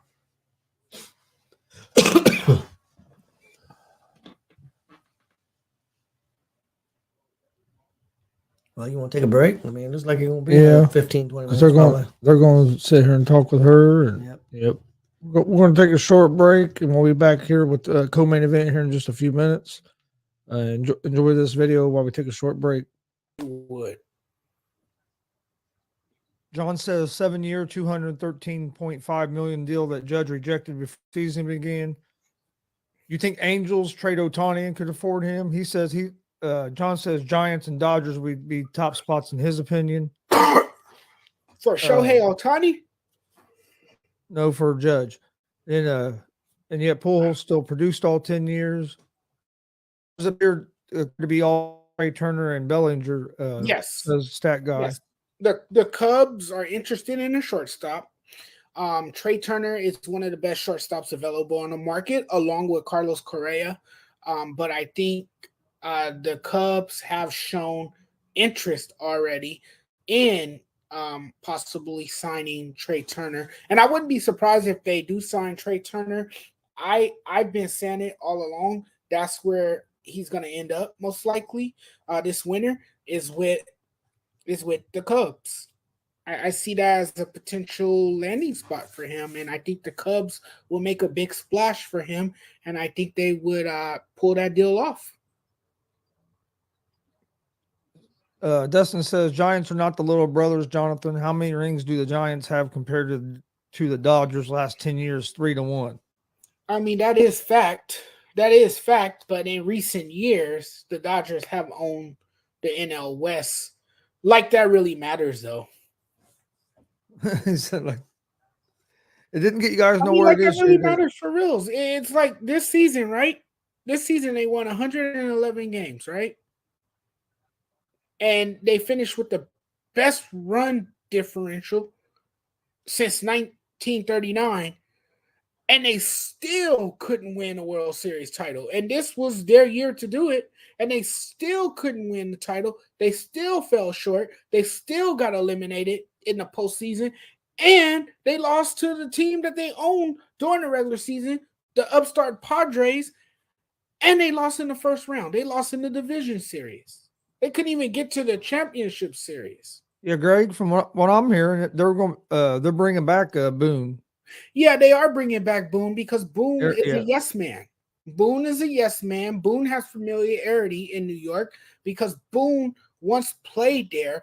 But I don't care if he was the postseason hero, the ALCS hero in 2003. I don't care if he was a fan favorite in that city.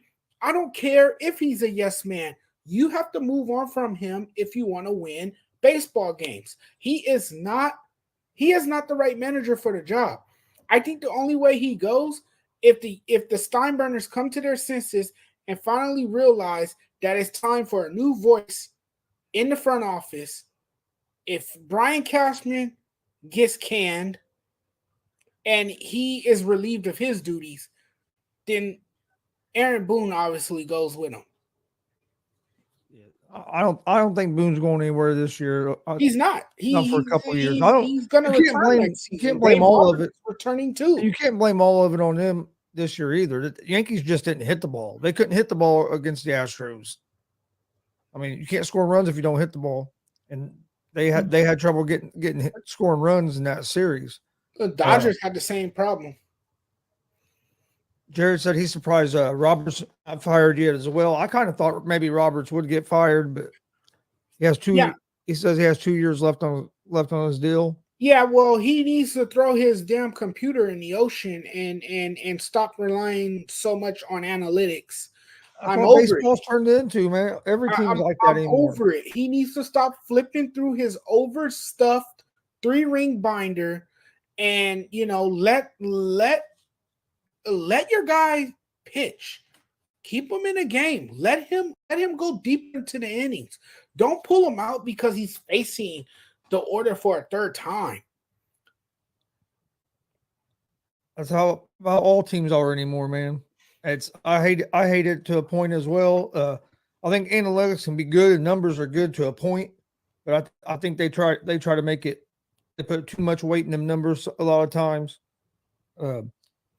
And that's what cost the Dodgers, and that's why they didn't reach series. Yeah, but I don't know. I'm going to give Judge 10 years. I think I would try to sign to like a 5 or a 7 year deal with Judge. Yes, I would go short term. I would go short term.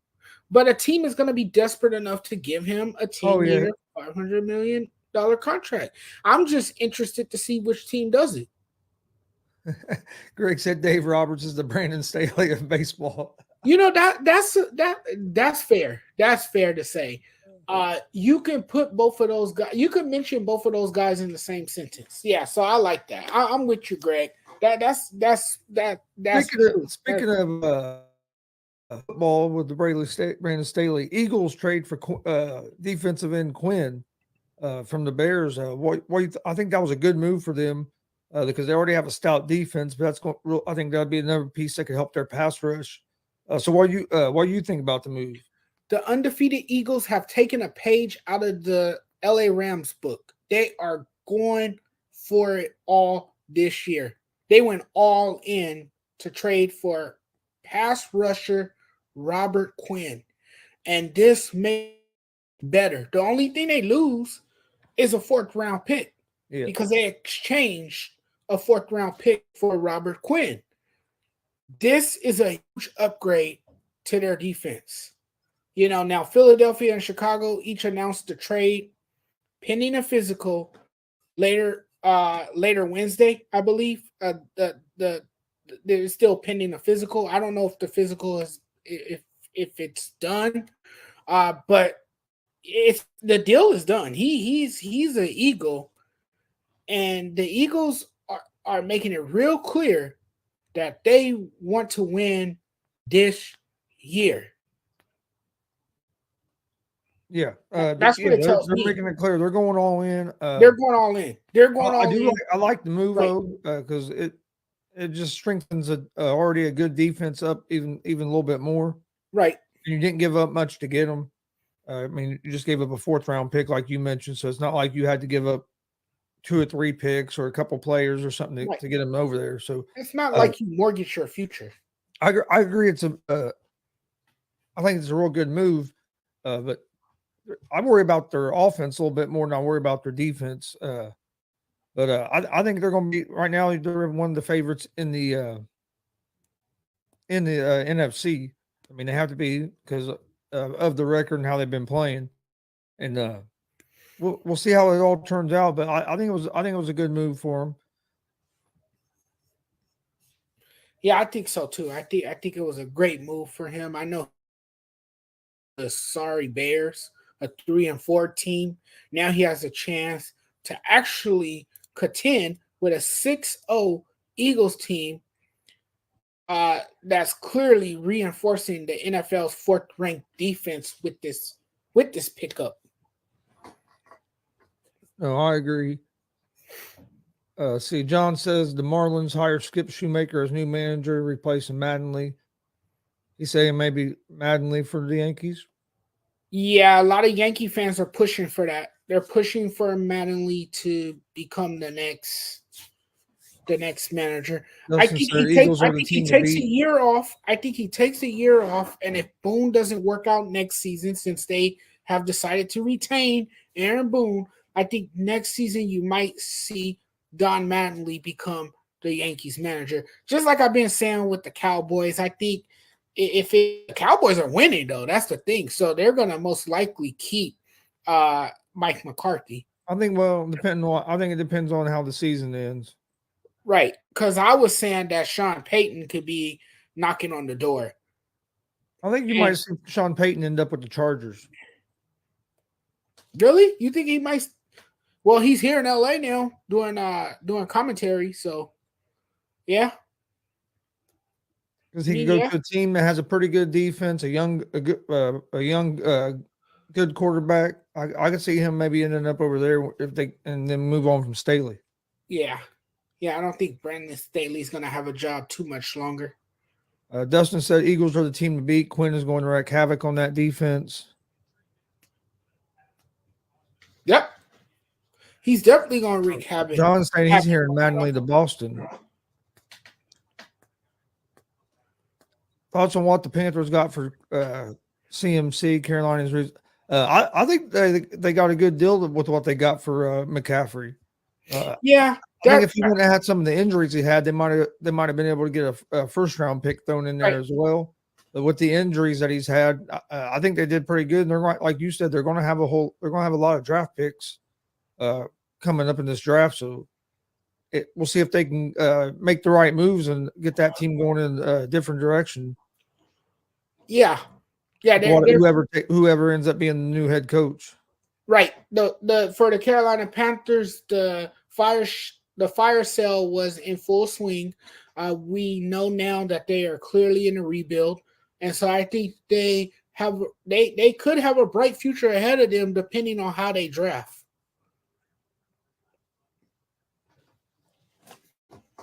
And then Dustin says he's hearing Mike Sweeney or George Brett's going to interview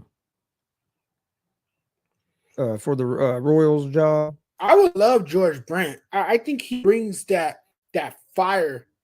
I like that guy's personality. You're the Rams fan in this group, so I'll let you answer Jared's question here. If the Rams regression continues, who would you want gone more or want gone, Stafford or McVay? I would say Stafford. Only because Stafford has not been with the Rams that long. And secondly, McVay led Super Bowl without Stafford at quarterback. Remember, Jared Goff was the quarterback until the Rams swapped the quarterback to get Stafford. So, I mean, I think I will stick with McVay. I think he's a good head coach. I think he has done a terrific job. with the Rams. So I'm staying with Sean McVay if I had to choose. No, I agree. You definitely would move Stafford. You would. There's no way they're going to move McVay. Uh, I no way in hell they move McVay.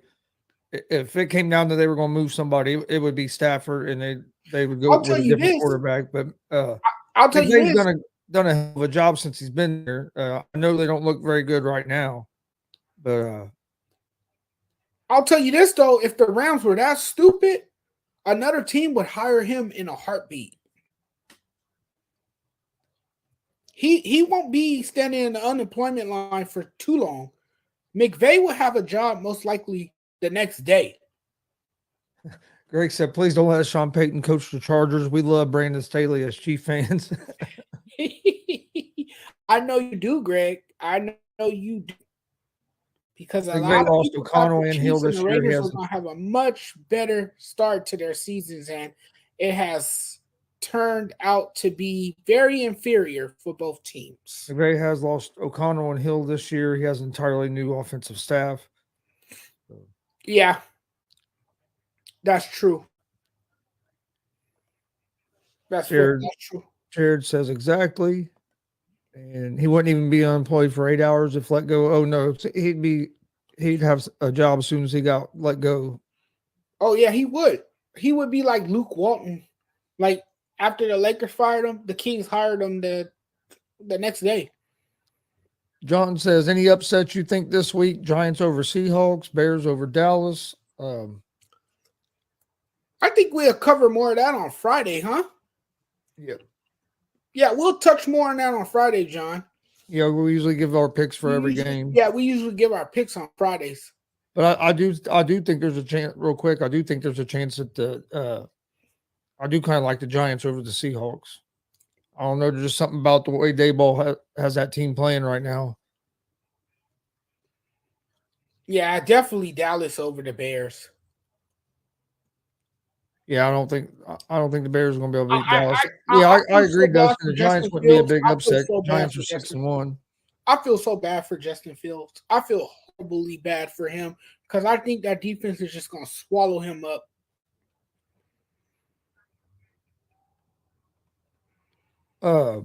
Patriots are going to start Mac Jones this week. Okay, that's good.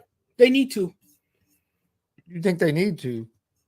So, my question was going to be: are they making the right move starting Jones over Zappi this week after you pulled Jones out during the second quarter, didn't play him the rest of the game? What do you think this is a smart move? I think I'm guessing it's a smart move. You know, I'm guessing it's a smart move. I'm guessing now it's a smart move. What Bill Belichick is I really don't know what Bill Belichick is thinking. I don't. I think I'll stick with Zappi. The offense has looked better when he's been in there than what it has with Jones. I don't know if Jones is just having trouble with the new offensive coordinators with Patricia and Judge as the quarterback coach. I don't know if he's having problems with them, but they look rhythm when Zappi is in there. So to me, I think they're making a mistake, but especially after watching that game the other night. They were getting beat 10-0. That Zappi came in the game, boom, they're ahead. I know they ended up losing the game, but at least they were more. Their offense looked a lot more competitive. So I think I would have stayed with Zappi. Yeah, he started 2 games, won both. Performed at a level which created questions over whether he should become the starting quarterback. So yeah, you do have a good point there. I guess I can agree in a way. I really haven't seen much Patriots football this season, to be quite honest with you. And I knew Mac Jones was, Bill Belichick's guy for a minute there, but then, like you said, Zappi was playing out of his mind. So yeah. I mean, if you do bench him, that can offset things for the Patriots moving forward, and you don't want to offset things. You want to continue to win football games, and you already established that rhythm. You kind of want to maintain that moving forward. So sometimes when you switch quarterbacks, it's not always a good idea, because what it does, it ends up backfiring, and then you start losing games, and I mean that's not good for your team. Well, That's like not good. Dustin says, the Patriots offense is averaging 10 more points per game Mm-hmm. with Zappy and nearly 123 more yards. So it's just Right. don't. So Right. I don't know. To me, I would be starting as Zappy. But then what if Mac Jones, because he knows now that he's competing for his job, what if Mac Jones? All right, welcome back to the show. Getting ready for the co-main event of the Jake Paul Anderson Silva card. I think this is an eight round fight. Yes. Pretty sure. Getting ready for it, and then we have Jake Paul and Anderson Silva after that in the main event. They are taking a long time in between fights.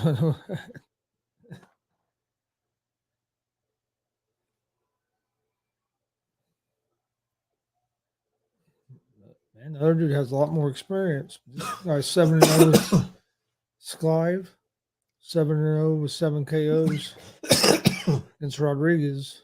He had what, 24-4 or something like that? Yeah.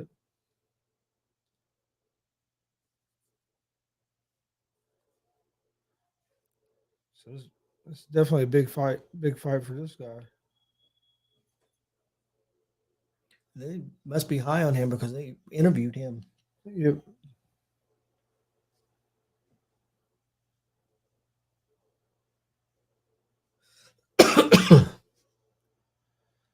All right. Finishing the final introductions for the co-main event. Rodriguez against Sclive, and then after this we'll have the main event of Jake Paul and Anderson Silva. We appreciate everybody that's joined us tonight. Please hit that subscribe button on YouTube at Gonzo Sports Room and follow us on Facebook and Twitch also at Gonzo Sports Room. We greatly appreciate it. Also, check out the All Sports All Plays Network. Hit that subscribe button for them as well. The young fighter, I think you said, what was his name? Shy or something like that? So, yeah. So I'm not for sure how you pronounce it. Sylv. He's got some interesting gloves. Yeah. Pink and blue. Some kind of logo on it. I'm not definitely different. This Rodriguez has that lead leg way out there.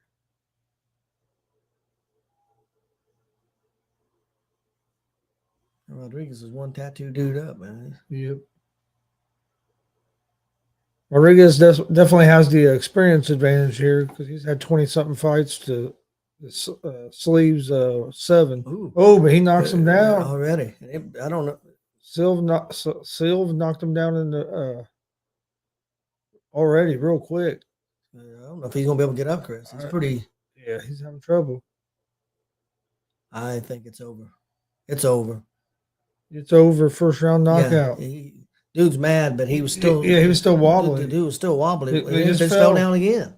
Yeah, referee made the right decision. Yeah. I mean, I know the he guy's got to upset. 10. The guy got up to his feet, but he was still wobbling around. I want to see this punch. It happened so quick. I really didn't.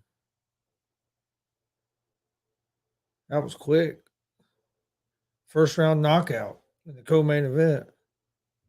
Guy was 7-0 with 7 knockouts. Now he has 8-0. 8-0 in it. And Chris, we didn't even go 30 seconds, did we? I don't think much longer than that. This again. Definitely. Yeah, I want to see the replay. They're still over. But yeah, dude, he was hurt. He got up and fell back down. He got up and wanted to try to argue with the referee and then fell down again. After he was arguing with the referee. No doubt the referee made the right call. He was looking at him and was going to stop with the 8 count, and he Yeah. staggered again, and he had to call it Yeah. Once he staggered again, you had to call because it. if he let him continue, he'd have got hurt. Dude's pissed. He got caught. I mean, I didn't see the ability. He was so quick, I didn't see it. But dude's an Yeah. upset dude.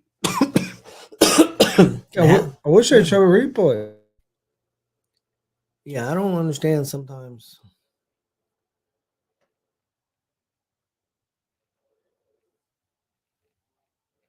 Yeah, I don't understand. I don't understand why. Usually they will show it real quick. Yeah.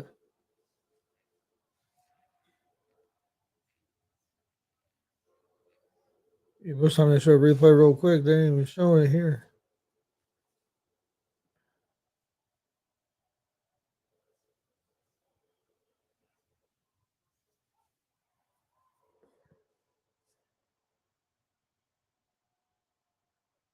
Here we go.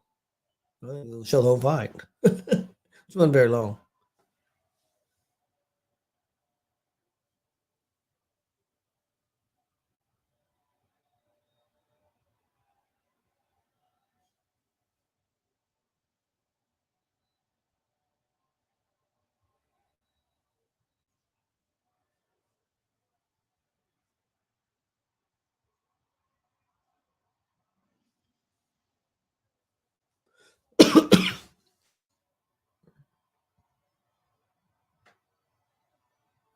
That's been coming up pretty quick. Yeah.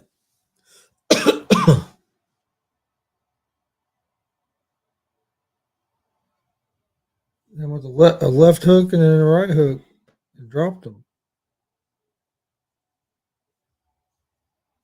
And he was mad, and he smacked the mat 3 or 4 Yeah. times, but his body just wouldn't respond.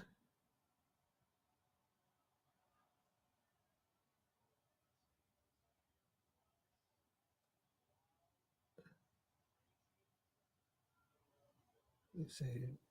Walk there. Ooh, him with that left hook. Now this is where he hits him. That's the other guy. No, him with Yeah. that left hook and hits him with the upper. It was that left hook that dropped him.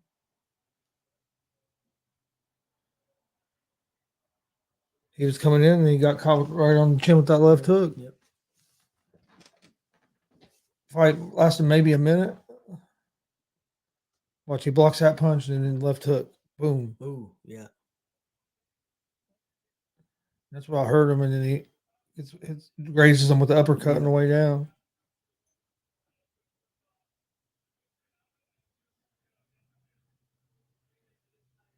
Yeah, he was trying to go at it. He was trying to fight. Oh with yeah, him.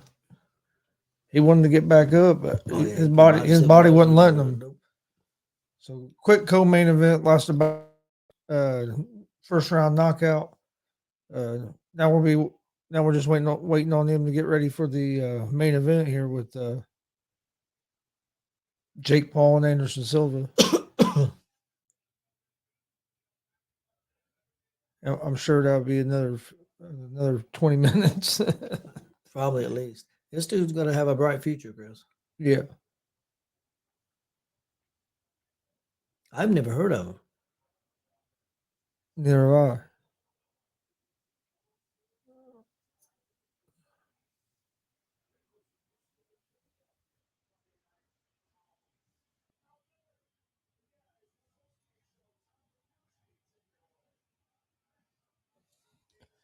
Well, now we're going to commercial. They still got to talk to him in an interview and Yeah, get him out of the ring. They're probably 30 minutes, Chris. it probably will. Because he knows how long it's going to take Paul to get to the ring. Who knows what he's going to do? That's true.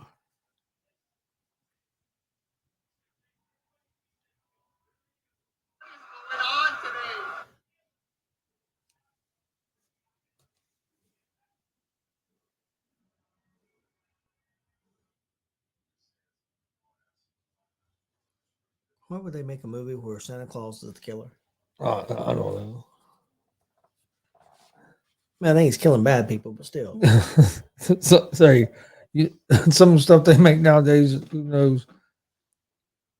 Got a co-main event just in, waiting on. There'll probably a few minutes. It's going to probably be 15, 20 minutes. But waiting on Jake Paul and the Anderson Silva main event.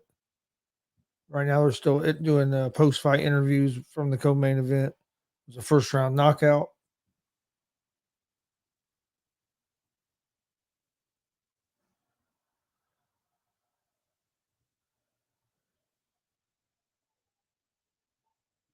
First-round knockout in the co-main event. Ready, just waiting for the main event now. Please hit that subscribe button on YouTube at Gonzo Sports Room. Like and follow us on Facebook as well at Gonzo Sports Room. We cover MMA, boxing, pro wrestling, NFL, Major League Baseball, NBA, basically all sports. I got daily shows throughout the week, so be sure to check out our pages. Well, you want to take another break while we're waiting on? Yeah, I would say so. It's probably going to be another 15, 20 minutes I'd say at before, least. before another fight. So we're going to take a short break, and we'll be back with the main event here in just a few minutes. Out there and is a completely different quarterback, one that's producing more, one that's making the plays, that's throwing it down the field. I mean, that's a fair argument too, right? Yeah, but the problem is Jones hasn't done that this season. Yeah, that is the problem, and he hasn't done it consistently, and he hasn't looked like that quarterback that can, lead this offense every week. Yeah, I don't know. From what I've seen, Zappy's look better. Yeah. Greg does pose a good question. If Belichick gets the playoffs with Zappy, then what do you do with Mac Jones going forward? They'd have to try to move him. Right. Because I don't think he's going to want to be a backup to Zappy. No, you trade him. Yeah, you trade him and get something for him. Absolutely. You think Heineken can save the Commanders? Nah, I don't think anybody can save the Commanders at this point. I don't even think Dan Snyder can save his own team. Dan Snyder should fire himself.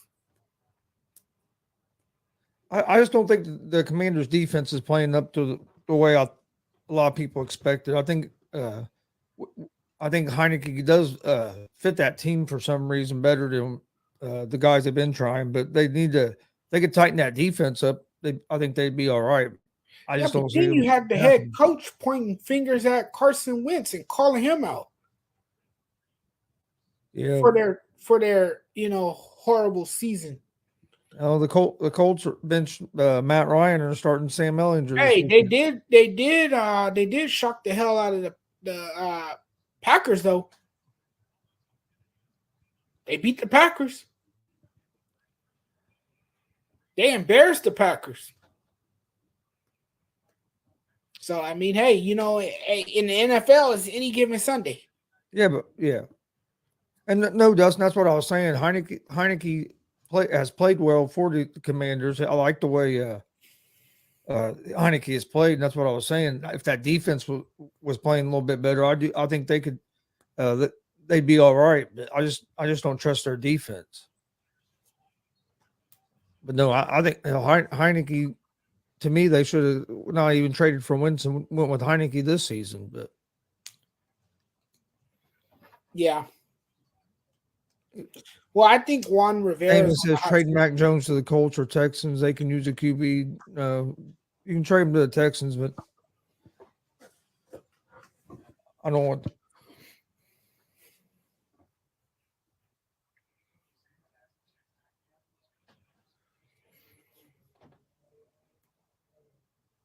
John says Colts need to bench Ryan 2 games prior. Ellinger. No, I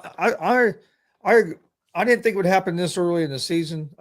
We'd actually was talking about it in the afternoon show on Monday when it happened, and we were talking about that. I thought once they got if they kept losing, that they'd probably switch once maybe they got out of contention, and then boom, it was announced that they went ahead and decided to do it. I'm glad we're going to see what Ellinger has because I think Ellinger could end up being a pretty good guy for us. But if not, at least we can see what we have. He starts the rest of the season and we get to see what we have, And if he ain't the guy or guy, then we can go draft a guy or try to figure out something. But at least we're finally going to see what he has. I've heard good things about him. He's looked good. He looked good in the preseason, which that's preseason. But I'm excited for Sunday to see what he looks like because John is right. He has a strong arm and he's accurate. I'm hoping that this was hoping it was a smart move that we can get to winning some games. And that was the quarterback that came out of Texas, right? I remember him playing for the Longhorns. Yep. Yeah, I thought so. Yeah, he's been with the Colts for I think this is the third season, but he's not got to play in the regular season. So and all you ever hear is good things about him. So I think it's going to be.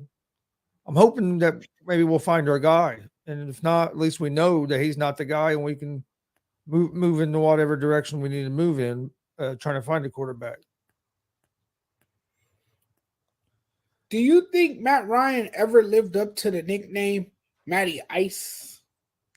I mean, there was years that he was he had there some was good years that he was good, right? You're right. Yeah, our offensive line didn't help matters either, and like with some injuries and stuff, our offensive line didn't help things. But he just turned the ball over too much. But I don't think if our offensive line would have protected him more, I think he might have been all right. But he can't move very well, so he's pretty stationary back there.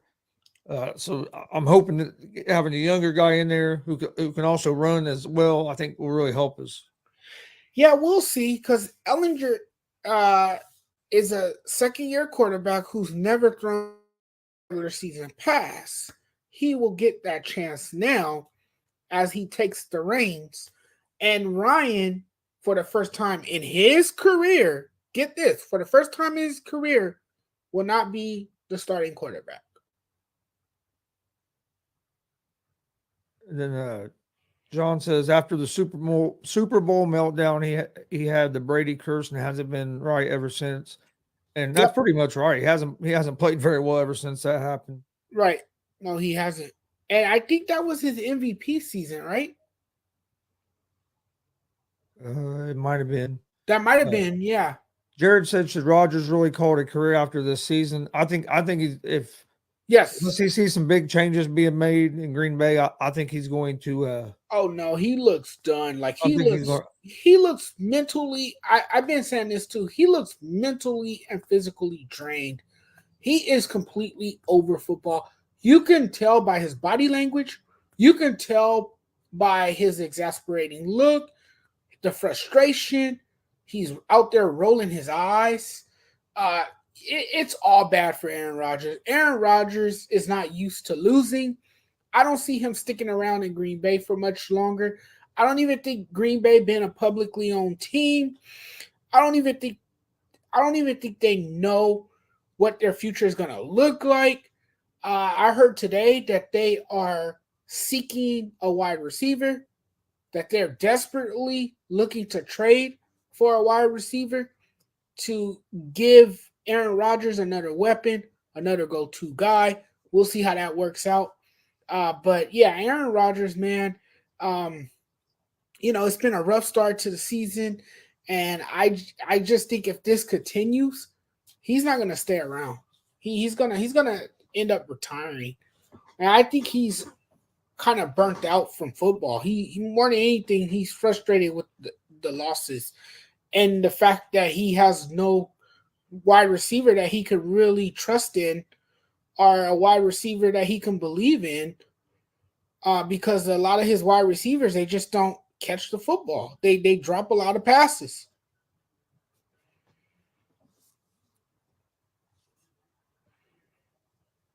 No, I agree with you. Green Bay can't afford a wide receiver. Yeah, that's their other problem. All right, Judge, you got anything else before we get ready to call tonight?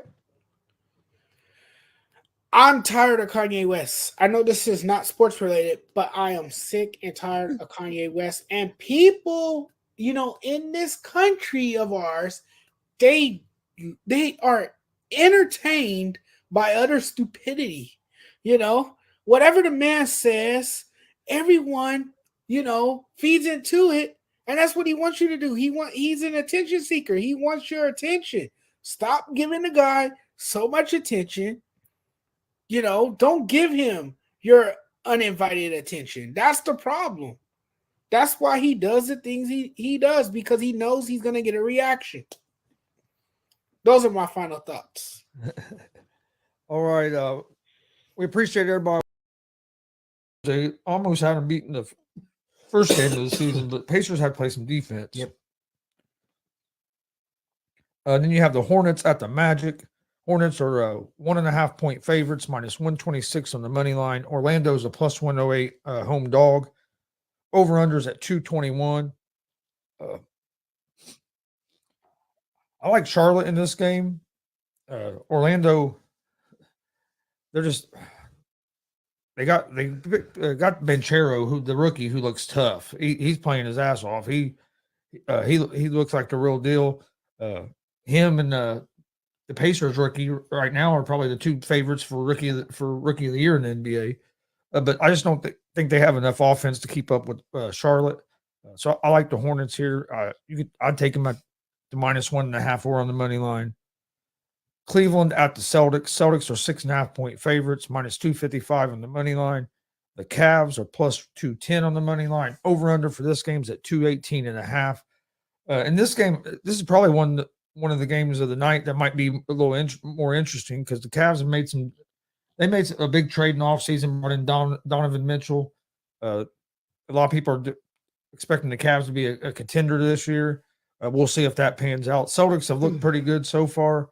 I like the Celtics in this game, but I don't know if I'd give up 6.5 points against a Cavs team that's a pretty good team.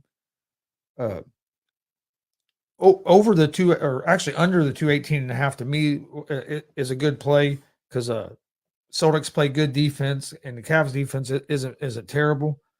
So I could see this game being a little bit more not saying low scoring, but I think it could be just closer to the low 100s, not up in the 120s. Then Pacers and Wizards, as Glenn had brought up. Wizards are 5 point favorites at home, minus 210 on the money line. Pacers are plus 176 road underdogs. Over-unders at 229. I like the over in this game, because most of the Pacer games have been going 125 to 130 on both sides. So I like the over. I do think the Pacers have a good chance of winning this game. They played first game of the season, these two teams did, and the Pacers ended up losing by like 5 or 6 points. But had chances to be in the lead of that game. So, but I like the over the 229, because, like I said, neither one of these teams play a whole lot of defense, and they both can score points. Scoring points hasn't been the Pacers' problem at all. No. Them dudes can score, but defense hasn't been very good. No, it hasn't. 76ers at the Raptors. 76ers have not got off to a great start to the season. The Raptors are 2 point favorites, minus 134 on the money line. Sixers are plus 114 on the money line. Over under is at 212.5. The Sixers have, I'm pretty sure that they have only won one game, and that's against the Pacers, unless they played last night and won. But I'm not sure. I don't think they played last night. The only game they had going, I know the only game going into yesterday that they had won was against the Pacers.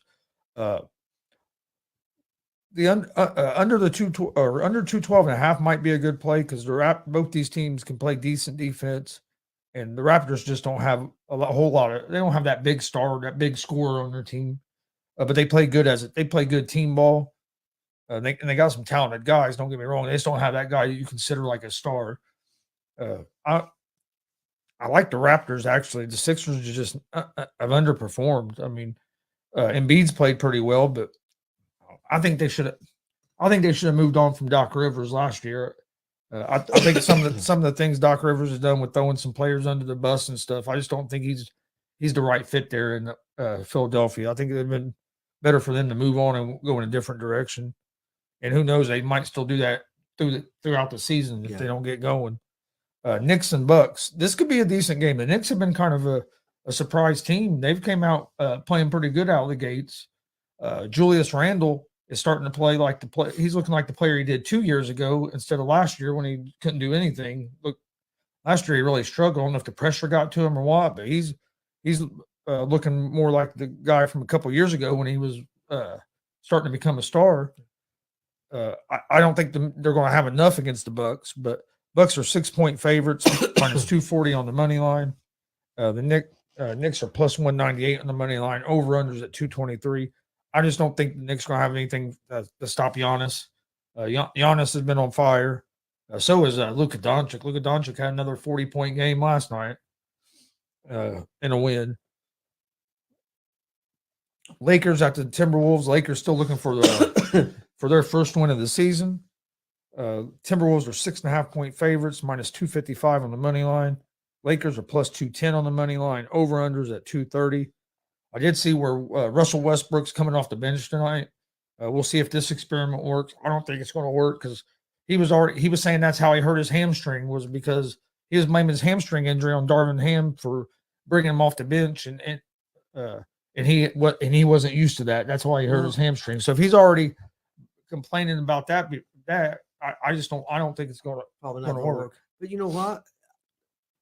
With his skills diminished some, but him coming in on the well, how do you put it? The number 2 team, second group, being the main focus of that, might be a good move. Oh, I think it would be a good move if he would buy in. Because to me, it's not as much as his skills have diminished. It's more that he's just a bad fit with LeBron. Yeah. Westbrook's a guy that he's not good off the ball. He's a guy that has the ball, needs to have the ball in his hand to be productive. And that's why I think being the main guy on that second team, he could really thrive if he'd buy into it. Yeah.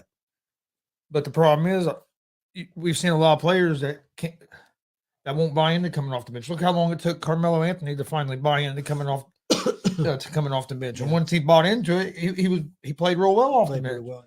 But it took forever to give him the buy-in. John Wall sat out last year, part of the season with the Rockets because he didn't want to come off the bench. I mean, some players they get their ego. Their ego won't let them they just, with their ego, they won't take that. Hey, this might be the best thing for me. Especially, I think it's the best thing for Westbrook, especially at this point in his career. And if you go off the bench and you buy into it and you do good, it could open up opportunity for you maybe on another team next year because you're going to be done in LA. Yeah. So to me, you're kind of auditioning for other teams as well. So I mean, if he's smart, I think you buy in, swallow your ego a little bit. Well, that's why. And you might, and if you play well, you might get a chance to start on a different team next year. See, that's why I think everybody talked about the trade to the Pacers was such a bad deal in the Pacers' point of view because he's not a leader. Yeah. If you're going to bring somebody in with these young players, you need somebody that's a leader, and he's not a leader. Now, if he was a leader, I'd be all for it, but he's not. Yeah, no, I don't want him at the Pacers at all.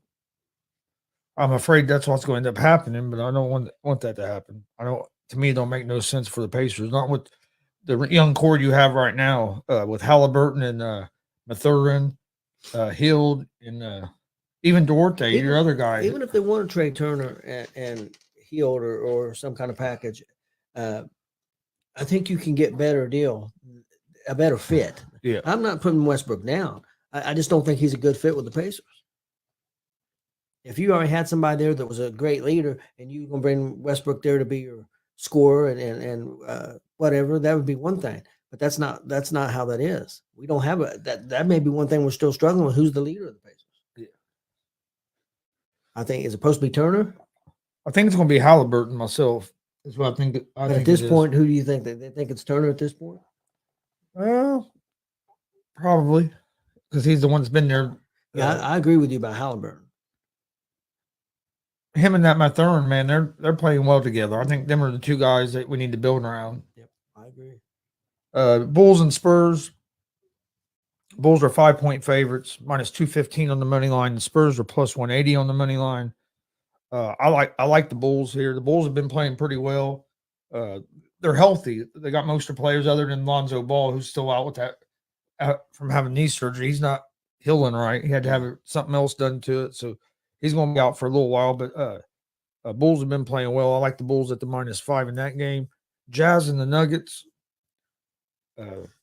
Nuggets are 8-point favorites. I like the Nuggets in this game, but I think 8 points is a little too many. I don't like giving up more than 5 or 6 points in an NBA because if they're up by 10 or 11 going into the last couple minutes of game, that a lot of times sometimes they'll take out players, and so I don't like it's just especially in the regular season. But I favor the Nuggets there. Then last NBA game, and you got the Houston Rockets at the Portland Trailblazers.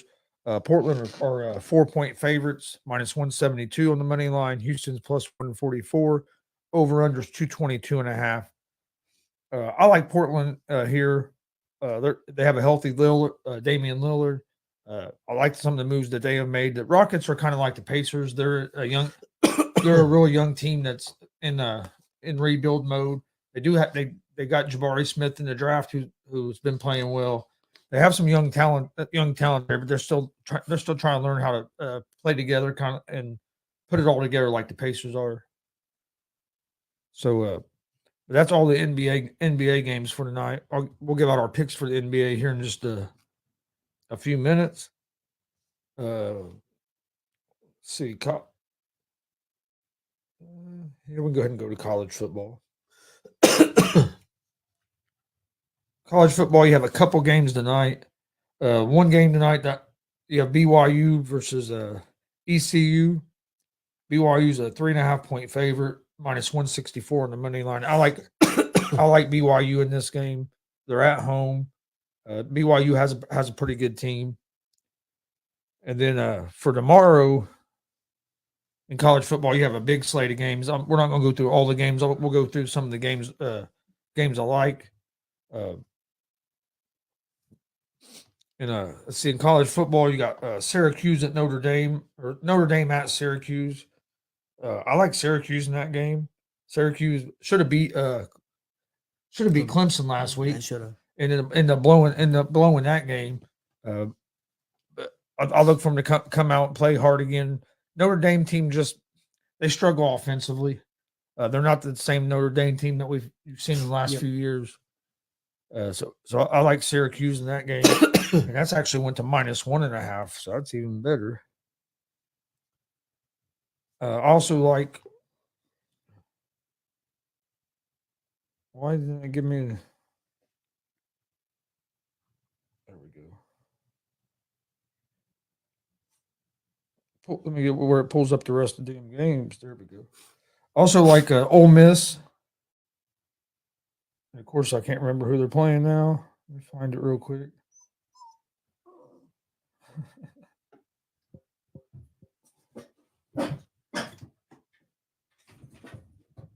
I don't know why.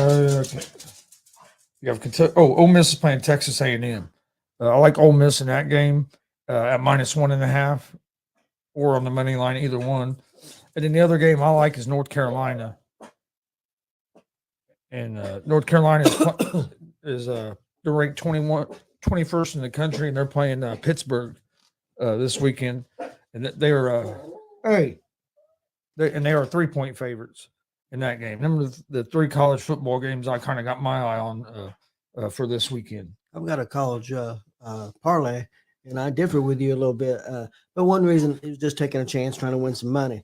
On the parlay that I got in the college, I've got Notre Dame win money line at Syracuse. I've got Georgia State and Boise State under the 43. And then I have Old Dominion at Georgia State. Old Dominion winning on money line.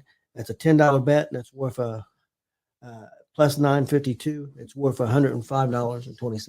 And there's some there's some decent games because you have Kentucky and Tennessee. I think Tennessee's going to be too much for them, but both them teams are ranked in the top 20. That could be a good game. Ohio State and Penn State. I think Ohio State's offense is going to be too much for Penn State, but it's a conference game. One thing Tennessee's got to watch out for is not overlooking Kentucky, because you got Georgia coming up next week. Yes, they got to be careful with that.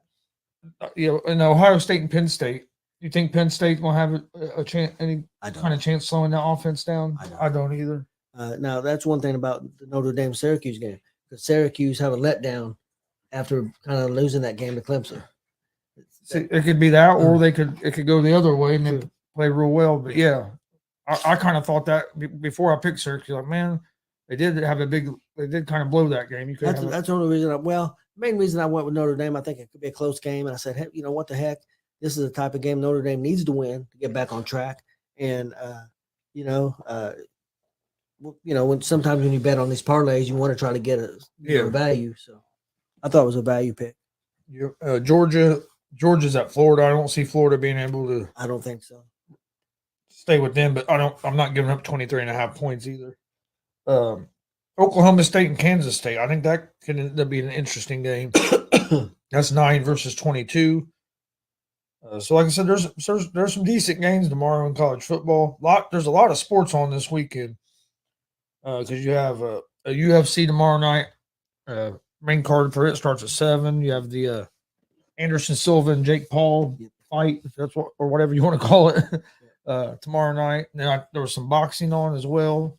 Yeah, I forget who it was. A pretty good fight. Ortiz and Lomachenko are fighting. That should be a good fight. So I mean, and plus we'll have game 2 of the World Series tomorrow. So there's college football. All right, NFL. We went through a lot of the games earlier in the week, but games I like in the NFL. I like the Falcons. They're playing. Oh man, I should have wrote down who they were playing. They're playing the Panthers at home. I like the Falcons at the -4. They're 4-point favorites, -210 on the money line. Let me ask you something on that. Atlanta played terrible with Cincinnati, and Carolina, had a great game against Tampa Bay. Do you think Carolina could build off that, or? I don't know. It's hard telling because Carolina has been a team that they've done the opposite of what I thought they were going to do all year. Well, Atlanta's done that. I mean, because Atlanta goes kill San Francisco, and then they go get destroyed by the Bengals. And the Carolina destroyed Tampa, but I don't think Tampa ain't looked like a real good team either. No. I mean, it's possible, but I just feel like I think the Falcons are going to play good again. I think Atlanta's a better team. Yeah, but there's so much parity in the NFL this year. It's actually harder to pick games, I think, this year than what it has been because, I mean, and Carolina, we have an interim coach. I think they're still going to start Walker again, as far as I know. Yeah. So you got basically a third string quarterback, but hey, they done enough to win last week and won pretty convincingly. Without Christian McCaffrey, I just think they've gotten rid of so many weapons. But the Falcons are one of them teams that they're streaky as well, so it'll be interesting. I like the Titans, the Tennessee Titans, as well this week. They're playing the Houston Texans. They're 2.5-point favorites. Titans have been playing pretty good ball. Of course, they beat the Colts last week. I think they've won 4 in a row now. The Texans aren't a great team, but they play hard and they play a lot of close games. That's something I was watching a couple of NFL shows yesterday, and they were talking about the Titans. And so the Titans are a team that are capable, because of the running game, to match up with Kansas City and Buffalo if their defense steps up. Yep. That is true because of the running game. Yep. I mean, they got the right ingredients. I'm not saying it's going to happen. I'm just saying. And then another game I like in the NFL is San Francisco 49ers over the Los Angeles Rams. No, the 49ers didn't look great last week, but they're a team that has been kind of up and down like that. And this is going to be another week with McCaffrey getting to know their system. The Rams have not looked good at all. I like that San Francisco defense. So I like the 49ers here at the -1.5. The defense has been a little a little inconsistent this year. They got to get more more consistent. But the key for San Francisco is to play with the lead. They're not a team that can play from behind. They don't want to get more than 7 points behind, or they're in trouble because they have to get away from their game plan. They're showing Halliburton's numbers. He's averaging 22.6 points per game and 10 assists a game. He's third in the NBA on assists, and he's shooting 41% from 3-point range. Yeah, they did about a 5-minute package on him. Now they're interviewing him live. on ESPN. So I think that's cool. A little, and Halliburton get some, a little credit and out there a little bit. I think Halliburton's going to be a real good player. That's who everybody wants for next year is that Wembanyama. They say he's the best prospect that we might have ever seen. Even LeBron calls him an alien. LeBron, Really? Yeah. But yeah, dude's been killing it. It'd be whoever gets that first pick of the draft. That's who. Where does he play? He plays in the G League. Okay. For I think it's Ignite. Okay. All right. Well, we'll get to our picks for today. And in the World Series for the tonight's World Series game, my pick is going to be the under under the 6.5 is what I'm going to go with on the World Series. For the NBA, I like the Bulls -4.5 and the Portland Trailblazers -4. College football, I'm going with Syracuse -1.5, Ole Miss -1.5, and North Carolina -3. And then for tonight in college football, I got BYU -3.5. The other college football games are on Saturday. And then the NFL, I got the Falcons -4, Vikings -3.5, the Titans -2.5, and the 49ers -1.5. That'd be my NFL picks for Sunday. Then I also put together underdog money line parlay for the NFL, and that would be the Lions on the money line, the Jets on the money line, and the Giants on the money line. Giants play the Seahawks. The Jets play the Patriots, and the Lions play the Dolphins. The Lions would be the one I'd worry the most about winning. But when the Lions offense gets going, man, they can score a lot of points.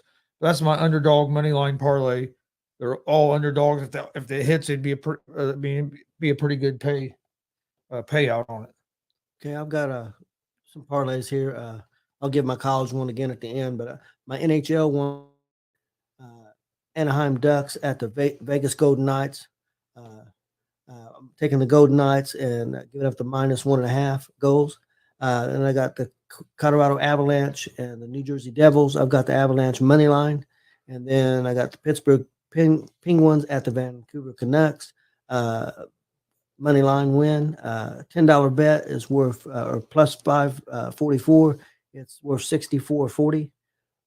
Then I got an NFL one, and I kind of went with a different one. I really had trouble seeing anything I liked, so I just went with a Giants in Seattle pick. I would take the Giants in Seattle. I took Seattle to win money line. I took the Giants in Seattle under 44.5, and then I took Barkley anytime score. And a $10 bet is worth it's plus 750. It's worth $85. And then I'll give my college one again real quick. Hey Jay, we appreciate you sharing the show, man. We really appreciate that. Thank you. Still can't root for Houston, man. Yeah, the college again. I had Notre Dame at Syracuse. I had Notre Dame with money line. I got Colorado State and Boise State at under 43, and I got Old Dominion at Georgia State. Got Old Dominion winning money line. $10 bets worth 105.20 plus 952. All right, to recap real quick before we get out, I have the Bulls -4.5 tonight. Portland -4. World Series, I have under the 6.5 in that game. I think it's going to be a close 3-2, 2-1 game. Because I like both the pitchers are on the mound. In the NFL, I got the Falcons -4, Vikings -3.5, Titans -2.5, and the 49ers -1.5. My underdog money line parlay would be Lions money line, Jets money line, and Giants money line. And then for college football tonight, BYU -3.5. And in college football on Saturday, I have Syracuse -1.5 against Notre Dame, Ole Miss -1.5, and North Carolina -3. It says fantastic bets. Keep it up. Thank you. We appreciate everybody joining us today. Don't forget, please hit that subscribe button on YouTube at Gonzo Sports Room and at the All Sports All Plays Network. Same thing with Facebook, and Twitch. Please like and follow. Leave a review on our Facebook page. We'd appreciate that as well. We have shows every day. Shows we have left today. To talk this evening at 6. You know, You got 6 teams that started 0-3. The Lakers, the Sacramento Kings, the Orlando Magic, the Philadelphia 76ers, the Oklahoma City Thunder, and the Houston Rockets. yep. They all started out the season out 0-3. The season is still young. Oh yeah, still young. So we know that the Lakers are not by themselves. Yeah, but the Lakers have looked bad. They don't have no shooters. Oh, Lakers are hot trash. Hot trash. I'm sorry. Hey, good evening, Glenn. What's up, Glenn? Hey, what's up, Eddie? Thanks for joining us. National League Championship Series, American League Championship Series. Over the weekend, they both got closed out. We know who the World Series is going to be. What's your thoughts on the National League Championship Series and the American League Championship Series? American League, the Yankees just couldn't ever get anything going. I think what really hurt them was hitting the ball. Hell, they hit below 200 for the series. You're not going to win many series if you can't hit the ball. I don't care how good your pitching is. And the Phillies, man, they're starting to remind me of the Nationals from a few years ago. They got hot and went on that run because these Phillies, man, and they're resilient. They never give up. They battled back even in that last game or game 4. They were down 4-0 at a point. I think maybe like 6-2 at one point, and ended up winning 10-6. I mean, they've been putting some stuff together. It's going to be interesting to see what they do in the World Series now.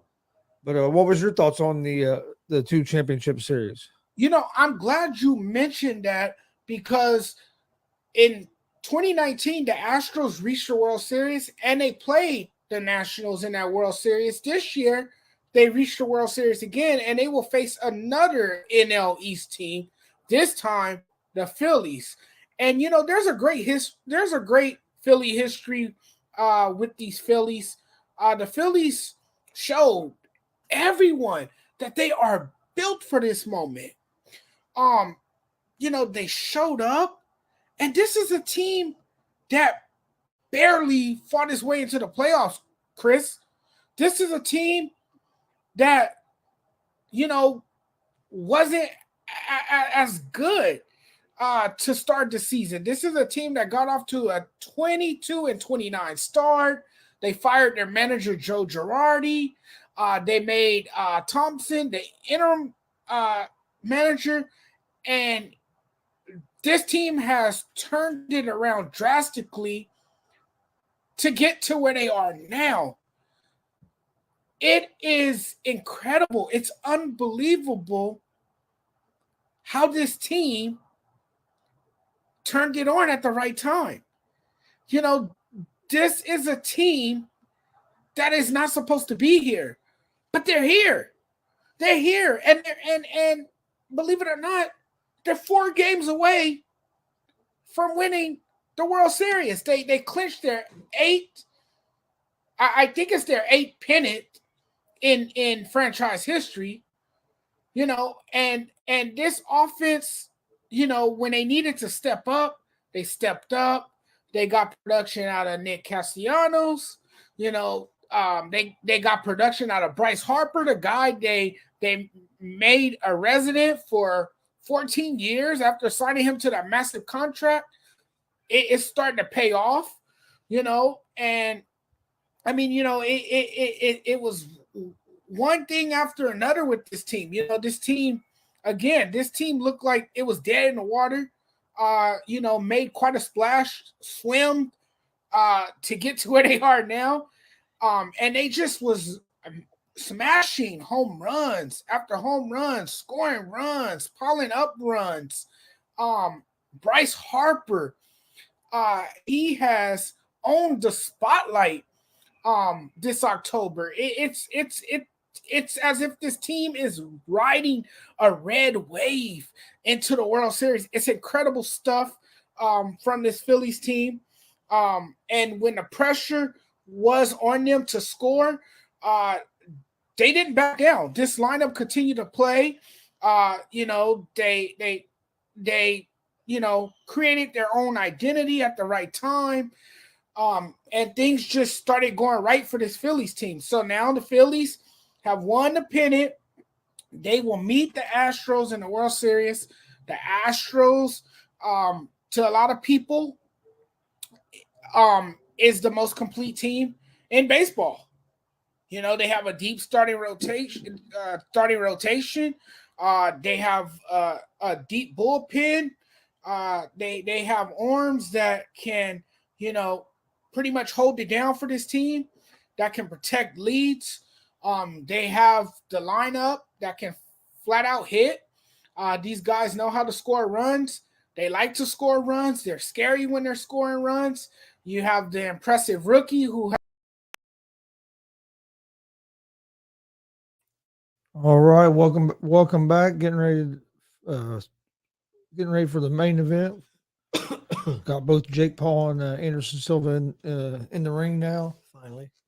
Yeah, it took forever before in between fights, but they're getting ready to get the final instructions from the referee and get this main event started. Anderson Silva has the reach advantage. Jake Paul has the age advantage by a lot. Yeah, considering that Anderson Silva's 47 years old.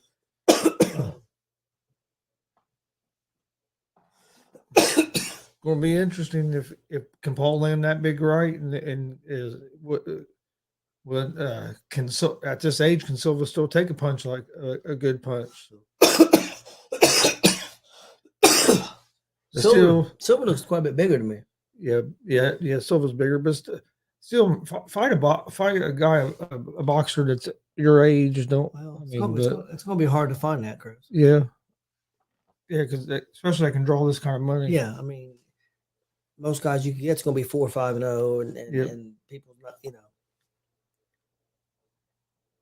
Oh yeah. All right, here we go. Round one.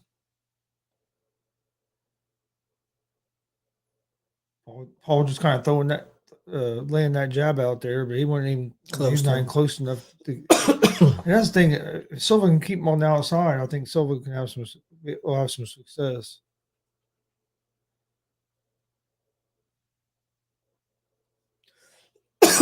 Scheduled for 8 rounds. Nobody's really thrown anything, landed anything really. No, not Speak yet. of. And Jake Paul probably has the quickness advantage as well, I'd say. Getting close to almost a minute in.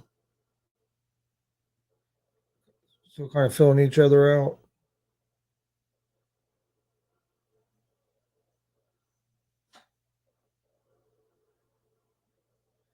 So I've seen Silva box once. Yeah, I did too.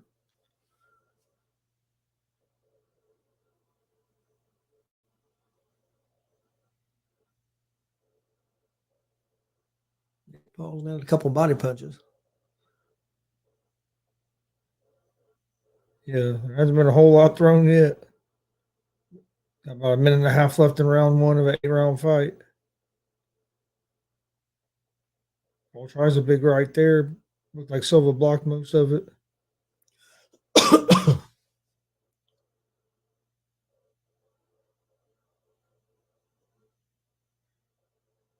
Silva's really yet throw much.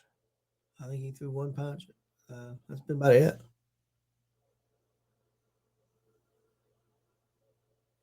About a minute left in the round. I think so. I think Silva's kind of getting the feel for the speed. And, yep. It's 8-round fight. He figures, hey. Which Paul hasn't landed much either. No, not really. He's landed a couple little jabs to the body.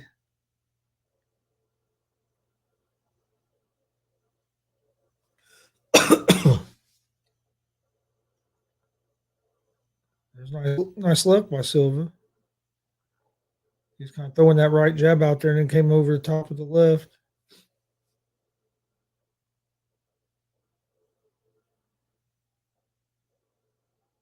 "23 seconds left in round one. This is tough, tough round to judge. Went a whole lot. Went a whole lot of shots landing. Paul's throwing a lot of jabs, but they're not even close to landing. Yeah. And he threw a couple of body shots that may have landed. That's been about it. And then I think maybe Silva's landed a couple. That's about it. I don't know how you judge that round. Yeah, that round wasn't much happened. Nope. I look forward to pick up,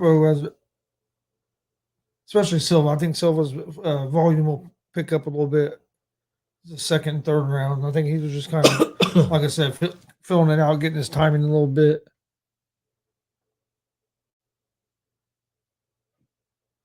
Yep, Glenn, we were just talking about that earlier about the Pauls having the two main events back-to-back weekends. Yeah, that punch got pretty good, Chris. The one Anderson threw, yeah. Yeah, they sort of replay, but it got better than what I thought. And Damien says, "What's up? How's it going, Damien? How's it going, Glenn? Thanks for joining us." Getting ready for round two of Silva against Paul. Like I said, Silva landed the best shot. But there wasn't a whole lot landed by either fighter. No. But he did land a nice left. He was kind of sticking that right out there, then came over the top of the left. Now Silva moving forward a little bit.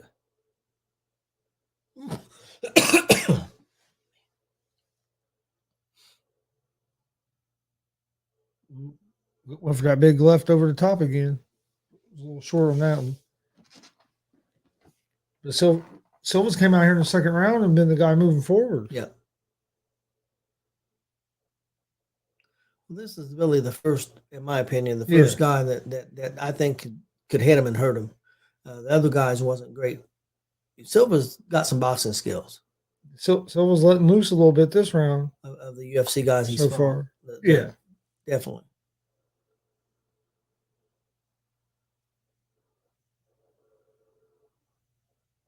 Silva's definitely being a lot more aggressive in the second round.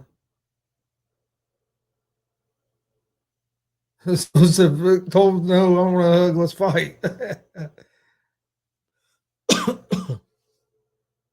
Silva looked like he's in pretty good shape. Yeah, especially for a 47-year-old. And did Silva dancing around a little bit. Got pretty good footwork. Silva was having success when he's the guy moving forward. When Paul comes forward, though, he's just kind of lunging. Yeah, he's not really stepping into anything. Now Silva sticking that left out there. Oh, there's a big nice shot by Paul.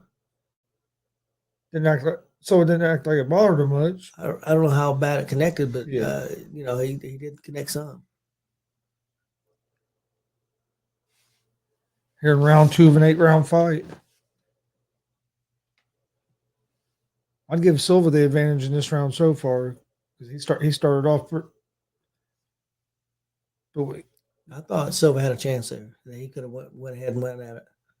I think he missed opportunity.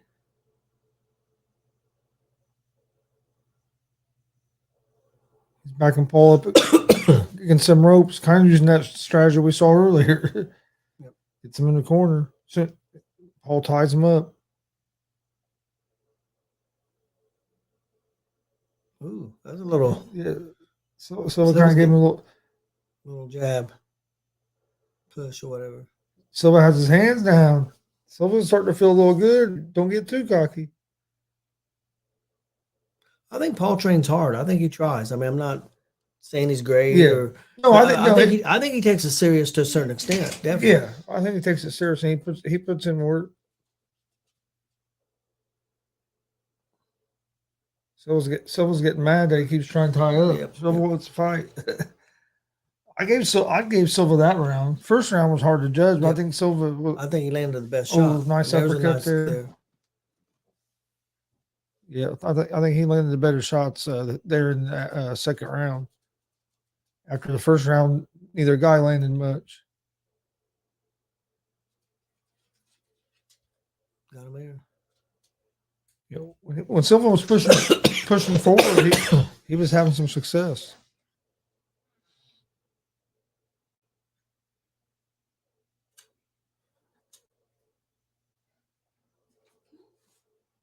Ready for round 3. Is it just me, or does it seem like the in between rounds is a little long? They're long. They're longer than typical, I think.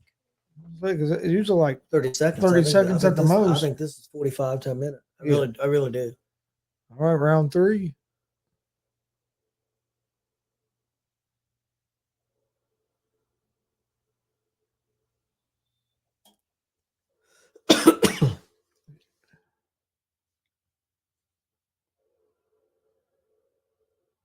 I think Anderson Silva moving forward messed with Paul a little bit in that second round. I do too.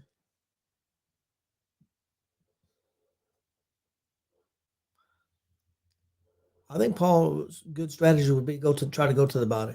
Yeah. Silva's getting pissed. Yeah, He starts throwing, and Paul ties up. Well, I mean, no, I don't. I understand why he's tying us up, but I can also understand why Silva's getting aggravated. I mean, I've seen regular fights where they do a lot of tying up too, especially in heavier weights. Yeah.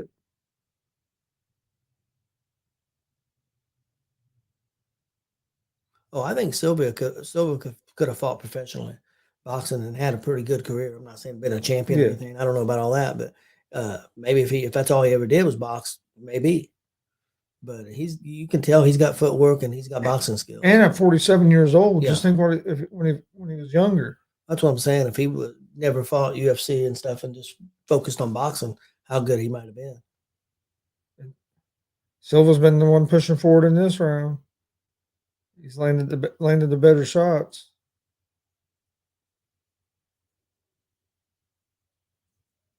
So it didn't let him tie him up that time. What is it? Pablo pushing it open? Yeah, scrap. Yeah, Pablo pushed it open.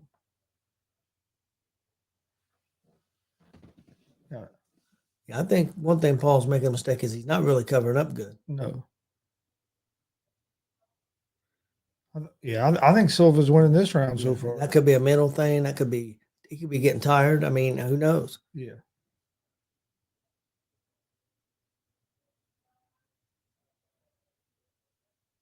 And I know Silva's 47, but you also have to remember he was used to getting hit with them little gloves.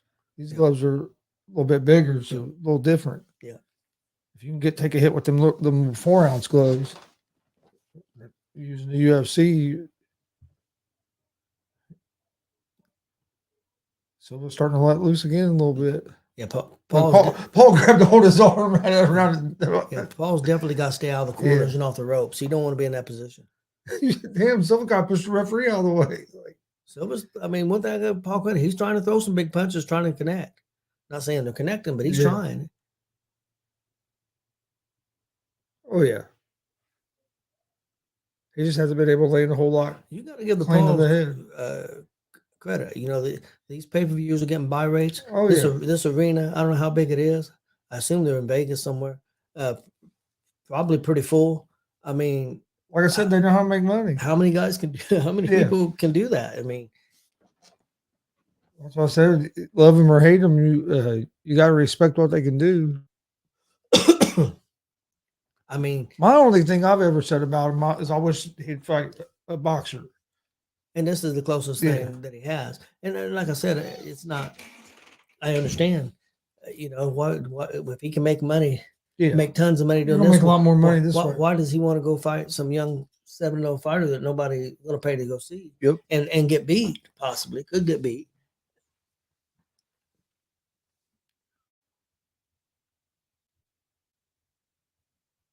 And people say, well, if you want to be a real fighter, be like everybody else and start from scratch. He landed pretty good, good right there. After Silva hit it right. Yeah, didn't look like bothered Silva, but yeah, he landed. I mean, heck, if you can do this and make the money, more power to you.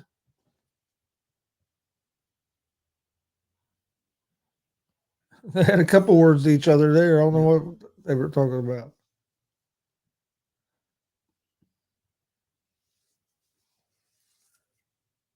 I think Silva's winning the fight, but it's been this. I'll tell you what, this has been the best fight Paul's had because Yeah. he got some of the other guys who was just all tying up, Yeah. or like Woodley, he was able to hurt. This so far, this has been. Willie never threw no combinations. Yeah. I mean, didn't have the speed. I don't give Paul credit. You can see that he's improved too. Yeah. I mean, he's not lost in there. And some people say, well, he's holding or he's doing this. He's fighting smart. I mean, he probably don't have a chance of going toe to toe with Silva. I wouldn't think. It's my opinion. Yeah. I mean, but he's mixed it up some. He's thrown some big shots. Hit one of them. I don't think it hurt Silva, but he did connect. Well, looked like he might have busted Silva's Silva nose. looked like he might be bleeding a little bit, doesn't he?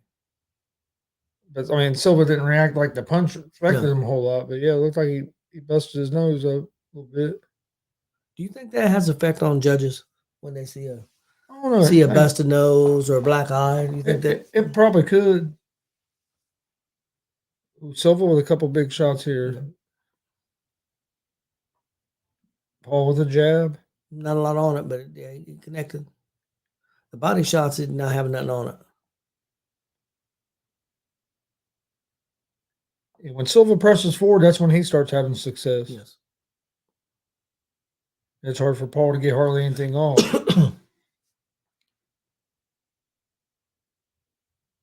I'm a little bit. It was more grazing than anything to the head.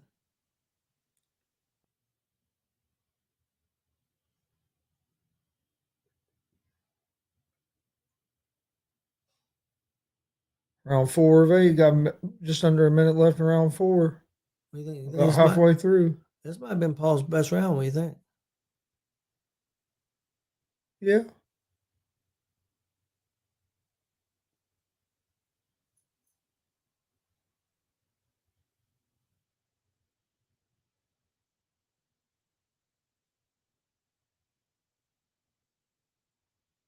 Just out of reach.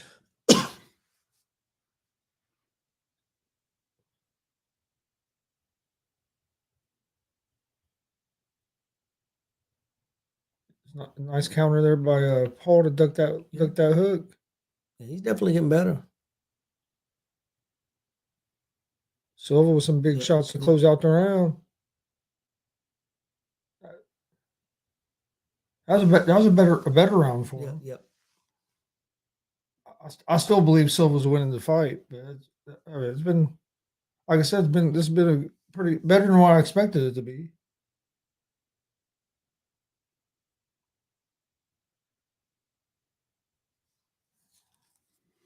Looks like he might starting to get a little tired, breathing a little hard over there. It's definitely the hardest fight he's been in, Chris. I mean, yeah. And I think he knew that going in.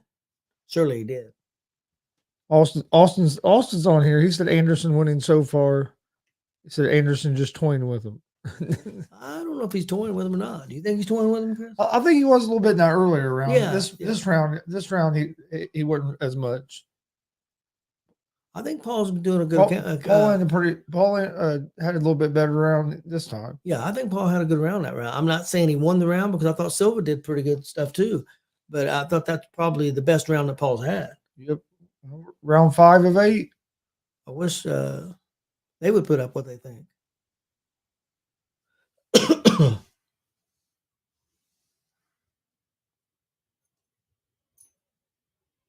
I think Paul's fighting the way that he has to. Yeah, to have to be able to compete with Silva. Going to the body there. No, I agree. It's been.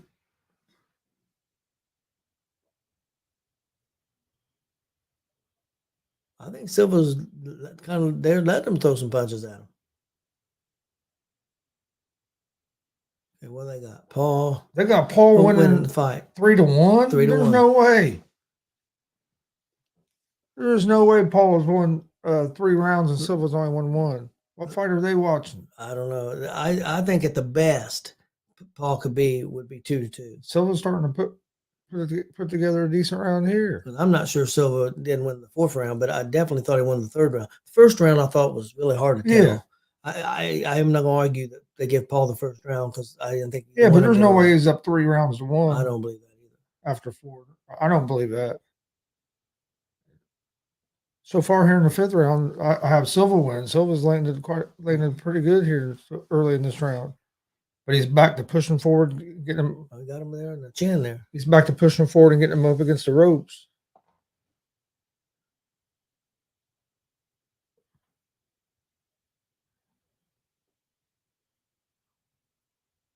Let me ask you this too. This is kind of Showtime's Golden Goose too. Yeah. I mean, Yeah. Oh, yeah, that's true. But it's not no. There's no way it's 3-1, Paul. I don't believe so.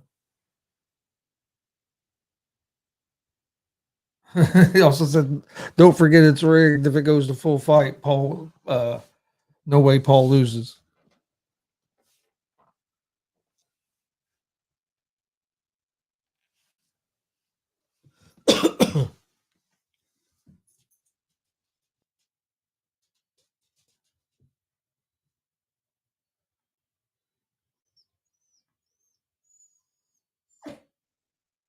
What? Come here. Come over here. Ooh, nice uppercut by Silva there, and then with the left, another nice uppercut.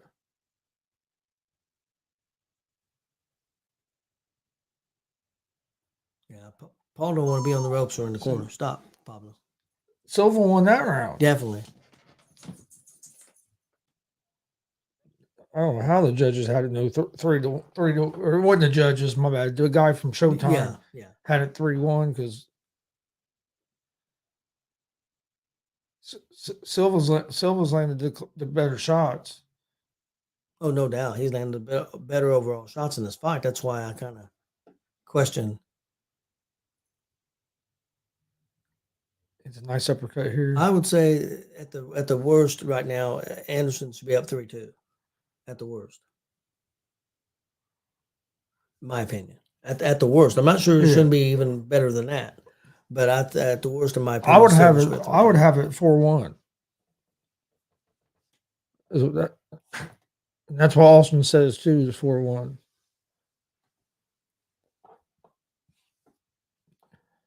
I thought he had a good round. No worse than 3-2, but I thought he had a good round in the 4th round. Even though I thought Silva had a good round, that's the only one I might get. I'm giving him the 1st round. Because that's the round I was giving him was the 1st round. Yeah.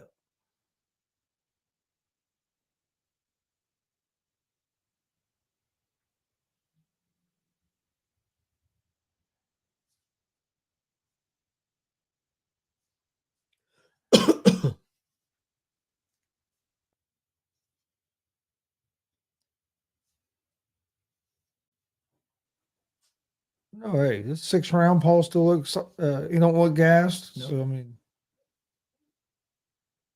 and what about Anderson Silva's shape? Be 47 years old, and he don't look like he's breathing hard at all. No. Headbutt, maybe. Yeah.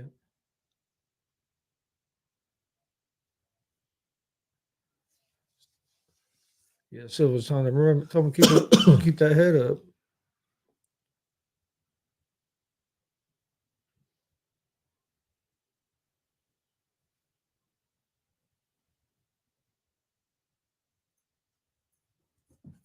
Like he's throwing there, but they're not. None of that really even landed. I thought one may have grazed just a little bit. That was about it.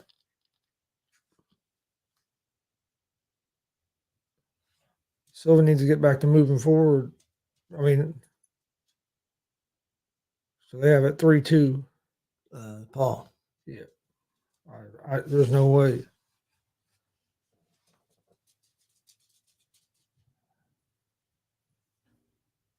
There's a nice combination. Yeah, the round I really disagreed on was But that here 3rd goes round. Silva back forward. That's what Silva should be doing. If he ties him up like that, just go ahead and throw some punches. Make him pay for it. Make him pay for it.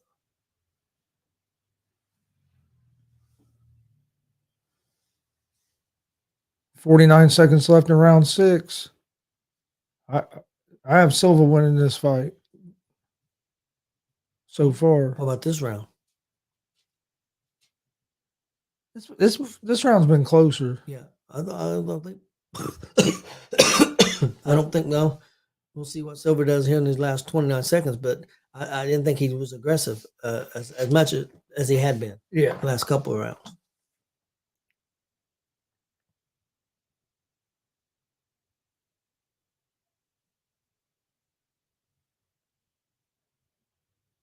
Oh, nice.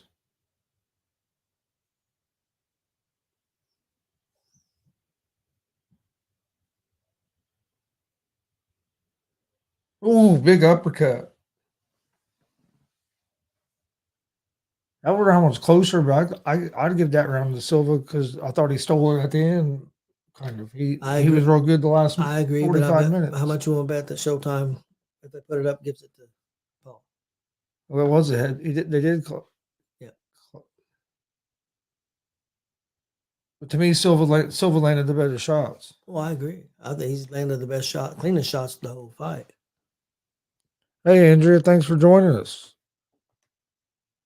Damien, come on, Silva whip his ass. Austin said Paul just trying to hug every time. Hey, you see that in boxing some, but I still think Silva landed the cleaner shots in that round, and there toward the last minute of that round really picked it up. Austin, you know Paul's going to win this fight, and the other Paul's going to be WWE champion next Saturday. Oh, Austin will go crazy if that happens. All right, got 7th round.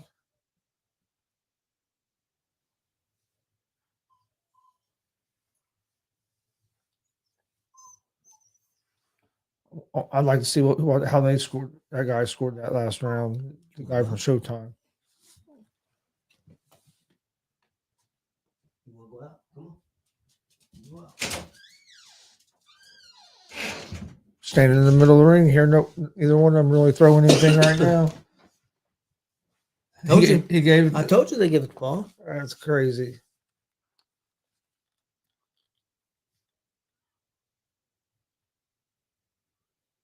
Showtime's going to give Paul any round where he looks decent at all. They're going to give it to Paul.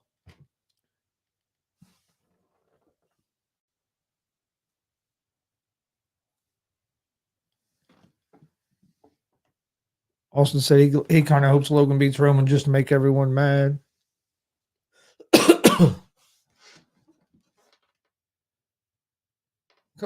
Come on. Knock him out. That's what I want to see. Glenn said he'd boo Logan out of the building when they come to Indy on the 11th.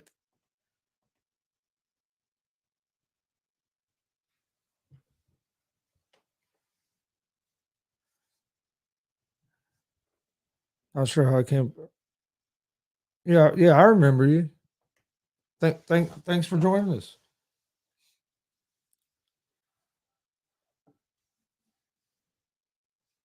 Oh, nice right.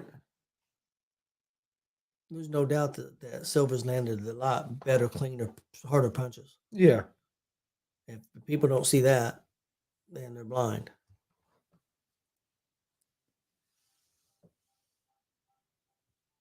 Oh, there you go. When Silva goes at him, Paul really don't have an answer for it. I just don't think Silva's did it quite enough. I mean, not saying he's losing. I'm just saying I think he could really dominated this fight. It was a nice punch by Paul. Yeah.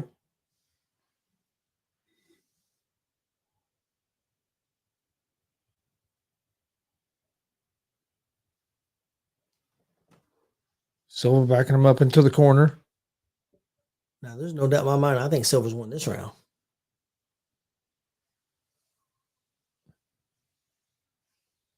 It's a round, Michael. It's in round 7 of 8. I have Silva winning right now. I had it 4-2 is what I had it go after 6 rounds. I had 4-2 Silva going into this round. And Showtime had it 4-2. Yeah, Showtime. The guy from Showtime had it 4-2 Paul. Yes, but I think Silva won that round. Yes, I do too. I'd say at the best Paul could be right now would be Silva up 4-3, in my opinion. That's the best it could be. And I'm not saying it is definitely that. Hadn't been any knockdowns. Nothing close. Anderson has landed the harder, cleaner punches by far in this fight. But I think Paul's had a pretty good account of himself. Yeah, he's not doing bad.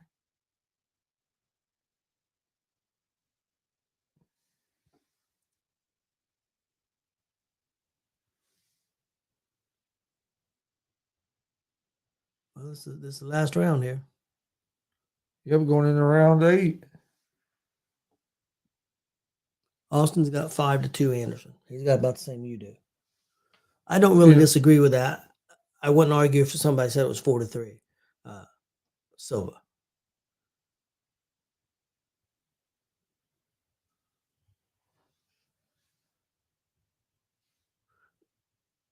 Silva's coming out punching, baby. Yeah. He's coming after him. Oh, he knocked him down. He knocked Silva down. Yeah, he caught him. Paul with the right hand knocked him down, but Silva's not hurt. No, Silva's going to get right back up. Yeah, he's going to get right back up. That was a nice punch. Yeah, caught him with a nice punch. He caught him, no doubt about it.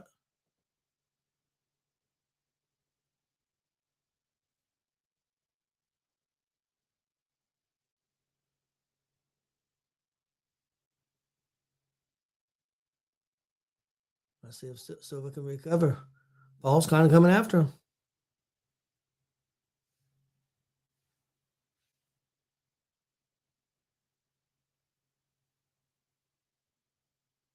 Ooh, nice punch by Silva. Silva with a big shot.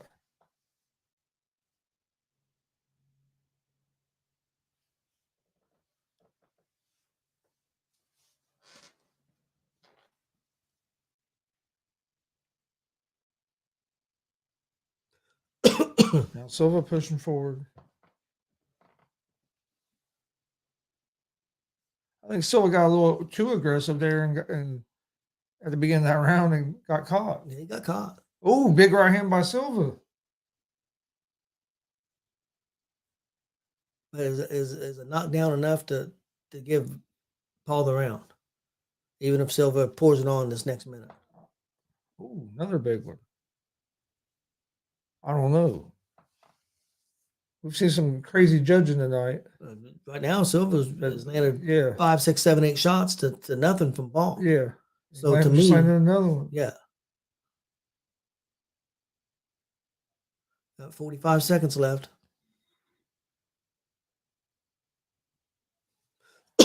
45 seconds left of the last round.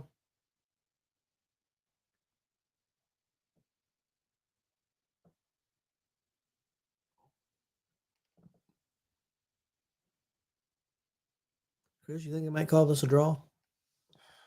I don't think. I hope not. It shouldn't be a draw, but it might. I think Silva's won the fight. I do too. I think at the very worst 5-3, my opinion. Last 10 seconds here.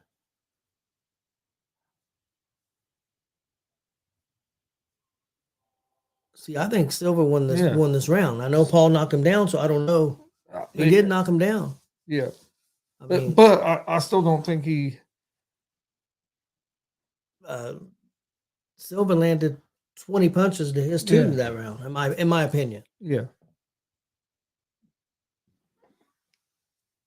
I think Paul lost, but he made a good account of himself. He didn't look terrible in there. I just think Silva was. Austin thinks they're going to give it to Paul. I hope not.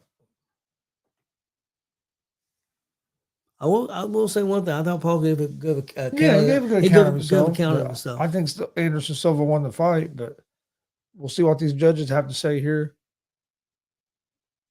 That was the best. I'll be honest. Out of the Jake Paul fights I've watched, this was my favorite one to watch. This was the best one. That was a good fight. It was a good fight. Yeah, it was a good, entertaining fight.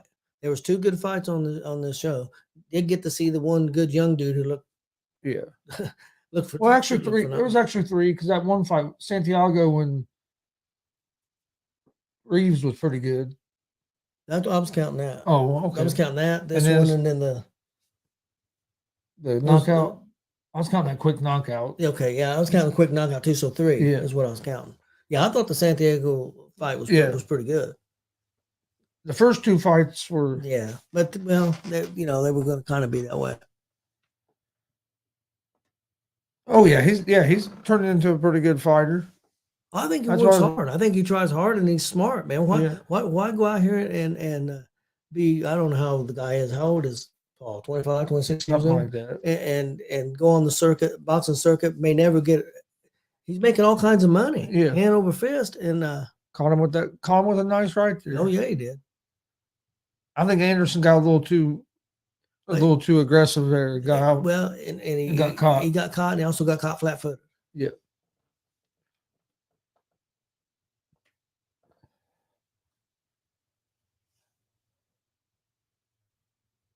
But it's definitely no, and you can see improvement in Paul from when Oh, no doubt. from the first time I watched him till now. Well, I like the highlights they're showing. All they're showing is that Yeah, them 3 punches he landed in that round. But like I said, he's a golden goose.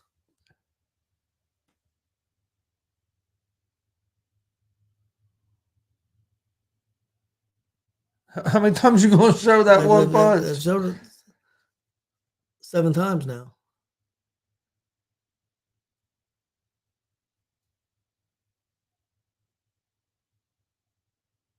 He landed that.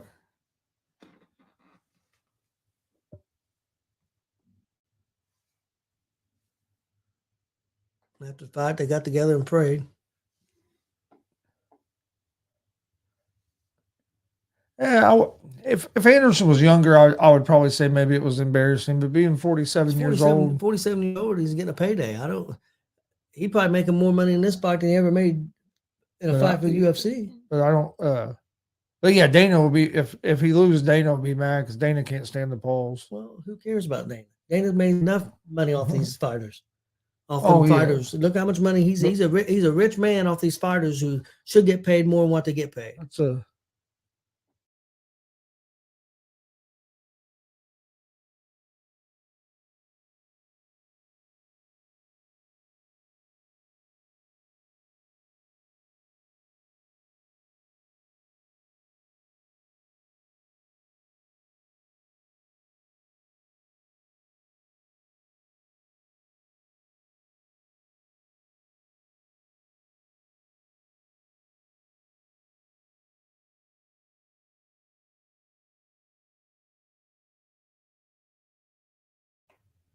Oh wow! They gave it to Jake Paul by unanimous decision, and one judge had it 78-73. Two.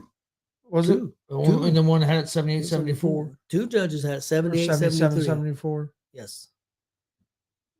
That's crazy. It was a good. It was a good fight, but Anderson Silva won that fight. Hey, we appreciate everybody that's on here joining us. Please hit that subscribe button at YouTube at Gonzo Sports Room. We greatly appreciate it. Anderson, don't look upset. I'm sure how much money do you think he made on this fight? Oh, I'm not sure, but he I'd made say, quite a bit. I'd say millions. Yeah. And then, but yeah, hit that subscribe button on YouTube. We'd greatly appreciate it. Also, like and follow us on Facebook at Gonzo Sports Room. Also, like and follow the All Sports All Plays on Facebook and Twitch as well. And subscribe to their YouTube. They gave Jake Paul the fight by unanimous decision. That's not the fight I watched, but I mean, Silva landed a higher percentage of his punches. Landed more. Well, they have him landing 3 less, but there's no way, or 4 less. That's no way. But no, it was out of all the Jake. It was a pretty solid fight. To me personally, I thought Silva won 5-3. If that was my opinion. Michael, it's Gonzo Sports Room. You can find us on YouTube, Facebook, and Twitch, all at Gonzo Sports Room. We cover we do watch alongs for UFC, Boxing, bare knuckle fighting, a lot of pro wrestling pro stuff. wrestling, and we do commentary and stuff live, pro wrestling shows, and We all kinds of sports. Cover Yeah, all kinds we of have sports. weekly shows every Monday through Friday, 9 a.m. Eastern. We have our baseball show Around the Bases, live on YouTube, Facebook, and Twitch at Gonzo Sports Room. 3 p.m. Eastern, Monday through Friday. We have our sports betting show, Easy Money, a sports betting show. Again, it's on live on YouTube, Facebook, and Twitch at Gonzo Sports Room and at the All Sports All Plays Network. Have Gonzo and the Judge every Monday, Wednesday, and Friday night, 7 p.m. Eastern. Live on all the other ones. Sports betting show. Yeah, Monday and Fridays at 6, we have our Indianapolis Colts show, Horseshoe Talk. So we have content coming out pretty much every day of the week. We do interviews with pro wrestlers. Sometimes one a week, sometimes 2 or 3 times a week, just depending what we can get scheduled. So we have a lot of content. You need to check it out. We got shows about it. We got shows pretty much throughout every day. Everything gets posted on our social media, Facebook, Twitter, Instagram, all at Gonzo Sports Room as well. Show announcements, all that stuff. We appreciate everybody watching tonight. We're going to go ahead and get out of here for the night. They gave Jake Paul the unanimous decision, which I don't think that was the case, but I understand why it happened. But it was a good fight. Like I said, it's the best fight I've seen of Jake Paul's. I thank everybody for joining us tonight. Watched a pretty good UFC, other than the judges in the UFC were terrible. I think even more horrible than what we just saw here. yeah, it was more horrible than this, definitely. Hey, Michael, you have a good night too, and thanks for joining us. And we will see you guys on we're not gonna have no shows tomorrow, so we'll see you guys Monday, 9 a.m. Eastern for Around the Bases, and then 3 p.m. Eastern for Easy Money, a sports betting show. Everybody have a great weekend. All sports, all plays. Yeah. All sports, all plays. All sports, all plays. 365, we making a place. We talking the game, get you through the days. We're high in the court, the dime in the lane. Variety topics, living the same. All presentation, sports information. Hitting the airways, taking the nation. All sport, all plays, they working your faces. Grace at the field, so tie the laces. All sports, all plays.